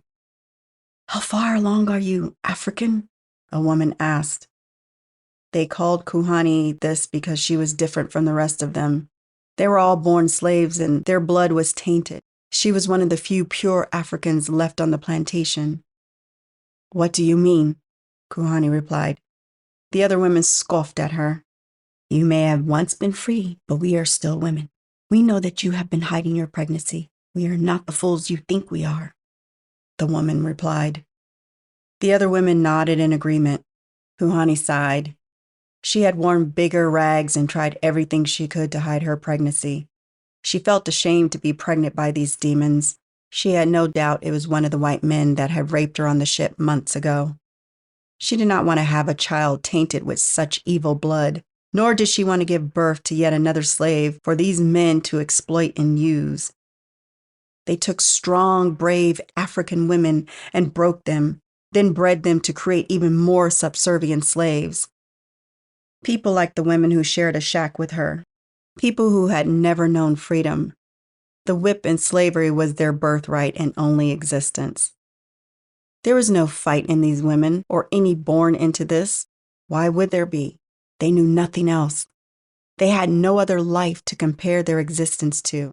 They were created to be slaves. I'm close, Kuhani replied. Another scream followed by shouts of white men piercing the cold of the night. She had often thought of killing this child. In fact, she had gathered the herbs to do just that. But she was not so far removed from Oshun's teaching to murder a child, no matter how much she despised it or how it was conceived. All life was precious to her goddess, even more so, life that came from the womb of her daughters. Do you know which massa is the father? One of the women asked. Kahani sighed. Many of these poor slave women hoped to be pregnant by the massa of the big house. They knew if they did, their status among the slaves would be elevated. They would still be slaves and so would their offspring, but the massa would put them in a nicer shack and grant them privileges that the others did not get. Kuhani did not understand this. One form of slavery was just as bad as the next to her. But then again, she was not born a slave. She had known freedom, and these poor women were happy with the slightest elevation of their status. I was raped on the ship here by the captain, Kuhani replied. The women sighed and shook their heads in disappointment. They truly hoped it was one of the white men that ran this plantation. Kuhani was disgusted with their disappointment. Shh, one of the women said suddenly. They all quieted and strained their ears. There were footsteps nearby. Help me, the voice of a woman cried. She tried to be quiet, but her voice was strained and filled with pain. Please, help me, she cried out again. She seemed to be right next to their door. Kuhani could hear the woman wince in pain, hear her ragged and labored breath. The other women looked at each other. They were silently praying she would go away. They didn't want to get involved or risk themselves. Kuhani rose from her uncomfortable straw bed and tiptoed over to the door. The faces of the other women paled. They motioned for her to get back in bed. They wanted no part of whatever was going on beyond their door. Kuhani was tired of seeing black women taken away by white brutes in the night to be brutalized. She was tired of seeing the women slink back to the slave shack beaten and bruised. Her heart just could not stand it anymore. She placed her ear on the door. Please, help me, please, the woman pleaded. Kuhani cracked the door and peered out. A black woman sat at the door of their shack. Her slave rags were ripped and soaked in blood. She seemed to bleed from everywhere. Kuhani stepped out and knelt beside her. Sister, Kuhani whispered. The woman slowly turned and stared at Kuhani. There was a crazed, desperate look in her brown eyes. Blood dripped from her head. She was going to die. Kuhani knew it just by looking at her. Her wounds were everywhere. They're trying to summon him, the woman gasped. She leaned her bloody head on Kuhani's chest and sobbed. Her entire body shook uncontrollably. Suddenly it stopped. The woman jerked back from Kuhani. No, Lord, no, she said, horrified. Kuhani did not understand. The woman pointed at Kuhani's stomach. You are pregnant, the woman stammered in fear. Kuhani looked down at her bare belly and tried to hurriedly cover it up. Do they know? The woman whispered. Kuhani was confused. Who? She replied. The white men will take you soon, the woman said. She leaned back against the shack and took a long, labored breath and stared out into the night sky. If heaven is ruled by the white men, I don't want to go there, the woman said weakly. Why would they take me? Kuhani asked. She knew the woman was dying. Her mind was already in a different place. Kuhani sighed. She would not get any answers from her. As she turned to go back into the shack, the dying woman grabbed her arm. They are coming, African. Flee while you still can, the woman said. Her grip relaxed and her arm went limp. She took her last breath, and at last, she was free. May Oshun embrace you, sister, Kuhani whispered. She sobbed. She didn't know why, but the tears flowed freely. She had seen so many Black women die and never shed a tear. She didn't understand why this one was any different. Maybe the dam that she built to hold in her pain and her anger had finally cracked. This woman's death was the drip of water that started the flood. Kuhani tried to stand and scream in pain. She sat back down. It felt like a knife had pierced her gut. She touched her belly. No, please, no, Kuhani whispered. She patted her swollen stomach, hoping to calm the child. I'm not ready, Oshun. I can't give birth to a slave child, Kuhani cried. She screamed again in pain and banged on the door to her shack, hoping one of the women she had shared a home with for months would come to her aid, that they would help her to her bed. But they did not respond. They acted like they did not hear her. Kuhani sighed. These were slaves. They were not like her. They would never risk themselves to help another. Kuhani tried to stand again and quickly sat back down. Water spilled from between her legs.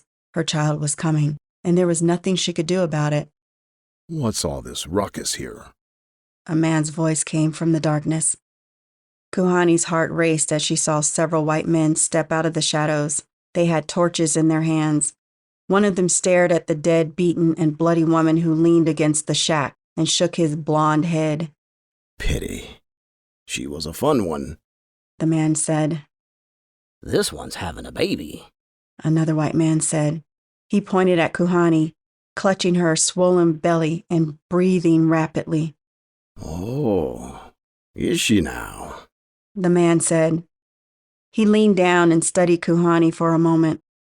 You will not have my child, Kuhani said through gritted teeth. The white man laughed and motioned for the other ones to grab her. You are a nigger and belong to Mr. Tuggle. Anything you have is his, The white man said. Kuhani tried to fight, but each time she tried to move, more pain shot through her stomach. Oshun, Kuhani shouted. Shut her up, The man said. One of the white men hit Kuhani hard on the side of her head. Her body slumped. She knew she was going to pass out. She leaned over to the side weakly as the men roughly picked her up. She saw the women she shared a shack with stare at her sadly as they carried her away into the night. Kuhani woke to a hard slap on her face. She was tied to a board. Her legs were spread open. It was dark except for the faint flickering light of several torches. Where am I? Kuhani asked weakly. No one answered her. She heard low chanting in a language she did not understand. Her vision was still blurry. Her head throbbed where they had struck her. You are about to be granted your freedom. A deep, dark voice boomed. Kuhani shivered as a man cloaked in red robes stepped into her field of vision. He held a long, shiny dagger in one hand. Are you going to kill me? Kuhani asked. The man laughed darkly. The chanting continued behind him, surrounded by people in red robes. He approached her and placed a pale white hand on Kuhani's stomach and pushed. Kuhani screamed in pain. Oshun! Kuhani screamed. She wondered if the women in her shack could hear her, as they had heard so many other poor women scream in the night. The white man placed his hand a bit higher on Kuhani's stomach and pushed again. Kuhani could not help the scream that erupted from her cracked and bloody lips. Here comes Grand Master, a woman's voice said eagerly. She stood between Kuhani's legs, her hands ready to receive the child that was being forced out. The man raised his hand to where her rib cage opened to her stomach. Now, you are free, the man said darkly. He raised his shiny knife high in the air and rammed it with all his might where his hand once was. Kuhani wanted to scream again, but she could not. Her body spasmed. Oshun! Kuhani gasped. Blood poured from her mouth as she called out to her goddess. Avenge me, Oshun, Kuhani said. She was dying, and she knew it. There was nothing she could do but call upon Oshun. She wanted to curse every single person who played a role in her destruction, from the African men who sold her into slavery to the white men who killed her. Oshun, curse you and your bloodlines, Kuhani screamed. The cry of a newborn baby silenced the chanting. Kuhani strained to listen to it. It was a sweet sound to hear, the sound of her child. So be it, daughter, a voice whispered into her ear. Kuhani smiled and started to laugh. Oshun had heard her. The soft cries of the newborn child changed into a dark, guttural growl. The men and the women in robes screamed in terror. Kuhani was dying rapidly. She could feel the sun of Africa shining on her ebony flesh again, could hear the songs of her people. She was going home. Mother, A deep, unnatural voice said. Kuhani came back to the dark, cold reality of this vile world for a moment. Mother, I am here. The voice boomed again. Kuhani blinked her blurry eyes. Her vision was quickly fading. She was being held by a huge creature. Half of his face was human and handsome. He looked as though he had the blood of white men in his veins, but the blood of Africa could not be denied in his features and honey-colored skin tone. The other half of his face was demonic, dark, and twisted like a grotesque beast. Kuhani used the last of her strength to touch the face of her son. The creature shuddered as he fought to suppress a sob. Avenge me, son. Avenge your mother, Kuhani said. She could no longer hold on to this world. As much as she wanted to comfort the creature that came from her womb, she could not. She found herself back in her village, bathing in the purest lake she had ever seen. She smiled. She was back home. She was free. Mary stopped and looked at the women who stared at her. They hung on her every word. Kuhani was a hero to them. These foolish women did not seem to understand that it was Kuhani's curse that ravaged them to this very day. What happened to that creature? Tanisha asked. Mary frowned. As my grandfather told it, the creature called out his mother's name in his dark, twisted, demonic voice. He screamed and howled into the night in pain. He had ripped all in that cult to shreds. Their limbs were flung all throughout the plantation. He took his mother's body and disappeared. It was several centuries later that he reappeared. Mary stopped again.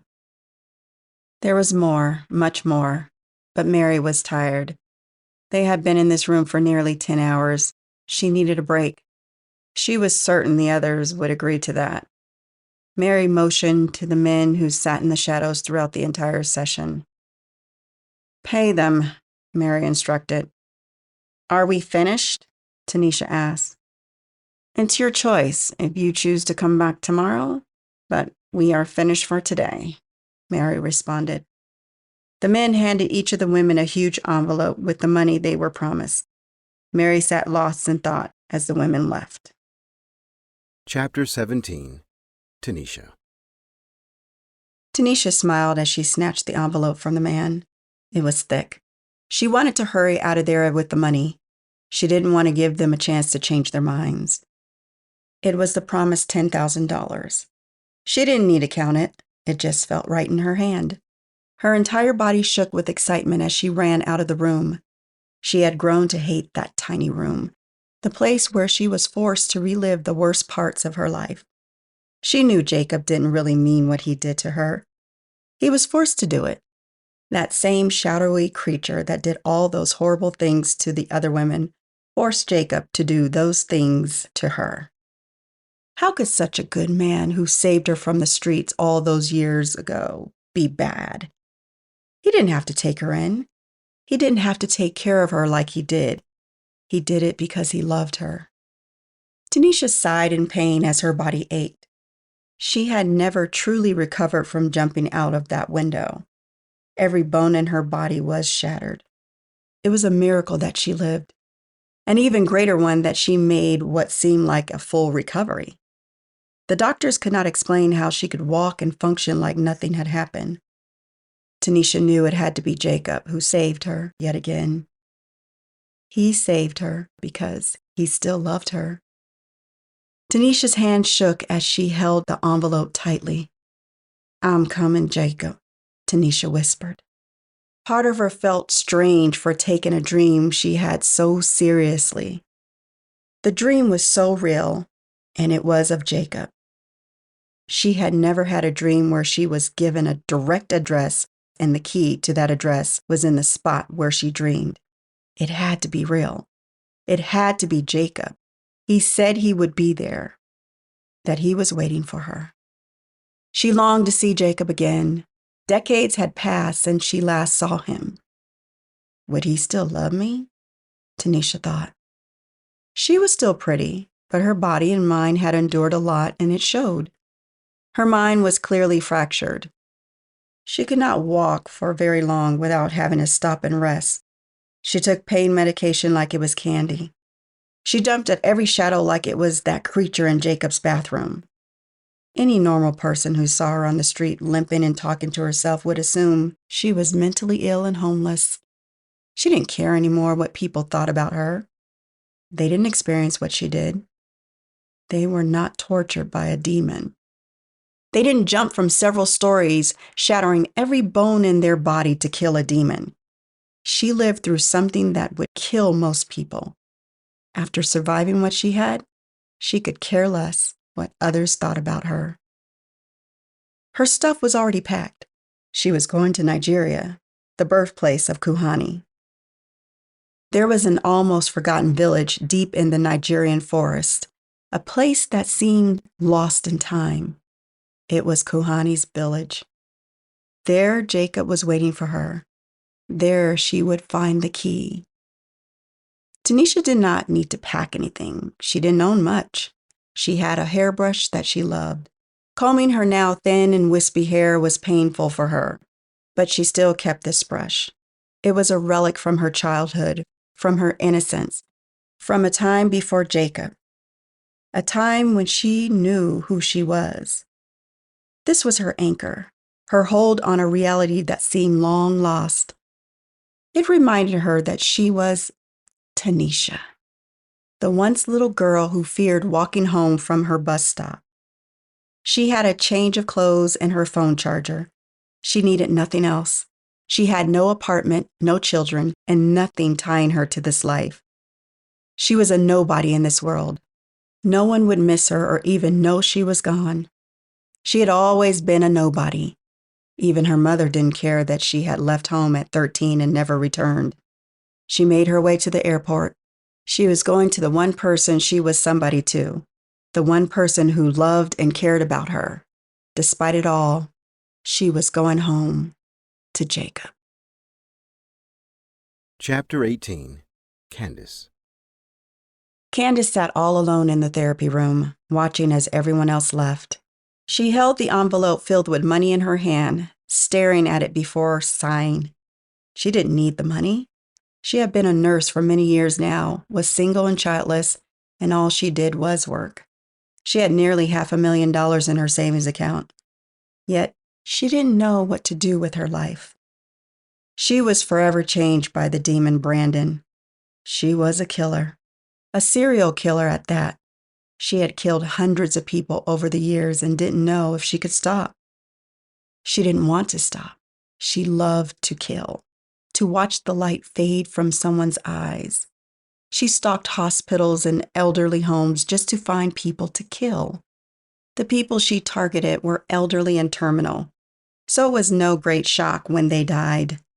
She had become clever in the way she killed. It was starting to raise suspicion that so many patients died on her watch. So she would give her patients light doses of what she had killed her mother with. She measured the doses so she could time their deaths. She didn't get the same high and rush as when she looked into their eyes as she killed them, but it was enough to hold her over until she could look into her next victim's eyes. Candace was planning to leave the country, to find some place remote and far away from the world, some place where there was no one to kill. She knew eventually she would get caught. The prospect of rotting in some tiny cell while awaiting execution was not appealing to her at all. She bought a luxury cabin out in the middle of nowhere in Mexico. It was close enough that she could come back to America and kill again if she needed to, then slink back across the border and go a few more years resisting the urge. She would keep her nursing license up to date simply so she could take a job at a nursing home and satisfy her urge. She had become a monster. Maybe one even worse than the demon that revealed who she truly was. The only kill that haunted her was her mother. She wished she had never done that. The last good part of who Candace was died with her mother, faded away with the light that she watched fade from her mother's eyes. Candace was not human anymore. She was just as much of a demon as Brandon, as the curse of Kuhani. She would never have children. The cursed bloodline of her mother would die with her. The world would be better off without her or any offspring tied to her. Candace sighed and stood up. She had to go pack and prepare to live her new life. This therapy session hadn't really helped her or answered the questions she had. She stared at the therapy room one last time, tucked the envelope filled with money into her purse, and left. Chapter 19. Sandra. Sandra sighed deeply as she took the envelope from the white man. She did not need this money. She had more money than she knew what to do with. The demon had been true to its word. She was wealthy beyond anything she had ever dreamed. The wealth came at a terrible cost. She was now barren. Her womb was dead. She would never again feel life grow within her, never again have the opportunity to have a child. The one she did have, she longed for. She cried and begged Allah to bring that child back to her. She didn't know if it was a boy or a girl, what it looked like. She just ached for it. Her womb and very being missed the life that came from her. She had tried to hire a private investigator, but she had nothing to go on, no details to tell him. All she knew was she was once pregnant, and then she wasn't. She had to convince herself that this was not some nightmare. Whenever she felt herself starting to believe that it was a horrible dream, she would look into her bank account and know it wasn't. Sandra had stopped going to the masjid. She still believed in Allah, but she didn't call herself a Muslim anymore. She stopped reading the Quran and praying 5 times a day. She could no longer believe that the dogma and words in the Quran were written by God. Whatever the beloved prophet, peace be upon him, had received from Allah had died with him. Men corrupt everything they touch. All they care about is sex and power. For them, sex is power. Any religion or religious text created by or dominated by men was something she would avoid. She knew Allah was real. She felt it in her heart. She had unexplainable experiences where Allah had revealed himself to her. She could not completely walk away, but the places she once thought were holy and safe no longer were to her. She talked to Allah all the time. She prayed as often as she could. Allah was all she had left. She threw away her prayer mats. She prayed as she walked, as she ate, and everything she did, she prayed. She no longer felt the need to pray as Muslims do. She felt sorry for the women that still clung to the archaic and misogynistic man-made doctrines that trapped women. Miriam gave birth to the prophet Isa, a man whose image and words have altered the world as we know it. A woman has carried, raised, and given birth to the greatest men in all religions. Yet, women are not treated like the holy mothers they are. They are treated like a piece of meat sent here to please and cater to men. Sandra stepped off the building she had been in for the last several hours and waved at her armed driver who waited for her. Her driver was a woman. Sandra didn't trust men at all. She hired an all-female security company and felt safer because of it. They took her everywhere and followed her everywhere she went. It cost her a fortune, but she had several fortunes that she could not spend in 10 lifetimes. She entered the back of her car and smiled as the driver closed the door behind her. "You still want to go to the appointment, ma'am?" the female driver asked. "Yes," Sandra replied. She had not given up on finding her child. She had all the money in the world, and she was convinced there was nothing she could not buy or discover with it. She hired a retired investigator who used to work for the NSA. If anyone could find anything about her child, it was him. He took samples of her blood and ran it through government databases. He had found several matches. The access he had was incredible. It was well worth the price he put on his services. Demon or not, there had to be some trace of where her child was taken. She was certain this man could find it. Once she had found her child, the same man had organized a retired Special Forces unit to retrieve it for her. Sandra shook with anticipation as her driver made her way to her appointment. She rubbed her belly, trying to soothe her aching wound. "I will find you, I promise," Sandra whispered. Chapter 20. Mary. After all the women left and were paid, Mary went home. She had one of her men follow Tanisha. She knew Tanisha was hiding something. Out of all of them, Tanisha was still in contact with the demon. It was written all over her face. Mary shook her blonde head as she thought of that poor, foolish woman. After all she endured and went through at the hands of the demon, she was still in love with it. Women were foolish in that way, Mary thought. They fell in love with and clung to the worst type of people. No matter how badly that person treated them, that love never went away. Every good man that came into their life felt unsafe and not normal to them because they had attached trauma and pain to love. Mary undressed and ran the hot water. She needed a bath after listening to these women's stories. It was no different than the countless other men and women she had interviewed. The demon tortured and broke them, then left them to live as hollow shells to curse the next generation. She had made taking a long, hot bath a ritual after each session with these poor victims. It was cleansing the filth of that demon from her and the filth of Black people. There was something wrong with them and their culture that made them more susceptible to demons. White folks had their share of demonic encounters, but it seemed that demons lived and bred with Black people. Maybe they were so filthy and tainted that they naturally attracted these creatures. Mary poured herself a glass of red wine and walked naked to her steaming hot bath. She moaned with pleasure as she sat in the hot water.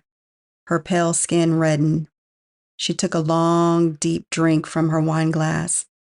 She needed this soak. The lights in her dimly lit bathroom started to flicker. The hot water Mary was sitting in suddenly turned cold. Mary sat up, her body shocked at the sudden change in temperature. You are truly a vile creature. A dark, deep voice echoed. Mary shivered. She didn't care that she was naked. Her heart started to race. You have been chasing me by playing with those I have touched. The voice boomed. Mary could not move. She stood in the now freezing water, her half-drunk glass of wine in her hand. Come, mortal. I have an offer for you. The demon said. Mary could move again. She hurried out of the tub and wrapped her robe around her. She didn't bother to dry off. She guessed the same was true. If you call on the devil long enough, you can't be surprised when he answers. She hurried into her living room. On her couch sat a handsome, honey-colored man. He looked like he was biracial, a half-breed like Candace. But he was different. He was a demon. Mary knew who he was without having to ask. He was the child of Kuhani, the demon birthed to avenge her. The same one who had tortured the women she had just interviewed and so many countless others, the foul one who tortured her family. I am not simply the son of Kuhani. That is the form I take now. But I have been here since before men were created. You want to know the truth, Pale One? The demon asked. Mary nodded. She desperately wanted to find a way to lift the curse that plagued her family. The curse of this creature that sat on her couch. Good then, The devil replied. He stared at her a moment, watching as her frail body shook before him. write my story, and I will leave your foul bloodline alone.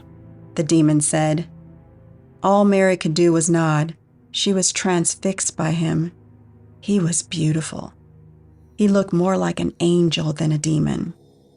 There is power in belief. Mortals are starting to not believe in us creatures of the shadows anymore. You will change that. The demon said. His voice was deep and seductive. He brushed a long strand of black curly hair out of his handsome face. Mary grabbed a tape recorder and placed it in front of him. You see, Kuhani was just one of the many mothers whose prayers I have answered. One of the countless mortals throughout time who have called upon God and been ignored. The demon began. Mary could not take her eyes off him. I was one of the jinn who fell from the heavens with Master Iblis. I watched as the fool Andrid wandered the earth. I have haunted and helped mankind since its inception. I am Mukadas.